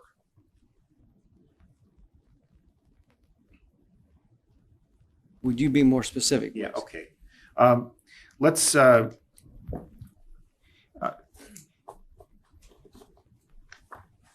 in the typical multi-level marketing company, an individual would join the company, and what would be required of that individual when they joined the company? Typically, the individual would join and would pay a minimal registration fee. In the Travel Max context, we're talking about $25. That is typically considered a non-profit price, a break-even, which covers administrative costs for registration, getting minimal materials to the registrant. So typical, if I were to join Amway, Mary Kay, Shackley, or Travel Max, I would be required to buy some sort of a sales kit, something that would look like this. Yes, That might be in the $25 range. that's correct. Okay. The idea being that it would not be a profit-making aspect of the company. Yes, Companies do not pay commissions on the sale of a sales kit. Is that correct? that's correct. And nor does Travel Max. Is that correct? Correct. And when I joined the company, of course, can we talk about the different types of marketing plans? For instance, Amway and Shackley have been often referred to as a stair-step breakaway plan. Yes. What would we mean by that? In terms of the stair-step breakaway program, what you do is invest and build your organization, and as you build that organization, you increase your commission rate based on the levels of the organization that you built. That's typically characterized by a lot of hard work on the front end to build an organization, and then over time that organization begins to take shape and it grows, and your sales volume moving through the organization does in fact increase. The breakaway concept says that as your downline builds its capability and reaches certain volumes, they spin off and become independent businesses in and of themselves. You still get a commission on them, but they are now running as independent operations because you have effectively trained them to perform. And would it be fair to say that you move up through the program? In each of these programs, you move through the program, you move up the ladder, or you might be getting an increased discount on your purchases or a higher commission on your downline based upon your own personal volume and the group volume of your downline. Yes. So is it true that there would be an incentive in every direct selling company, whether it be Amway, Shackley, Mary Kay, Avon, Tupperware, or Travel Max, to achieve a higher sales volume, both personally and group? Yes. And do you find anything wrong with that? Absolutely not. I think we have to put network marketing in perspective. The reality is that network marketing has 3 dimensions in the product movement. Number one, there's the personal use of the product by each of us as consumers. Number 2, there's in the retail/wholesale proposition of moving the product, and I think we have a wholesale product represented here. Then thirdly, if you're going to build a significant income, you're really going to have to build a sales organization under you. And then if you build a large organization, you're going to have several sales organizations. So the issue is that network marketing offers 3 different options for income. Personal consumption at a reduced rate. That's the first, because you're getting the discount. Number 2, the opportunity to wholesale a retail product to your friends, family, to anyone, and get a wholesale retail spread. Number 3, to ultimately build a sales organization. Now, everyone in this industry does not build a sales organization. Many people merely buy the product for their own personal consumption. In the vitamin sector, in the Amway catalog buy, these people frequently just buy for their own consumption. They never intend to do anything more, but they get the product at a 30-40% discount. So they're happy wholesale buyers. Or we buy to sell it at retail, or we get aggressive. A small percentage of the population gets aggressive and builds an organization. In the Kentucky Pyramid Statute, there's a specific exemption under the term compensation for purchases for actual use or consumption by distributors. Yes. Does that surprise you that sort of acknowledgement would be made in the Kentucky statute? No. Your Honor, may I approach the witness? You may. Dr. King, I'm going to be handing you some compensation plans. All right. Exhibit number 9 is the plan of Travel Max.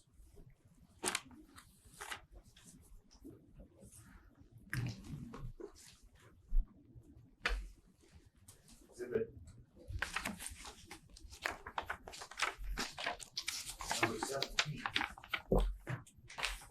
Mary Kay Cosmetics. Yes.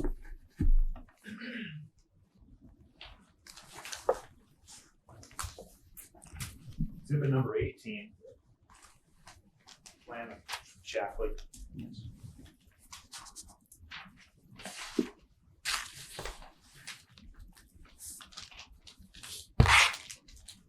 Exhibit number 19 is plan of Amway. Yes.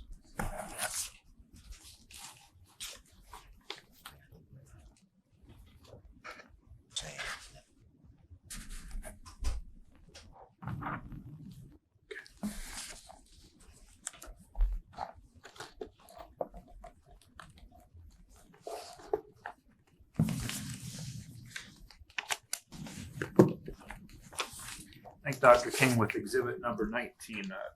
This should go with it, which is directly from the Amway manual, the Amway 70% rule. Yes.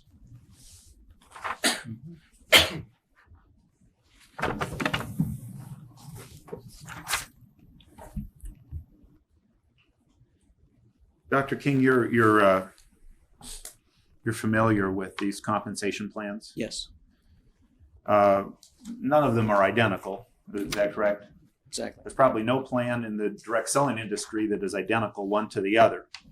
That's correct. But what I'd like to ask is, do you see common components in all of these plans?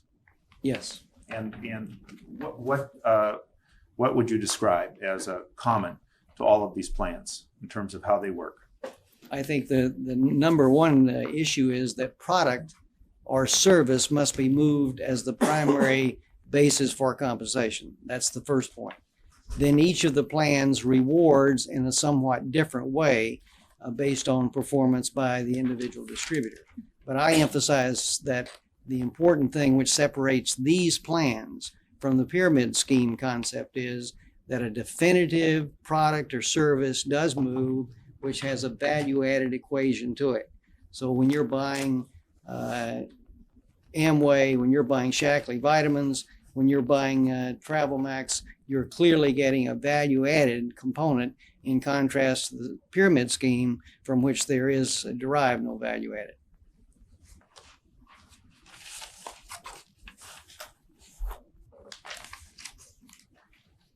Your Honor, we would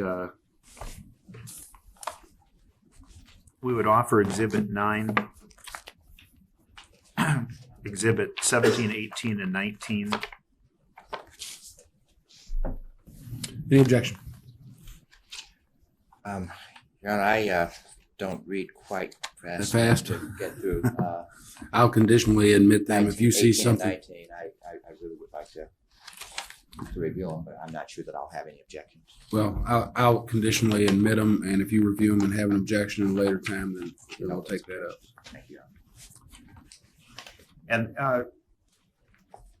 in the Mary Kay plan, for instance, Dr. King, as you move up through the ranks, you move up by buying an increasing amount.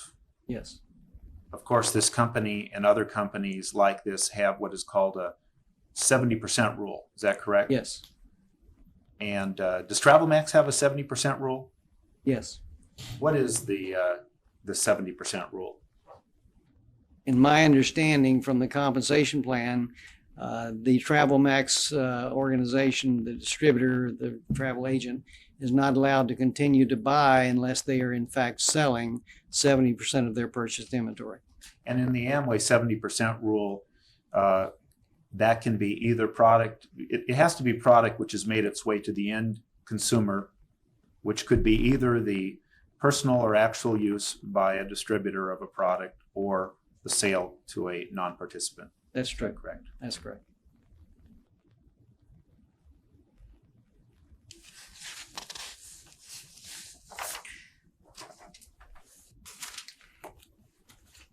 Dr. King, you were asked to be an expert witness in this case. Is that correct? Yes. Would you, how long ago were you requested to be an expert witness? Oh, approximately 6 months ago, perhaps.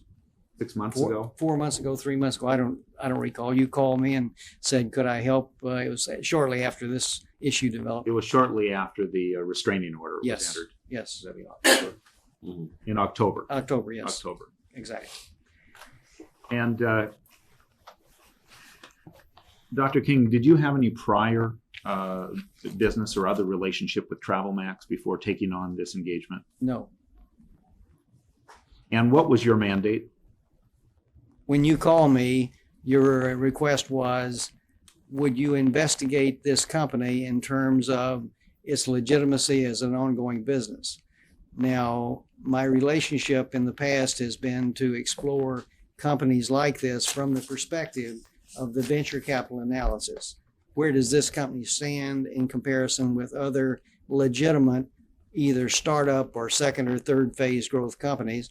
How is it organized? What are the critical variables? And I have a format, a procedure, a model that I use. Okay. And could you explain to the court what your investigation consisted of? Specifically, I was sent some basic information descriptive of the TravelMax program and their compensation plan and their historical development. I was also sent material about their recent entry into the stock market. I then was invited to visit the TravelMax headquarters in California, which I did, visited there with both the key executives and with the operatives in the business. I then moved from there and went to a major regional meeting in Dallas and saw the company actually conducting a business opportunity, business briefing meeting, and subsequently a detailed training program. And then I went on from there to interview approximately 25 people who were distributors, independent travel agents with the organization. And I attended that meeting in Dallas incognito. I went there effectively not as Professor King or as an expert witness, but really as a potential prospect to be recruited into the TravelMax program as an independent travel agent. And so I was in the audience as what we call live meat in the business, as the pyramid people talk. So the bottom line, I was there for the purpose of getting information and learning about the company exactly as this company operates in real time, because I virtually was unidentified. How much time did you spend at the company headquarters? 2 days. And tell me about the types of interviews and investigation you did at the company headquarters. I interviewed with the chief executive officer. I then interviewed with Mr. Paisley. I then moved from there and talked with Mr. Prescott. I moved from there and talked with the other operatives in the company at the level of actual activity. My experience has been, having done this a number of times in non-MLM environments, that you can talk to the executive staff and you tend to get the corporate line.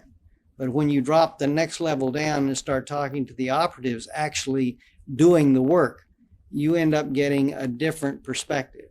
And so from my vantage point, when I finished, I thought I had spent in the course of that time a very productive period of time, and I collected a lot of information. Okay. Could you describe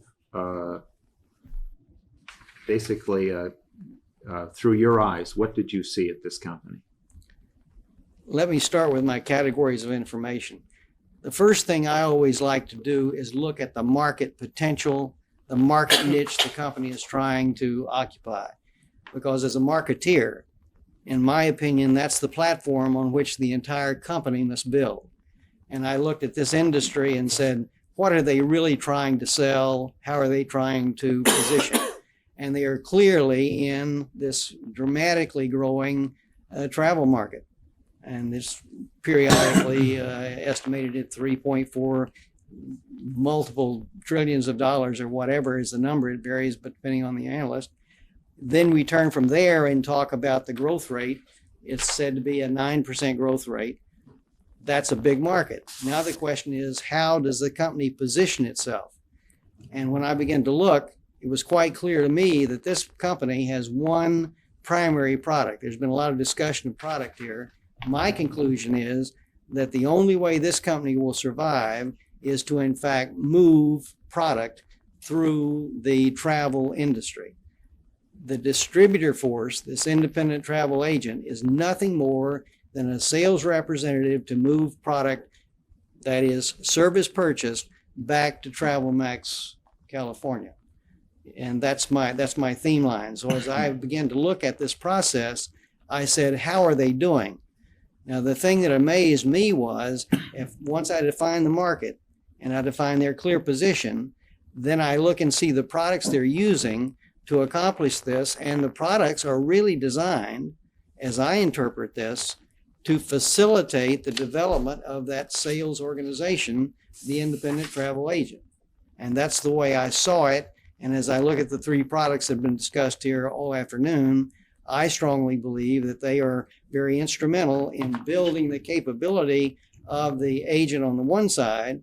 On the other hand, they also represent wholesale buying opportunity, sales opportunity in the marketplace in concert with vitamins being sold by New Skin International to their distributors for personal consumption, or for Amway selling household products to their distributors.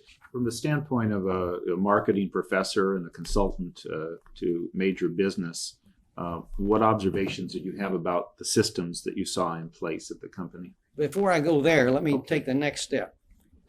After I look at the market and I look at the product positioning approach, again, Travel Max being positioned as a supplier, a leading edge, high technology supplier of product, service, tourism, I then take the next question and ask, what does the company look like managerially?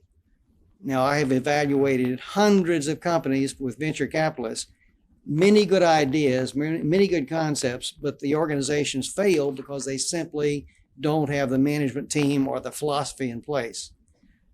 I went through that company very carefully looking at the top managers, and we look at the CEO, Albertson, and he is in fact a historical entrepreneur in the financial management area, financial services, a young man with a bright creative perspective who saw travel as an outstanding diversification opportunity for his personal portfolio.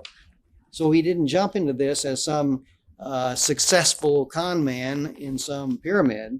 He systematically picked this arena as an opportunity where he could build a business. I looked at the number two man, and you saw Mr. Paisley discuss the company, a man of high integrity with a substantial amount of experience, dramatically different from the CEO, coming with a financial background. Now, it turns out the gentleman who built in a systematic block by block way, Leo Prescott, was formerly a leading NSA distributor in the air filtration side, a leading network marketing company in that technology. He left there and became president of Rexall Showcase. And during his tour for 2 years as president of Rexall Showcase, took that company to new standards of performance. And then he left Rexall Showcase and moved to Travel Max to build a platform in network marketing for this organization. Again, the CEO had no expertise in network marketing. It turns out that, of course, the financial officer didn't, and Leo Prescott did. That would be Lou Prescott. Lou did, and he proceeded to build the framework. Now, in the course of time, another gentleman was added. Excuse me, Dr. King. Mr. Prescott came from a company called Rexall. Rexall Showcase. Associated with the Rexall drugs that we see everywhere. A subdivision of the Rexall International Organization. And he was a president of that direct selling company. Yes, a network marketing organization that's been setting new records. I think they're doing about 150 million this year. Okay. Now, from there, we saw this organization develop. Now, there came in with Lou Prescott. He would build the strategic posture for the company. And again, I'm doing this based on historical analysis, visiting on site, knowing something about Prescott's background in the industry.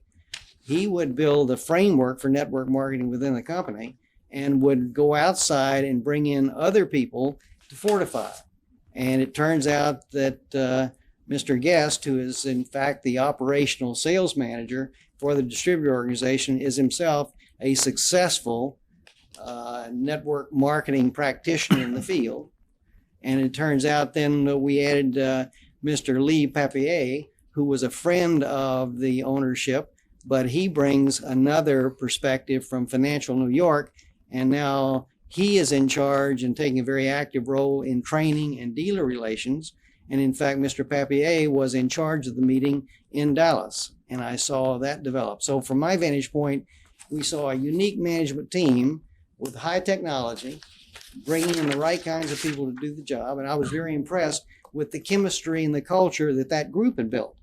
Now, when you drop down to the operational level, you have a lot of bright, creative young people who are really dedicated to building the organization. Now, with that, let's turn to the next step. From the management team, I now turn and ask, is there a strategic direction for the company? Now, so often we'll have good ideas, good product concepts, good management team, but they never build a business plan. They never build a strategic operation, a direction. The first question I asked when I arrived with Paisley was, do you have a business plan? And after scurrying, he found the business plan. He had it. It was a strategic statement. It defined the mission, the vision, the target market, the direction the company was going. I was impressed that a company at that early hour had gone that far because I didn't expect to find one at all. This is very rare for a company that's been in the industry only a year to have a strategic business plan well tracked out. But once I looked at it, I realized that this fit because the company, after only a few months as an operating organization, had already gone public. They had filed an IPO. Now that's meaningful. It's meaningful to the court. It's meaningful to the audience from the perspective that that is a high risk venture. New Skin International, after 10 years, 11 years, 12 years, just introduced their first IPO this past week. This company, impressed me, invested the financial resources to set that in motion, the risk to set that in motion, because now they're under heavy scrutiny by the Securities Exchange Commission, and they got going much faster than most companies. In fact, if you look at the roughly 20 companies that are now on the New York Stock Exchange or on NASDAQ, they are among the youngest, 2 or 3.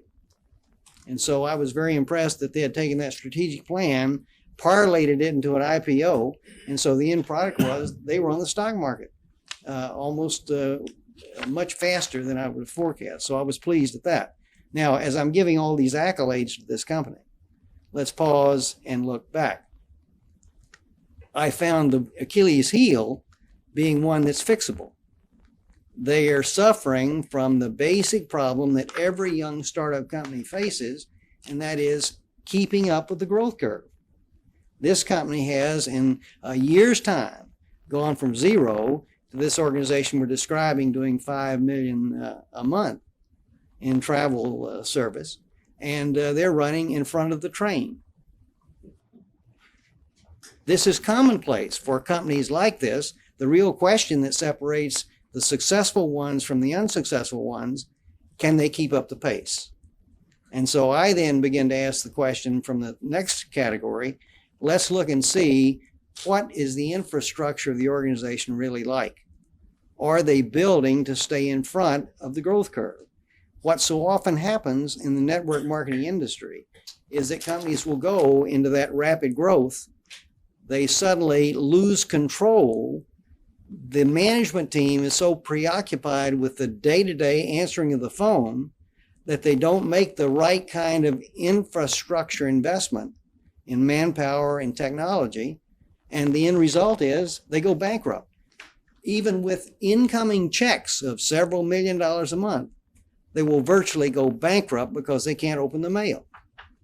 I had one company for whom I was consulting who had a temporary restraining order filed against the organization because of complaints from the field, and when the officials went in and closed the doors, they found over $2 million in cash, checks, and credit cards in a file drawer that simply hadn't been opened because they didn't have time. They were too busy answering the phone. And when I asked the owner, I said, why didn't you hire manpower? And he said, Professor, I wish you had called me 2 months ago. I didn't have time. And therein lies the threat. And I asked the question as I stood there, is this company preparing itself for, in fact, the long run? What are the criteria? I'm not selling this organization. I'm descriptively telling you the tale. When I looked, and this is critical, they were suffering from organizational pain. They had 100+ people and suddenly had brought in their human resource lady only 8 weeks before I got there. Now, she had taken control. She had begun to put the place together. But that's a year after getting organized. I look at the physical plant. They're virtually tearing walls out as we speak. I'm interviewing in a coffee room as the workers are building. New computers are being added. We heard that story this morning from the CEO or CFO. It's all going on parallel to running the business. Now, the risk is that if they stumble, they lose fulfillment. But so far, they haven't stumbled. Now, as I look down the line, I see step after step where they're doing the right things, but on the other hand, they have to stay very focused. Let's look at the MIS. If they don't maintain a strong information system in this industry, it is now high technology. If they don't maintain that technology, they will lose their power. Dr. King, let me ask you about, let's get out into the field, out of the company. And these types of organizations, I think we indicated there's direct selling companies in the United States have over 7 million distributors. Correct. Which means that there are legions of independent dealers, distributors, representatives wandering around representing Amway, Mary Kay, Shackley, Travel Max. Right. What problems do you see in such organizations with respect to unauthorized presentations or unauthorized representations by such distributors, and what do companies do about it? Two issues on the table. Number one, we have the problem of training distributors in the first place. It's imperative that those distributors be trained to deal appropriately in the market to avoid misstatements, exaggerations, false income claims, to understand what the storyboard is. And what did you observe with respect to Travel Max in that arena? I attended this Dallas meeting and I was very, very impressed.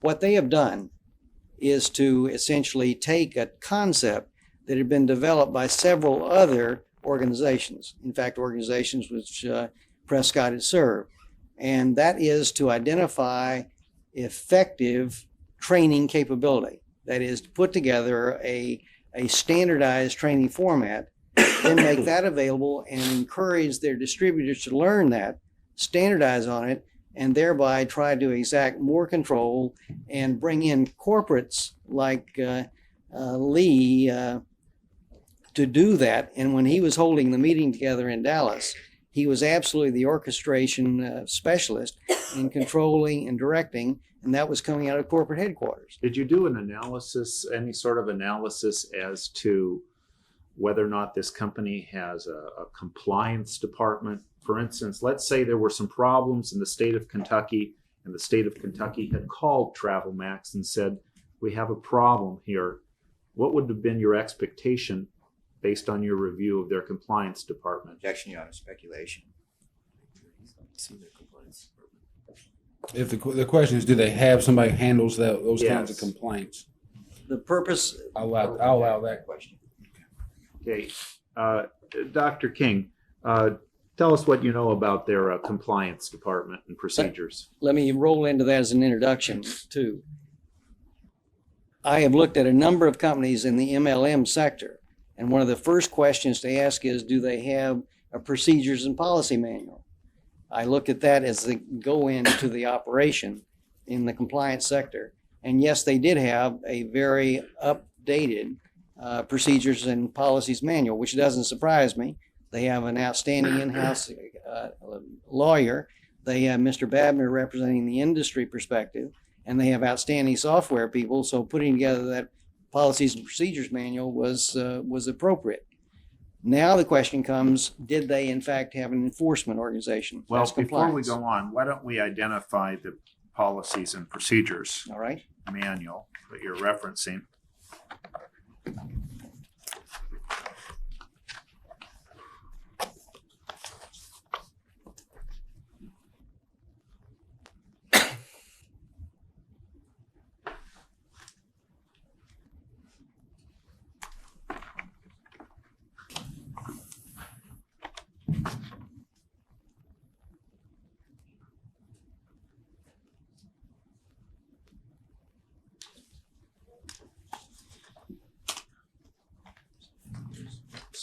Your Honor, may I approach the witness? You may. Dr. King, is it usual in this industry that a company, a direct selling company, will provide in its sales kit policies and procedures and documentation in its distributor agreement, which basically regulates and sets forth ethical standards by distributors? Yes. Okay. You would find that with Amway and Mary Kay and Shackley. Yes. Did you find that with TravelMax as well? Yes. Did you find the ethical procedures and pronouncements and guidelines to be quite detailed in the TravelMax distributor agreement and policies and procedures? Yes. I'm going to hand you, Dr. King, what has been marked as Exhibits 2 and 3.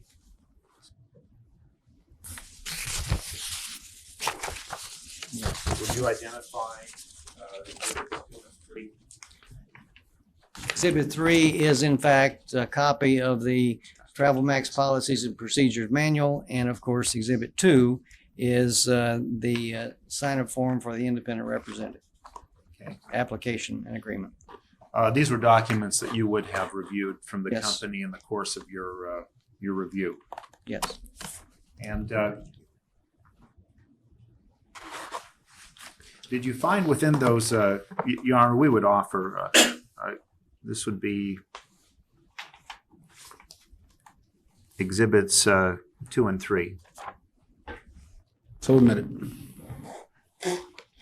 Did you find within these documents a rather extensive procedures and ethical guidelines for distributors? Yes, I thought they were very comprehensive. In what sorts of areas did you find guidelines? What sorts of subject areas?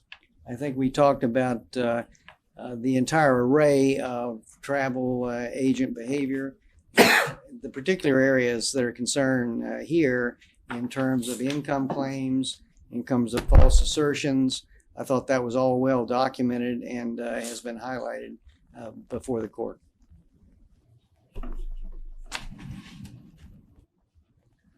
For sake of simplicity, Dr. King, I'm going to hand you what has been marked as Exhibit 4, in which we've culled out from the distributor agreement and policies specific ethics points. All this material is from the Yes. distributor agreement and policies.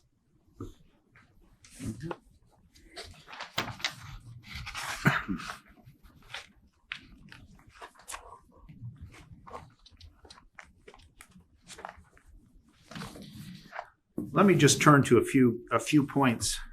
These are points I think you would expect to see in any legitimate direct selling company. Is that correct? Yes. Okay. For instance, and in the analysis that you've read many court cases on direct selling, differentiating pyramids from legitimate direct selling companies. Is that correct? Yes. You've read the Dare to Be Great case in the state of Kentucky. Yes. You're familiar in that case that the operative language is the product merely incidental to the opportunity? Yes. And you're familiar with the facts of that case? Yes. The points that are made here, Dr. King, maybe you could elaborate briefly why they would be significant in both guidelines and practice for a direct selling company with respect to the issue of legitimacy versus pyramid scheme. Number one, no investment, at-cost sales kit.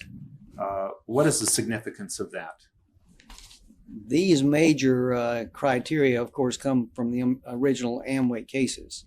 And the 1974, 1979 litigation defined this. The objective being that we should not be making, point number one, no investment at cost sales kit. The company agrees to not make a profit on the sales support program to give the distributor maximum flexibility. No inventory requirement. Well, Dr. King, in the opening statement, a comment was made that no less than 6 times in the company's distributor agreement and policies was it mentioned that there was no purchase required to be a distributor and to be in this program other than the purchase of a $25 at-cost sales kit. Yes. As a marketing professor, a student of consumer behavior, is it your opinion that TravelMax adequately informs its prospective distributors that there is no purchase requirement other than the purchase of an at-cost sales kit? Yes. The second point, no inventory requirement. I assume that would be along the same lines? Yes. Okay. Did you see in the company's materials, point 3, did you see in their policies and distributor agreement requirements that distributors place an emphasis on retailing products to the ultimate consumer? Yes.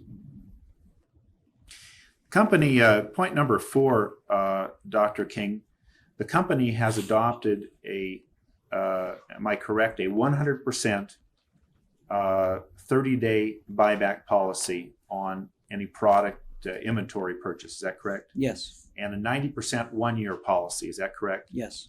Does that policy comport with the standards adopted by member companies of the Direct Selling Association, including Amway, Mary Kay, Shackley, Tupperware, Avon, Herbalife? It does. As a matter of fact, a 100% 30-day policy probably exceeds the standards of the Direct Selling Association. Is that correct? I believe so. You commented earlier as to point number 5 that the company had adopted the famous Amway 70% rule. Yes. And there are some annotations here. Is the purpose of this to avoid stockpiling and front loading, garage loading of Yes. a company? Yes. Okay. And was this one of the elements in 1979 when the Federal Trade Commission ruled that Amway was a legitimate direct selling company and not an illegitimate pyramid? Was the 70% rule and the buyback policy, were they elements of the approval by the Federal Trade Commission? Yes. And to your knowledge, is the 1979 FTC Amway decision perhaps the most frequently quoted decision in the United States? Yes. And the so-called Amway safeguards, do you find them in the TravelMax program? I do. Okay. Paragraph or point number 6, supervisory responsibilities. What would be the function of a company asking its distributors to pay attention to their downlines? The reality is, particularly in a rapid growth situation, the company simply cannot control distributor behavior. Additionally, because of the independent contractor rule, they are not allowed to, by law, overtly control their behavior. So we set forth expectations that the upline will train and manage as much as practical the downline. This becomes one of the big problems in this industry, both on the one side educating, as I mentioned at the outset, and on the other hand, making sure that the upline manages the downline. So that supervisory responsibility emphasis is very, very appropriate in this case. And point number 7, no false earnings claims. Did you see that appear repetitively through the distributor agreement and policies and procedures of this company? Yes, I did. Did you find yourself any evidence in the TravelMax marketing materials or documentation of false earnings representations, projections, hypothetical earnings representations? I did not. Can you understand how that could happen, though, in the field of a direct selling company? It happens all the time. with other companies. And the reason is because the distributors get very aggressive, and they're trying to make their sales, and they're trying to be essentially enthusiastic. And in the course of that, they overstep the boundaries.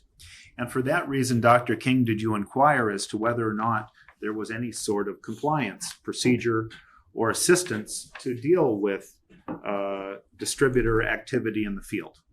I did. I discussed this extensively with Mr. Martz when I was there at headquarters, and he had me conduct an interview with the compliance manager, Mr. Christopher Holliday. And Did you request a specific statistical compliance study so that you could understand what sort of things this company does? Yes, I did. And could you identify exhibit number 22? During my visit, I met extensively, probably an hour, with Mr. Holliday and Mr. Martz, and the end product was that we discussed compliance, and I asked him, could he give me some documentation and some detail? He did, and here we have it. And if we turn and look at the compliance detail, it speaks for itself. It was surprising to me when I received it. They had this documentation. And I'm not going to read this to the court. That's not necessary. But 3 to 6 suspensions or terminations, internet, over 40 unauthorized web pages were identified through an internet search. Advertising, a big issue in this industry. They are aggressively evaluating and qualifying ads, and at the same time taking overt action to avoid misstatements. Their stats: 100,000 plus, 1,000 plus approved ads on file, 50 to 75 ads per week currently coming in for approval, etc. The bottom line is, I was impressed that there was this much activity in the company, given the frenzied role of the company in completing and fulfilling sales. And given this analysis, Dr. King, given your experience, and given this analysis of their compliance procedures, do you have any doubt that if the state of Kentucky had brought misbehavior to the attention of the company, that some action, disciplinary, corrective, or otherwise, would have been taken? In fact, that issue was raised. I asked the question, why didn't you move on Kentucky given the noise? And the comment was made, we didn't hear about Kentucky until after there was formal regulatory activity. Well, again, I guess you didn't quite answer that question. I think they would have taken action. Your Honor, we would move the admission of 22. Yes, we move the admission of 22, and we move the admission of Exhibit 4. So moved.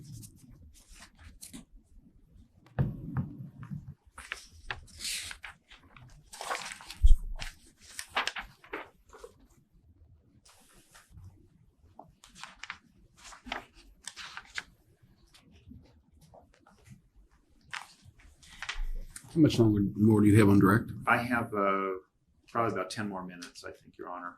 Okay. I'm just going to take a little break, but we can go ahead and finish. I think we could finish this witness today. Okay. They wouldn't have to come back. Well, we'll take a little break between direct and cross. Dr. King, would you agree that there is often confusion between a pyramid scheme and a legitimate MLM business? Yes. And based on your study and experience, what are some of the distinguishing factors that you might point out? I think if we take the Amway rules and look at them, let's itemize them very quickly. Number one, there should be a well-defined product or service that moves. That's clearly the case in this situation. Number two, there should be no compensation paid on recruiting. And I think that's clearly the case here. No compensation or commission is paid unless actual product is sold. Number three, we should avoid any front-end loading, and namely buying product for inventory. And there is none that I have detected in the course of this activity. Number four in my list, there should be no aggressive, exaggerated income claims. And based on the Dallas meeting, and based on what I saw among the distributors with whom I interviewed, I saw no exaggerated income claims being made. Dr. King, you were here for testimony this morning. Yes. And by the way, in preparation for your testimony, were you provided a copy of the transcripts of these meetings that were introduced as exhibits this morning? Yes. And the affidavits of the various investigators? Yes. So when you're testifying today, are you taking into account both the testimony that you heard earlier today as well as the affidavits and presentation transcripts from Kentucky? I have to respond at 2 or 3 levels. Okay. First level, are we talking about income claims? Are we talking about income possibilities? That's the first question. That's an important question. Number 2, I cannot really relate to the documentation that I saw work through because I never saw how it was recorded. I didn't see the original documentation. I have been misquoted repeatedly myself from the classroom in the course of people excerpting certain things they didn't want to pass on to their downline. And suddenly the tape I hear played back is not the tape I essentially presented in class at all. So I don't think that happened here. But I can't really, as a legitimate third party, say that the documentation is that I understand it. So, Dr. King, just in conjunction with what we heard this morning, I was just making some notes from Mr. Ansman, but I'm wondering if you heard anything that was particularly wrong in that presentation. I heard things like, you can save money. You have a problem with that? Absolutely not. You can make money. Very positive. You can build a business. Good. It's entrepreneurial. Acceptable.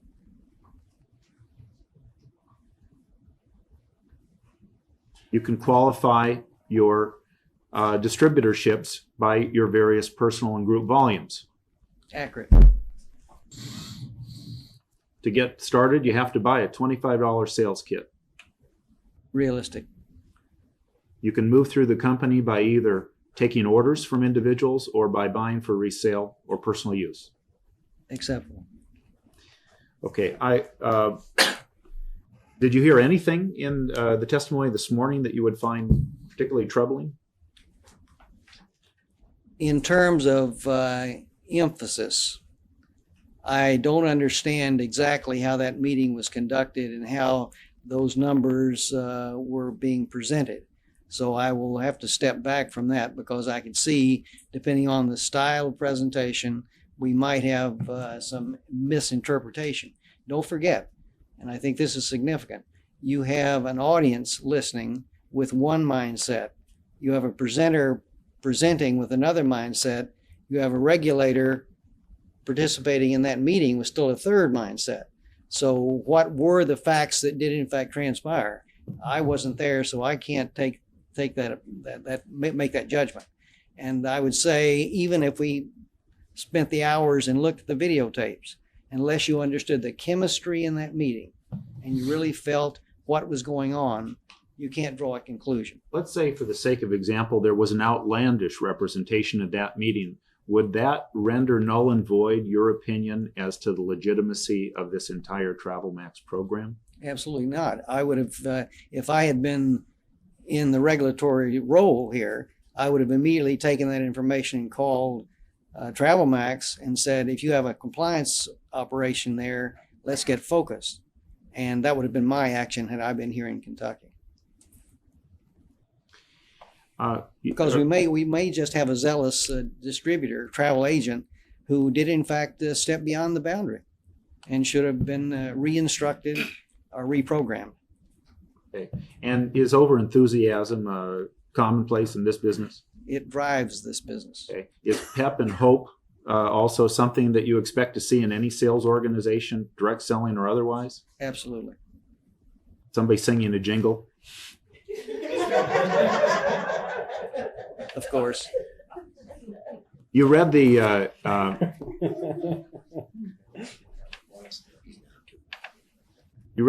Dare to Be Great case? Yes. Okay. Could you differentiate, if you could, how you see the Dare to Be Great program different than Travel Max or other legitimate direct selling programs? I think the Dare to Be Great issue surrounded itself. There was no value added by those motivational tapes whatsoever, or if there was value added by those motivational tapes, we weren't talking about $1,000 worth of incremental value. So the bottom line is they were taking something that might be purchased through Nightingale Conant or any of the motivational houses today and accelerating the value and misusing it. There was no equivalent value for $1,000 associated with that material based on my understanding. Now, if I turn and look at the value added that's delivered here, you have enormous value added. If we talk about the VIP getaway program, we've already heard an industry expert talk about the value there if it fits your lifestyle. If we talk about making part-time income, then becoming an independent travel agent, the tutorial clearly pursues that and supports that. Alternatively, if you're talking about a charity program and that's your interest either from a missionary perspective or from a business perspective, then that tutorial is going to be supportive there. I can't personally say is it worth $450, but I can say there is clear value associated with those products. And those products then lead on to other values depending on how aggressively you want to pursue the business. Dr. King, based on your analysis, would you say this is a product-driven business? Absolutely product-driven. From the vantage point, as I said at the outset, let me roll back. That's a good summary point on this product issue. When I walked into that operation, I move into a company that's going $5 million a month, and I'm standing in sawdust. Now, if we were merely in the process of recruiting travel agents to sell them product, we wouldn't be installing 200 or 300 phone lines. We wouldn't be updating a computer system. We would be boxing packages to ship out to people who were going to spend $500 and leave town. And I saw just an entirely different attitude. There was absolute enthusiasm for building the organization. Now, I might add that as I take the next step and say, are we product driven? They entered the market and their IPO at $2.25 a share. I think the posting today was about $4.50. And they're trying to parlay that share long term into equity return for the organization and for the distributor organization, for those travel agents. I don't see this company in the business of selling packages only. They're in the business of selling travel. Two final questions, Dr. King. In the language of the Dare to Be Great case, do you have an opinion as to whether or not the product is incidental to the opportunity in the Travel Max program? The product is absolutely crucial to the opportunity. The product, as I define it, being the delivery of a sophisticated travel system. And finally, Dr. King, based on your educational professional experience, do you have an opinion as to whether or not the Travel Max program is a legitimate business marketing travel related products or is a pyramid recruitment scheme? Before you summarize for me, let me pick up another point.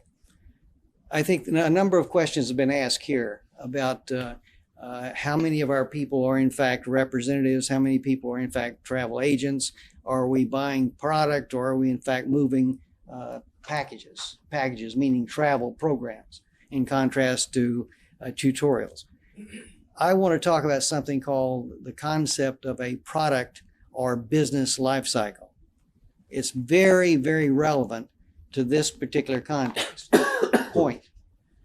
When a company begins, and this company has now been in motion for only a year, the first thing you do is build your organizational infrastructure. That means the company in California, the capacity to deliver, and then on the other hand, a sales organization, in this case, independent travel agents. In the beginning, to build those independent travel agents, they must buy product, namely tutorial packages, to essentially get started. So the question you ask about Kentucky and what percentage is in fact travel sold versus product purchased, I turn back and say, I would expect if Kentucky is a new market, that the large percentage of purchases in this market will be the training materials, while the distributor organization, the travel agents, learn how to do it. And in that life cycle, that's reality. Over time, the shift moves much more toward, will move, I forecast, toward actual delivered travel programs. And if we look at what's happening, the group travel division has already moved since August, I think about $7 million worth of volume, and that's a short time. But in the life cycle, that's surprising. Well, now we have an in-place group, and all this new sales organization of independent agents, they now have someone they can feed to. Prior to that time, they were learning how to do it. And I just see this organization at the early cycle in takeoff as it moves into a very, very rapid growth stage. And they're about to move into what the industry calls momentum as we speak. Okay. So if I could ask that final question once again, do you have an opinion based on your educational and professional experience as to whether or not TravelMax is a legitimate direct selling business selling travel related products, or is a pyramid recruitment scheme? My summary answer is, I think the company is a product driven organization focusing on delivery of a sophisticated travel system. I think they are in the throes of rapid growth. I think they're suffering from the usual startup problems of a company that's growing very rapidly in terms of fulfillment on the front end back in California, and at the same time maintaining and managing a distributor force that's just as enthusiastic in the field as headquarters management is back in California. And so I strongly endorse this as a legitimate business. Thank you. No further questions.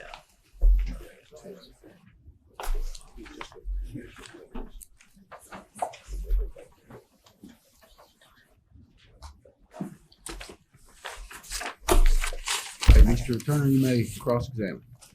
Thank you, Your Honor. Good evening, Professor King. Professor King, I noticed that you have some associates, is that correct? Yes. Okay, how many? I'm a contractor in the sense that when we find a project, I go out and find people to work with it. That associates is sort of the editorial we. Okay.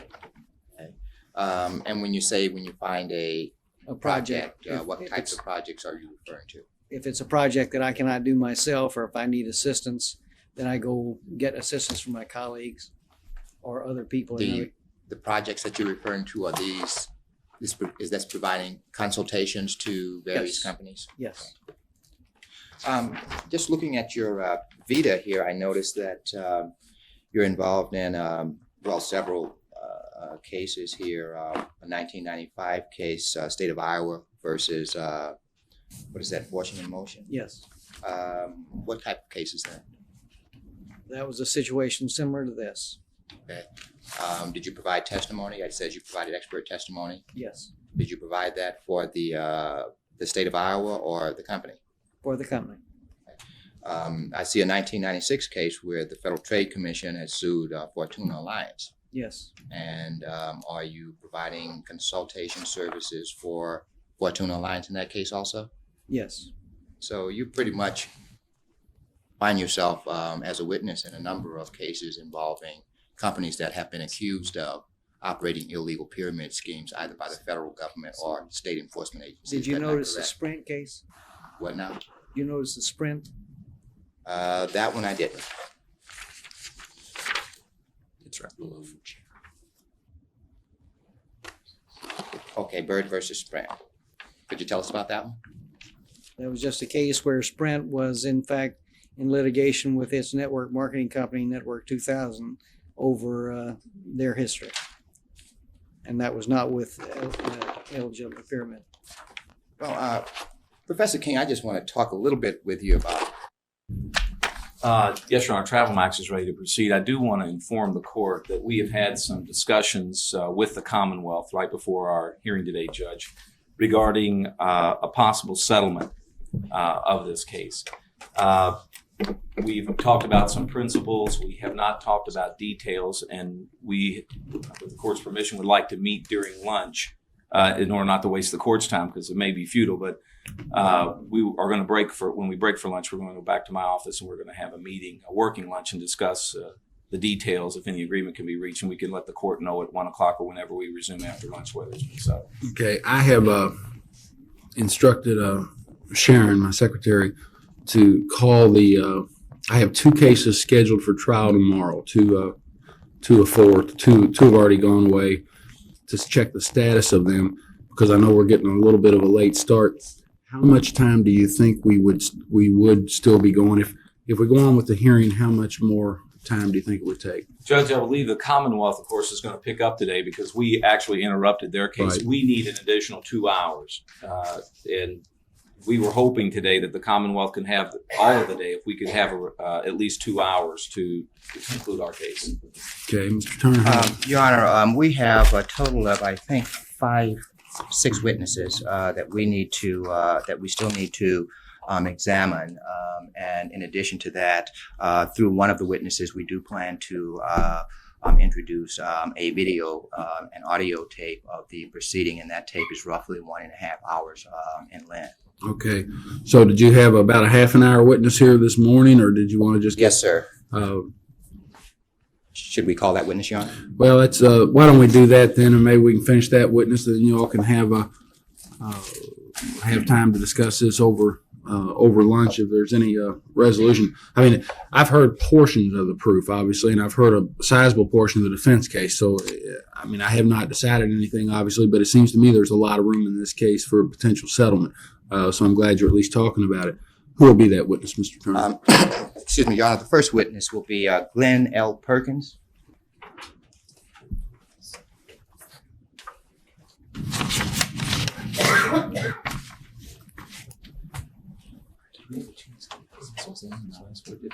Should we mention? Your Honor, just as a matter of point here, we had not had an opportunity to cross-examine the Commonwealth's last witness, quote, recall. Okay. And I guess my question is the Commonwealth going to recall that witness to allow us an opportunity for cross-examination? We'd be happy to recall the witness. We did have. You have concluded with that witness.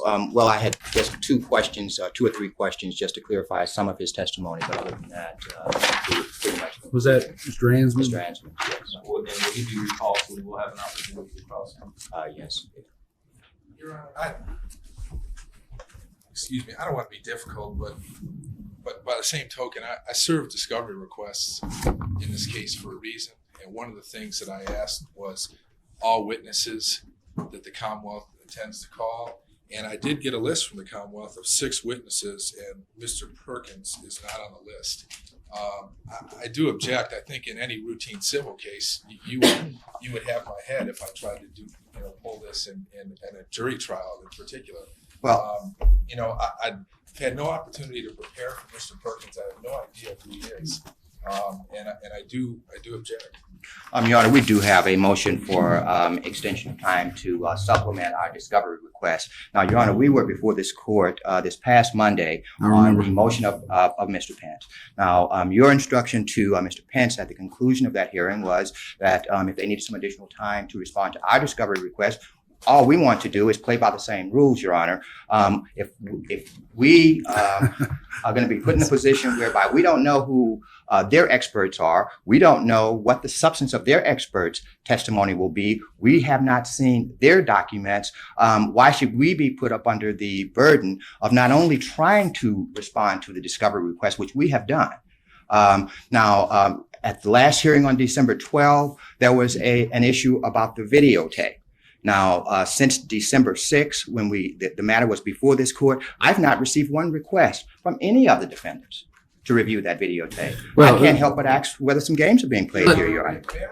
If I could just respond briefly. It's apparent from Mr. Turner's comments that he is viewing TravelMax and the independent representatives in this case as one and the same. And I can assure you they are not, and that has been made abundantly clear recently. These independent representatives have been bounced into 3 different courts now, 2 on the criminal side. This side, they're being given the runaround. They're caught in a whipsaw between Travel Max on the one hand and the Commonwealth on the other, and they deserve a little consideration, at least to know who their witnesses are. They are not one and the same. We have had no communication. What is the second criminal case? I knew one. They indicted them on some additional charges when I thought we had an agreement to put it all in one court.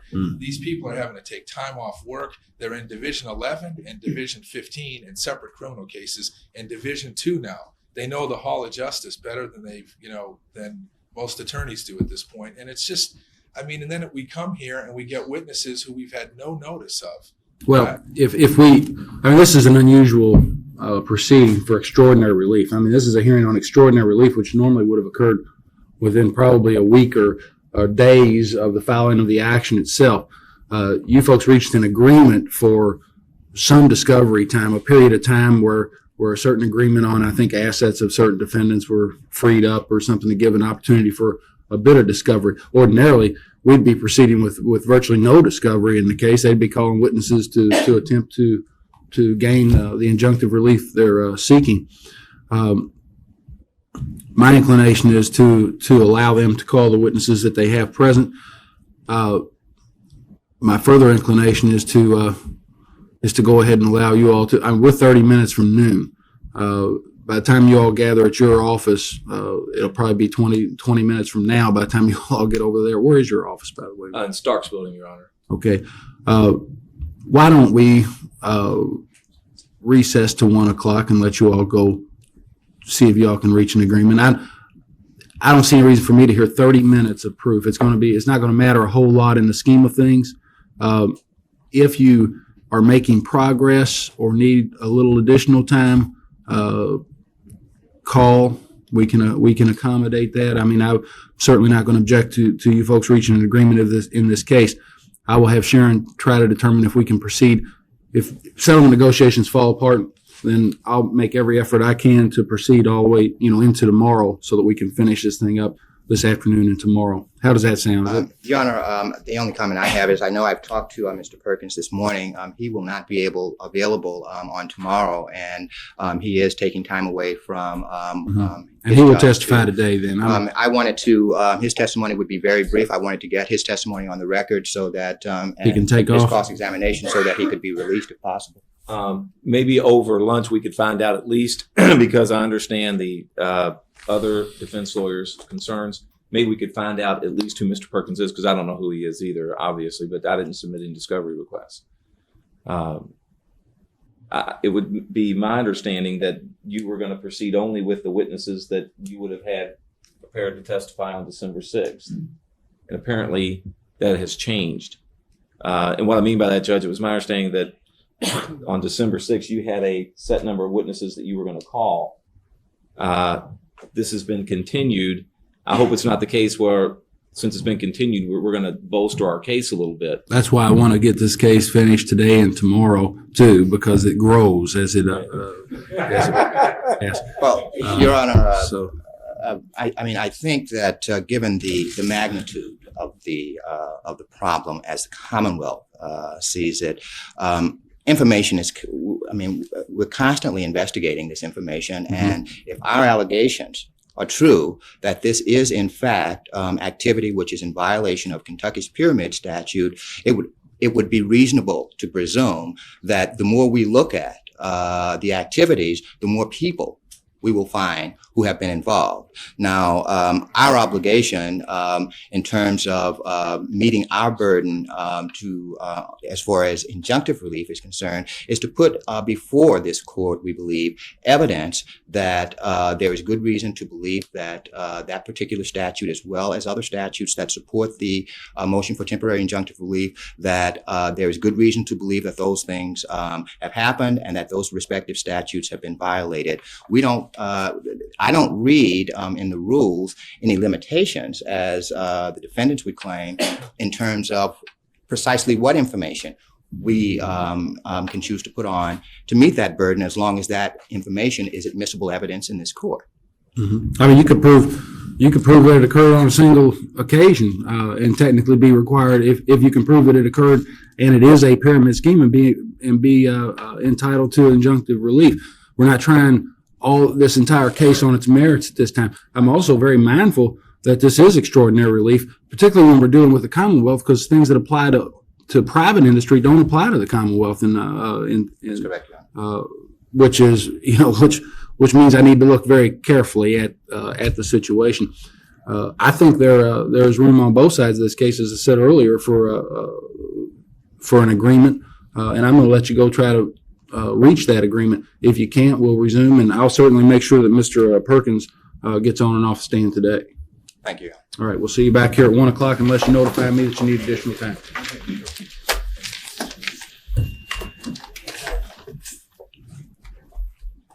All right, it's my understanding before coming on the record that settlement negotiations broke down. Is that correct? That's correct, Your Honor. Right. Your Honor, I think that's correct.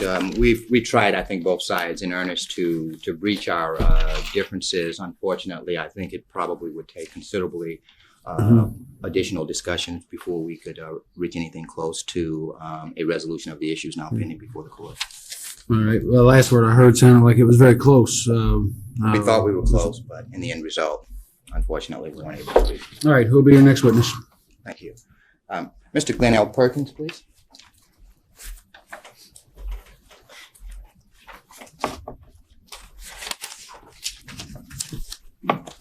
Raise your right hand. Do you solemnly swear or affirm the testimony you're about to give will be the truth, the whole truth, and nothing but the truth? I do. May proceed. Mr. Perkins, could you state your full name and spell your last name for the record, please? Glenn Lee Perkins, Perkins. Now, Mr. Perkins, where do you currently reside? Bloomington, Indiana. Could you state your address for the record, please? 4765 South Stansiford. It's Stansiffer Lane, Bloomington, Indiana. Now, Mr. Perkins, did anyone contact you about purchasing any products or travel packages at all from Travel Max International? Yes, they did. Who was that person? Bill Robertson. Okay. What was your relationship with Mr. Robertson? We worked together. Okay. Now, about when did Mr. Robinson contact you? Early part of September. Of 1996. Okay. Did you attend any Travel Max meetings? Yes, I did. Okay. Now, when you attended those meetings, what were they attempting to sell you, if anything? Your Honor, I object to the form of the question and leading question. It's not in the indication they were trying to sell anything. Tell us what the presentation was, I guess is what the... Yes. Could you tell us what the presentation was, Mr. Perkins? Basically, they have a program whereby I pass out business cards with a phone number, a PIN number on it, and people call, make reservations through the company. I got a commission off of that. Also, there was business centers to be bought. You bought one business center for, I believe it was $700, or you could buy what they called a tri-pack, 3 business centers for $1,500. Now, Mr. Perkins, how long was that presentation that you attended? Hour and a half, 2 hours. Then we broke for lunch, and then they had a brief training session after that. Now, Mr. Perkins, was the primary focus selling the tri-packs to you or selling some travel package to you? Your Honor, I want to object to this line of questioning on this witness. The court is now having a hearing on whether or not there should continue a restraining order. The standard that the government must prove is that there is going to be some damage or harm to a citizen of the Commonwealth. They have called someone from Indiana who apparently has not been established that he's a citizen here or would be any way affected by this restraining order. So I'm going to object to the continuation of question. If they have someone from the Commonwealth that was actually affected, that would be affected by the restraining order, I don't believe we would have an objection. Response. Your Honor, first of all, the Kentucky statute, which governs the issuance of an injunction, does not require the Commonwealth to show irreparable harm. It simply requires that we show that there is good reason to believe there may be some harm. It also does not require a showing that that harm must relate specifically to a resident of Kentucky. Now, I will establish through this witness that there is a sufficient connection to Jefferson County to warrant his presence here, as well as the harm that may have occurred to him, if I could continue with those questions. You may proceed. Mr. Perkins, did you attend any meetings in Jefferson County? Yes, I did. Okay. And was that the meeting that you were referring to a moment ago? Yes, it is. Okay. About how many people attended that meeting? I'd say there was probably 20 or 25. I don't recall how many people were already involved or how many people at that time were at the meeting to be signed up. Okay.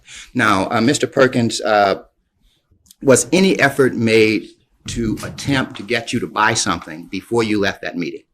Yes. What was that? I was asked if I wanted to sign up that day. The option was made available to go ahead and sign up that day, and I told them I wanted to do some more checking and check it out a little bit further before I did. Now, Mr. Perkins, what were you being asked to sign up for? That was at my discretion whether I went with a tri-pack or a single pack, but I had made it clear if I was going to do it, I was going to go with a tri-pack. Okay. Now, what was the tri-pack composed of? Do you recall? If I may check my notes out. There was what they call an ITA tutorial program, a charities tutorial program, and a VIP package, which consisted of coupons, discount coupons, travel vouchers, and things like this that I could use myself, pass on to somebody else, or I could turn around and retail it. Now, Mr. Perkins, did anyone attempt to sell you an airline ticket? No. Did anyone attempt to sell you a hotel room? No. Did anyone attempt to sell you a cruise ticket? No. Anyone attempt to sell you any kind of accommodation? No, sir. Any kind of travel packet? Not a travel packet per se. The VIP package was part of the initial purchase, and that was what was offered. So the only thing that you recall that they were trying to sell you before you left this meeting in Jefferson County was a tri-pack. Yes, sir. Is that correct? Did you purchase a tri-pack? Not that particular day, no. Okay. Did you later purchase a tri-pack? Yes, sir, I did. Okay. Did you receive what you purchased? No, sir. Okay. Could you explain? There were, I believe, 13 items that I ordered, and of the 13, if I remember correctly, I received 6. Okay. I did not receive the ITA tutorial, the CCC tutorial, Quick Start program, company overview, or the Travel Max training videos. Okay, so what did you receive? Basically, the VIP package, some forms to fill out when I sign someone else up, a couple of order forms to reorder more product, and basically that was it. Okay. Now, Mr. Perkins, do you recall any kinds of earnings claims being made at the meeting you attended? Not specific dollar amounts other than $250 if I signed up. I think it was 2 people. That could be multiplied over into 500, and it did get to $1,750, I believe, if I signed up X number of people in a week's time. From the representations that were being made at this meeting, what would you say was the overall goal of this program? To sign up more people under me. And what would you be asking those other people under you to do? To in turn sign people up under them, as well as pass out business cards, hopefully picking up additional income from the travel commissions that you would get. And would each of these people be asked to purchase the tri-pack that you Either a single business center or a tri-pack. It was your option. Okay. Now, Mr. Perkins, at the meeting you attended, was there any discussion of being able to become an independent representative of Travel Max by merely paying the amount of $25?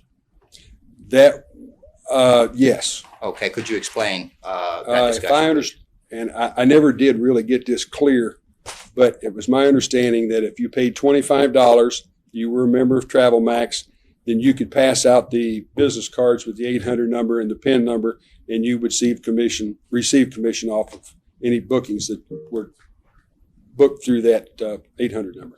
Now, why were you interested in buying the tri-pack, Mr. Perkins?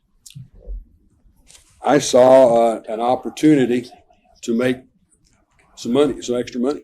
And I had considered at one time doing it full time if it started out the way I expected it to. So was that opportunity to make money by selling tri-packs to other people, or was that opportunity to make money by going out, getting people to buy airline tickets, hotel packages, cruises, etc.? Definitely definitely through signing up other people. There's much more money to be made that way. Okay. Now, did anyone personally talk to you at the conclusion of this meeting? Yes, as a matter of fact, I had lunch with pretty much everybody who was involved here in Louisville. And who were some of those people, if you can recall? Mr. Murphy, his wife, Mr. Johnson, there were several people there. There was probably 10 or 12 of us at the table, along with Mr. Robinson, who eventually signed me up.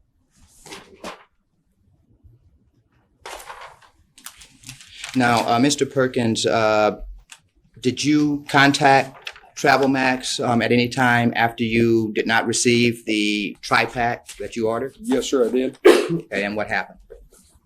I started contacting Travel Max on the 9th of October. I sent a letter ending my association with Travel Max on the 10th of October. And I've been trying to get my money returned since the 25th of November. And I've called them on a regular basis. They say they'll return my calls. Nobody calls me back. They fax me I think they call it a case number, a tracing number, where I could call in, give them a trace number. They could give me the status of my refund. Nobody's ever called me back. Nobody ever tells me anything other than they'd get back with me, and I've never heard back from anyone. How long have you been attempting to get a refund? Since the 25th, since the 8th of October when I resigned. And you have not received that refund to date, is that correct? No, sir. Now, Mr. Perkins, at the meetings that you attended, and I understood you to say that you had actually made the purchase decision sometimes after the meeting that you attended. Was there any discussion at all about how much money people who had already signed up with Travel Max had made over a week's time or a month's time? Yes, there was. They had an 800 number that you could call, supposedly a live conversation with amongst 5 or 6 different people, and they all were talking about how much money they were making and how it had improved their life.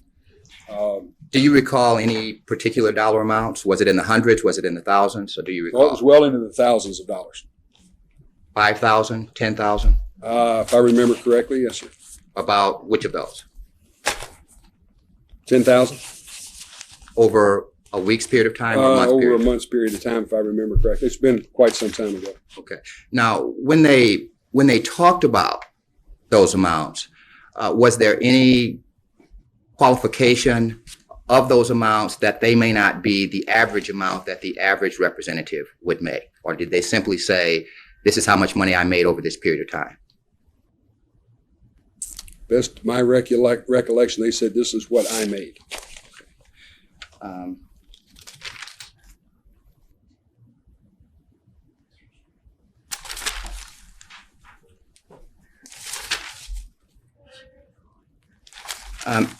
Mr. Perkins, those are the questions that I have.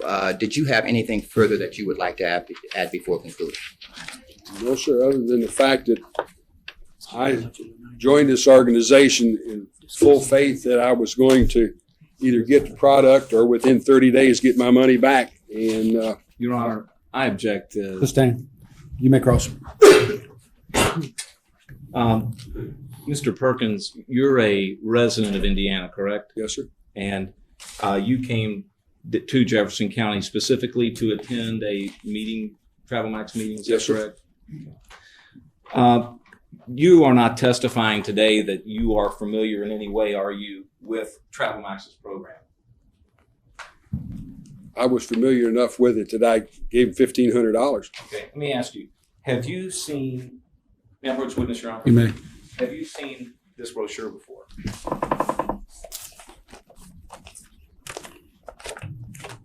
Yes, this was sitting on a desk at the meeting. Okay, no. Did you read the policies and procedures? Not out of there, no. Have you read policies and procedures? Some of them, yes, sir. And so you're familiar with the policies and procedures of Travel Max? To the extent of what I have received. Like I said, I didn't receive everything I was supposed to, so I don't know what else was in the package that I did not receive. Okay. For instance, did you receive the VIP getaway? That's the only, that, yes. Okay. Did you receive the tutorial? Yes, I did. I did not open the package. I just returned it because it was after the date I had resigned. As a matter of fact, I received stuff last week from him I sent back. Okay. How many multi-level network marketing companies have you been with? One other. Again, who is that? It's been 25 years ago. I couldn't really tell you. I was involved for about 3 weeks. Okay. And you weren't happy with that? No, the company went bankrupt. And since that time to this time, you've not been involved with any multi-level marketing? No, sir. You did understand, though, did you not, that Travel Max was a multi-level marketing Yes, company? sir. And you understand what a multi-level marketing Yes, company is? And what is that? Get people signed up. You, pardon me, you join an organization, get people to sign up under you, and it pyramids out from there. Okay. And Hopefully selling product along the way. okay. And as far as you know, there's nothing wrong with that, is there? Yes, there is if certain guidelines and rules are not met. Okay. For instance, in Amway, are you familiar with Amway? Yes, sir. Have you ever been an Amway distributor? Yes, sir. You're aware that they're a multi-level marketing Yes, company, correct? Is there anything wrong with the way Amway does business? No, sir, not the way they do it. And how do they do business? They basically sell product. They have all different, thousands of different products that they sell. And along the line, if you can sign somebody else up under you to in turn become a dealer, you make money off of what they sell. So the idea of Amway and multi-level marketing is to give people underneath you to sell product and people underneath them to sell product. Is that correct? Yes, sir. Okay. And when you went to the Travel Max meeting, that's what you understood was going to happen, is it not? I understood that there was product to be sold, but the bulk of the money would be made off of signing other people up. No, what I'm talking about is you testified that you thought that no one approached you to sell any airline tickets or book any travel. You didn't think that that's what was going to happen at that meeting, did you? No, I didn't think anybody was going to try to sell me tickets, no. And what you're saying is, is it your opinion then that what Travel Max has here is not a product? Is that your opinion? No, they have a product. You're just saying you didn't receive your product. I did not receive my product, and the bulk of my money was not going to be made off of selling that product. Okay, so it's your testimony that your complaint right now with Travel Max is that they simply did not send you all the things they said they were going to send you. Is that correct? That's true, and they did not refund my money when I resigned. And they have not refunded your money. Okay, other than that though, you don't know about the overall Travel Max program and product and whether other people who have received their product may or may not be happy with that. Is that correct? The one other person that I do know is involved did not receive his product either. Okay, well, I'm not asking about So, that. I mean, that's the extent of my experience. And that's why I'm talking about your experience. But these people that you see sitting here today who are Travel Max representatives, it's possible, and you don't know, that they have received their product and they're completely happy with their product. Your Honor, I think counsel, I'm going to object because I think counsel is asking the witness to speculate what may be in the minds of people he doesn't even know. I'll move on, Your Honor. I think it would be appropriate for him to respond to that which was in his head at the time he went to this meeting. When you said that you resigned, what prompted you to resign? Basically, the fact that I had not received the merchandise that I had been promised. My job was to turn around and get other people signed up. If they weren't servicing me, I saw no reason for them to service people I sold, and I wasn't going to put my reputation on the line like that. And according to their policy, they have a 100% refund policy for the first 30 days. That's right. First 30 days. First 30 days. Less freight. Okay. Now, were you aware, and that happened about October 8th, you said you started trying to get your money back? Yes, sir. Do you know when the company had a temporary restraining order issued against it when conducting any business in Kentucky? I know that that night, the night that I wrote my letter, I watched the 10 o'clock news, and it was on the news then that there had been arrests made. Were you aware at all that that was going to happen? No, sir. Are you aware at all about what the temporary restraining order says and what Travel Max can and couldn't do as far as refunding any money or mailing any checks to people in Kentucky? No, sir, but I don't live in Kentucky. That's correct, you don't, but where did you attend the meeting? In Kentucky. And you're here because you attended a meeting in Kentucky, correct? Sir. And I was also told by a young lady that... Your Honor, I didn't ask the witness a question. I think he just wanted to explain his answer. Well, the question was, you attended the meeting here in Kentucky, Yes, is sir. that right? Okay, and at whose request? Bill Robertson's. That's all. Any other cross-examination questions from counsel? Certainly. Mr. Perkins, you knew enough about the Travel Max program You may. to know that in order for you to make any money, this tutorial or this VIP getaway would have to be sold. Isn't that correct? Yes, sir. Okay. And I guess you never received this. Is that correct? I did receive it, but returned the package. Okay. So you let's say you didn't use this product. No, sir. Okay. And you didn't use the getaway. No, sir. Okay. So you really have no idea at this point whether this is a worthwhile product with all these discounts in it or not, because you didn't actually try to use the product, did you? That is because I read through it, saw what was there. And you think this is a worthwhile product? I think that coupled with everything else would be a worthwhile product. That by itself is not worth $1,500. So to the extent that this was being sold and commissions were being paid upon the sale of this product, you'd see nothing wrong with that. Is that correct? That's correct. Did you attempt to use this product at all? Never saw it. Okay, so you're really in no position to say whether your statement for this product would be the same as this one? No, I don't know. Okay. Who is Kenneth Don McCoy? Sorry, I can't tell you who it is. I've Sitting here today, you have no idea who that is. That's all the question. Any other counsel? Thank you. Just a couple. Good afternoon, Mr. Perkins. Have just a couple of questions for you. In the overall scheme of this company called Travel Max, do you have any idea how many representatives there are nationwide or worldwide within that? No, sir. I believe you told Judge Shake just a minute or two ago that you knew that at least one other person besides yourself that it had some dissatisfaction. Mm-hmm. Those would be only two, then yourself and the other person. Yes, sir. That's not statistically a very large number of people. In the event it could be shown to you that there are thousands. Yeah, I'm going to object. The witness has no basis, it would seem to me, to know, one, he's already indicated he doesn't know what the number of representatives are. Consequently, it seems to me, if I understand where this question is going, he's not going to know what percentage of people are happy and what percentage are unhappy. I kind of answered my question, though. I think you probably know where I was trying. Right. Do you know people by the name of Dan Calland and Virginia Calland? Have any recollection of either one of those? Yes, sir. I remember that name, but I can't. Do you have any recollection of any conversations you may have had with them that you could testify to on the road this afternoon? Seems to me like they were part of the people that were there. I may have had a little conversation at lunch, but that was it. Thank you. Any other defense counsel have any questions? Mr. Dolovich. Perkins, when did you first become aware of your being a witness in this case? Week, 10 days, maybe 2 weeks before Christmas. You were not physically present December 6th at our No, sir. request here. No, sir. And how were you contacted?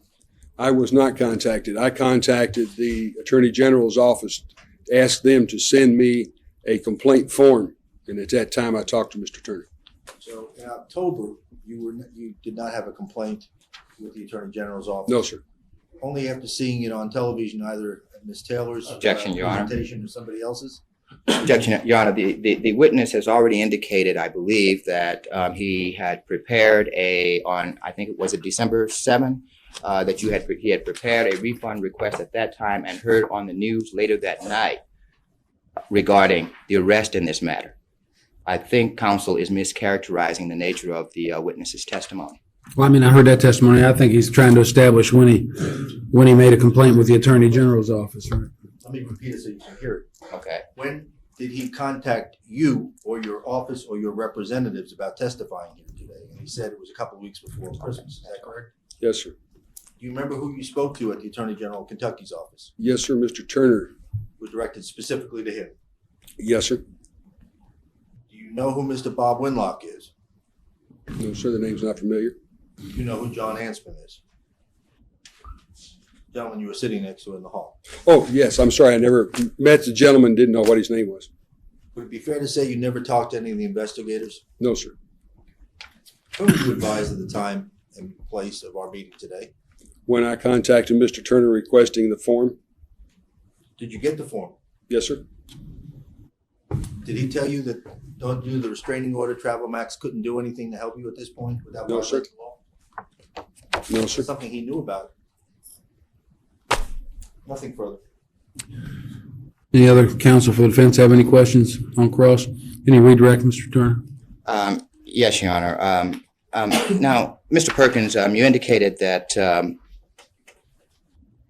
you had at some point received the ITA tutorial. Is that correct? Yes, sir. Did you receive that at the time the materials were initially mailed to you or at some later time? Later time. Okay, so you didn't receive it in the initial package. No, sir. And is it your testimony that it was because you did not receive that information at that time that you had additional thoughts about getting out of the program at that point? That's correct. Sustained on leading.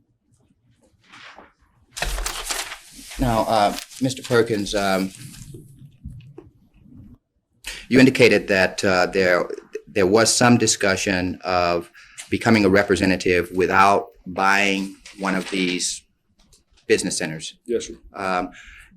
How much discussion was there if you could estimate in minutes, how much time did they spend talking about buying one of these? The $25 package? Right, versus how much time they spent talking about buying the tri-pack? 15 minutes out of 2 hours. So the rest of that 2 hours was spent talking about buying the tri-pack? Would that be correct? The tri-pack and the business cards to pass out. Okay. Now, you indicated that their earnings representations in the thousands were made regarding the sale of the tri-pack. Were similar kinds of representations made regarding selling airline tickets, hotel packages, cruise packages, anything of that nature? That's all I have, Your Honor. Any recross from anyone? Judge, if I could just follow up that last question. Mr. Perkins, when you went to this meeting, you were going in hopes of learning about something about Travel Max, correct? Yes, sir. Okay. And is it true that the reason you would go there is you saw or thought there might be an opportunity for you to make money? Yes, sir. Okay. You weren't going there just for your edification. You understand what I'm talking about? You weren't going there simply to learn what Travel Max was about. You were going to learn, see, is there a way to make money? Right. Okay. And at some point, you believed that whatever investment you made or were going to make, that you were going to make that much money back and more. Is that correct? I was investing in a business, and that's always a gamble, but yes. And you realized as a gamble that there is some risk that you may lose money, but there is a risk that you might make money. That's correct. And in your mind, at the point you decide to make that investment, You believed you were going to make more money than you would lose, correct? Certainly. Okay. And you made that decision not at the meeting, but sometime afterwards when you had a chance to think about it, correct? I pretty much made up my mind at the meeting, but my wife and I went ahead and discussed it. Yeah, but let me go back and go over you had testified they asked if you wanted to sign up and you decided no, you wanted to think about it. That's right. And you were allowed to do that, correct? No one held a gun to your head there. Nobody. And after you thought about it, you found out it was worth your while in any event that you were going to sign up and try to make money being a Travel Max agent, correct? Right. And you were aware then that you were going to be selling the items that Mr. Valente showed you, correct? That's right. Okay. And you realized that by selling those, if people bought them and people valued them, you would make money, correct? Correct. And your gripe with Travel Max right now is you have not received your money from returning these items. That's what it all boils down to. There's more Right. to it than that. That's what it boils down to. Well, have you returned all the items to them? Yes, sir. And when was the date that you sent everything they ever sent you back, including every document or every package or any item whatsoever that Travel Max may have sent you?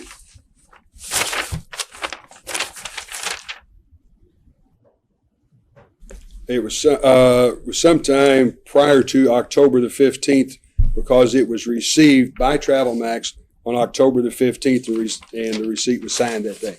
Okay. So that would be October 15, and you're aware that the company was under a restraining order at the time, correct? I was aware that they had problems legally in the state of Kentucky. Whether or not they were under a restraining order or not, I didn't know. And you didn't receive any other products after that whatsoever? Yes, sir, I did. And what was that? Wednesday of last week, I received some audio and video tapes, opened the box to see what it was, and as soon as I saw what it was, resealed it, sent it back with FedEx that day. Okay. So that's another product that you had received that you were supposed to have received initially that you didn't receive that you sent back. Yes, sir. Okay. And that was last week. Yes, sir. Okay. Now this time last week I hadn't talked to you, had I? No, sir. And no one from Travel Max had talked to you? No, sir. And none of these lawyers sitting behind me had talked to you? No, sir. We had no idea you were going to be here, did we? I have no way of knowing whether you did or not. I assumed that you would know eventually.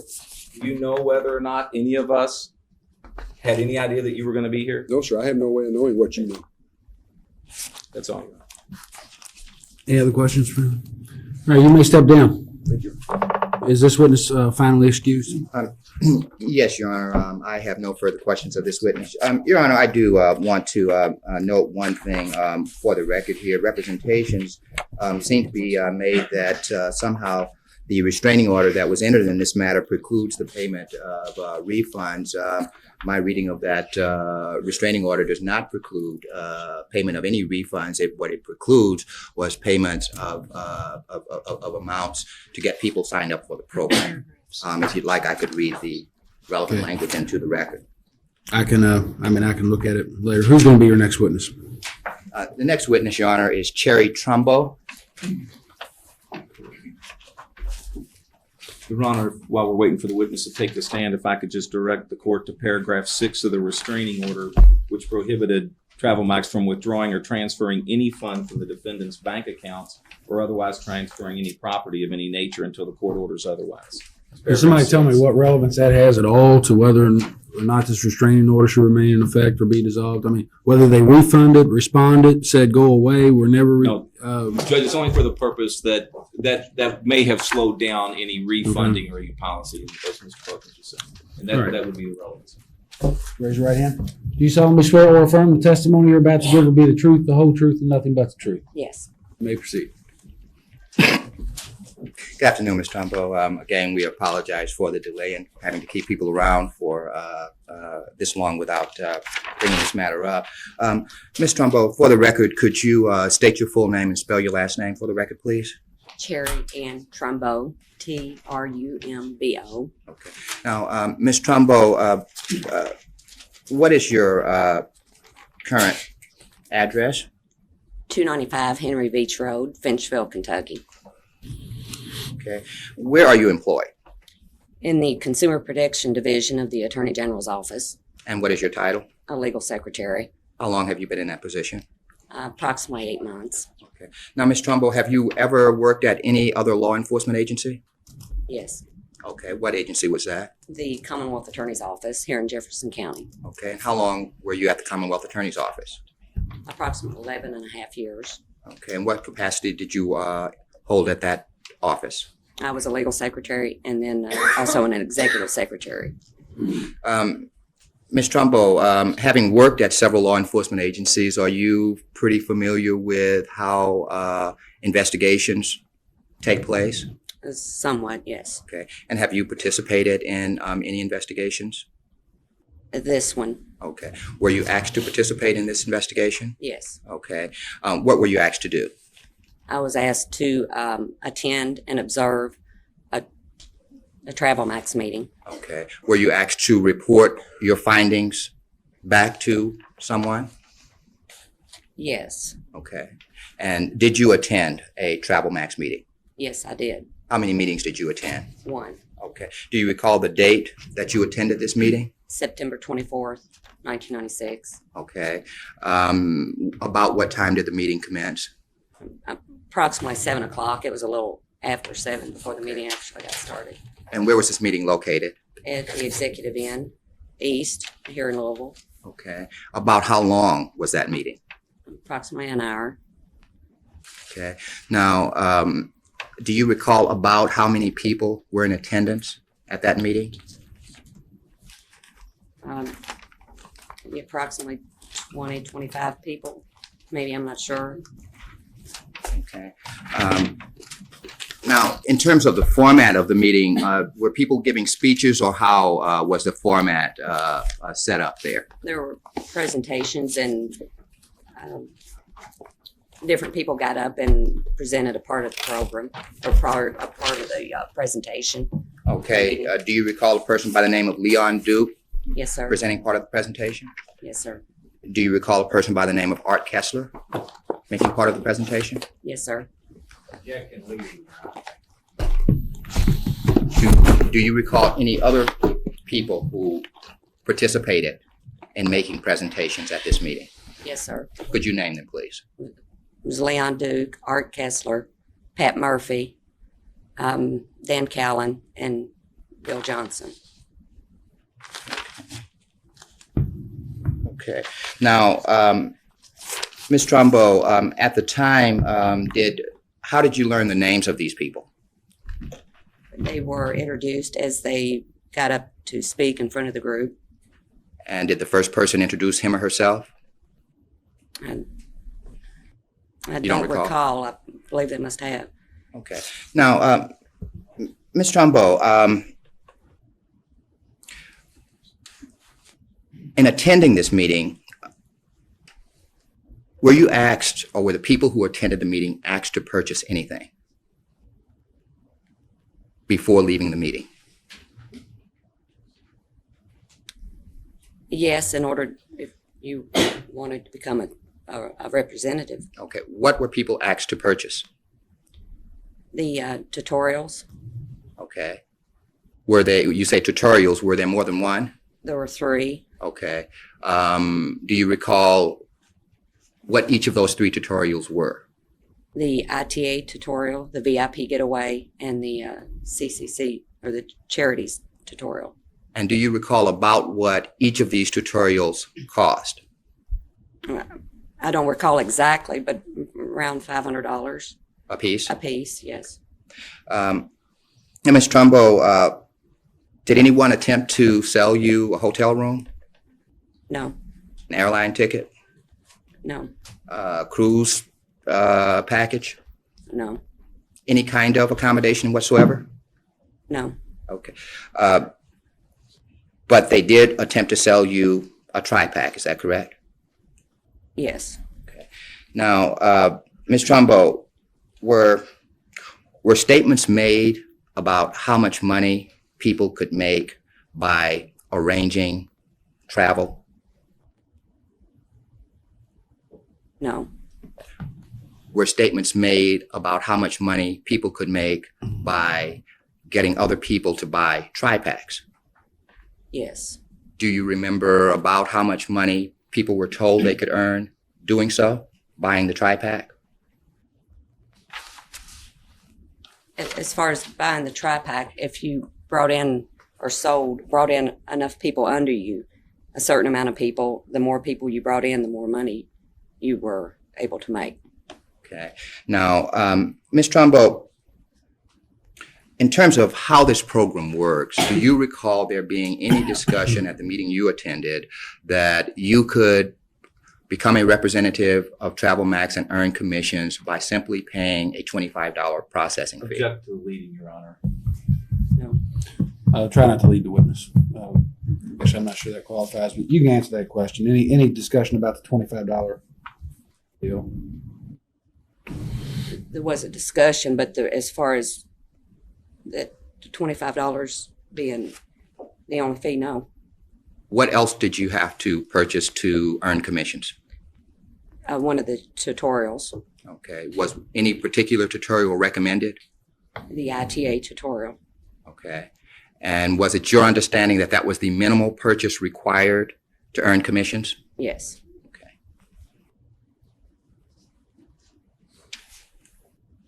Now, Ms. Trumbo, were you, at the meeting you attended, were people there or were you encouraged to go out and resell? If you purchased a tri-pack, were people encouraged to go out and resell the one that they receive to someone else?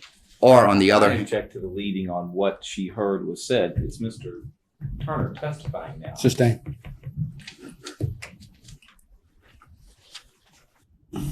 Ms. Trumbo, were people encouraged to resell the products that they purchased from TravelMax?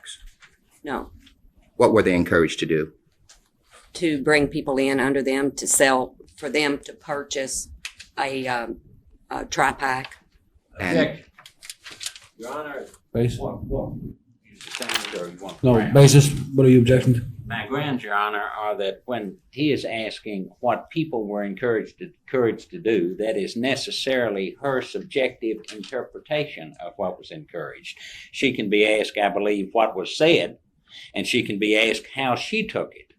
But the wording, were people encouraged by its very nature? I see what you're draws saying. to conclusion. Why don't you tell us what they told you at the meeting?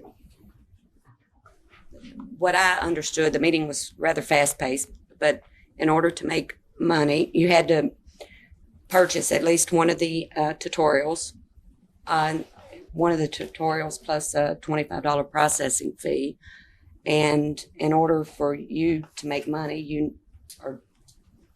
it was that you brought people in under you, and they purchased tutorials, and that's how you made your money. Okay.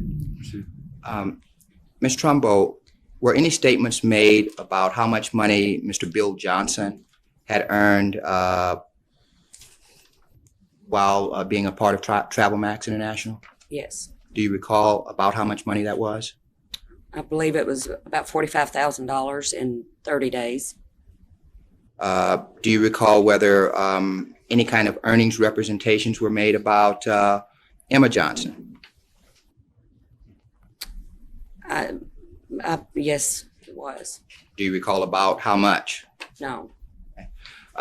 Now, when these statements were made about how much money Mr. Johnson and perhaps Mrs. Johnson earned through TravelMax activities, did you understand that to be activities related to the sale of the tri-pack or something else? I understood it to be the sale of the tri-packs. Okay. Now, at the time that those earnings representations were made, were any statements made that maybe those would not be the average earnings of a TravelMax representative? Do you recall any statements to that effect? I'm sorry, I don't understand. Is the average earnings would be And the what they were statement was making? made that Mr. Johnson made roughly $45,000 in his first 30 days. Was any statement made that the average representative of TravelMax may not make that amount of money in their first 30 days? Now, Ms. Trumbo, did you, at the end of the meeting, did you meet personally with anyone? Yes. And who was that person? Dan Callan. Okay, and what did Mr. Callan meet with you about? I don't know exactly as far as the wording he used, but he basically explained the compensation plan on how it worked as far as if you purchased a tri-pack and how it broke down as far as basically you bring in so many people under you and that's how you make your money. The more people you brought in, the more money you had the chance to make. Did he, in talking with you, did he talk about how much money you can make arranging travel for other people? No. If you could summarize the entire meeting in terms of what the overall focus or what the overall goal of this program was, how would you summarize it? Objection. The conclusion, is that what your her summarization? Okay, I'll rephrase the question. Yeah, I guess what I need to hear are the facts about what was said and that sort of thing, and then I'll make a determination of what the goal of the meeting was. You may rephrase if you want.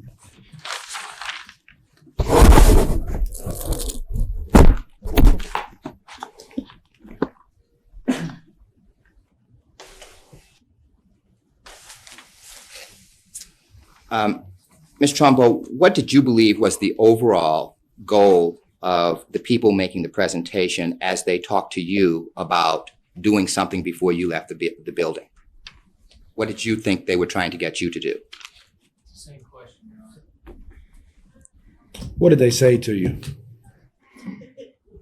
I mean, that's all. I mean, that's really all I want to know is what was said to her. You know, how she took it. The way you made your money was to purchase a tri-pack, and the ones you brought in under you for them to purchase tri-packs, and that's basically how you made your money. Okay, you're not quoting exact statements, but this is what they told you. This is what this was about at your meeting. Is that right? Yes, sir. All right. Don't we have a taped meeting? Yes, I was about to get to that, Your Honor. I just had, I think, 2 more questions, and we'll be there. All right. Ms. Trumbo, was there any discussion by Mr. Callan of the charities tutorial? Yes. And do you recall what was said in your own words as to the charities program? Well, basically that it wasn't available yet, or they didn't have it yet. But they still tried to sell it to you as part of the tri-pack, is that correct? Yes. Okay. Now, Ms. Trumbo, there has been a transcript prepared of, have you seen the transcript of the September 24, 1996 meeting that you attended? Yes. Does that transcript set forth the entire meeting? No. What is missing? The very end when we broke up into groups, or into the separate groups, into with the meeting with Dan Callan. Okay, so the portion that related to the discussions between yourself and Mr. Callan, those portions are not set forth in the transcript. Is that correct? That's correct. Okay. Now, Ms. Trumbo, were you instructed to utilize any type of recording device? Yes. Okay. Did you use one? Yes. Were you instructed as to how to utilize that device? Yes, as far as turning it off and on, and how to put the tape in and take the tape out. What type of recording device was it? Was it a video and an audio, or something else? It was a small video and audio camera. And you knew how to turn it on? Yes. To get an accurate picture. You knew how to turn it on so that you could get sound on that recording. Is that correct? Yes. And did you do those things at this meeting? Yes, I did. Okay. Would you recognize this recording if it were replayed for you? Yes. Okay. This time, Your Honor, we would like to play a video of the presentation that hopefully we can authenticate through Ms. Trumbo for the court. This Okay. video is about an hour and a half. All right, why don't you hand it to me, and then we'll take about a 10-minute break before we sit down for that. Can everyone see this monitor here? Because that's where it'll come out. I can bring it out a little bit. Judge, can we introduce the transcript to you rather than or transcript or both, or tape, the transcript and tape both to you for you to review, or do we, I mean, is it necessary that we sit here and watch this? For an hour and a half. For an hour and a half. I mean, if this is something that you think you need to see, then we can look at it. We have a transcript. I assume Mr. Turner believes that I need to see the thrust of this or how this meeting worked. I don't. Is it necessary for me to see the whole thing, or is it? Your Honor, we think, in all fairness, obviously, if we were to only present certain selected portions, it may not give the court, and I'm sure we would get objections. What we would like to do is, we think it's very important for you as fact finder in this matter to have a sense of what the overall presentation at this meeting was. At the last hearing, we had discussions about this jingle. We think that you ought to see the jingle yourself. We think that you ought to hear the representations about how much money you could earn by doing certain activities yourself. We think that the evidence coming through the witness is one thing, but to get an overall aura of what was occurring at the several meetings that we attended, we think one tape would do it. We don't think you need to listen to all three tapes, but one we think would be more than sufficient. Judge, I mean, to say you only need to look at one tape, but we want you to draw from that an aura of how this business is presented in every meeting. That's kind of self-serving, don't you think? The tape is the tape of the one meeting.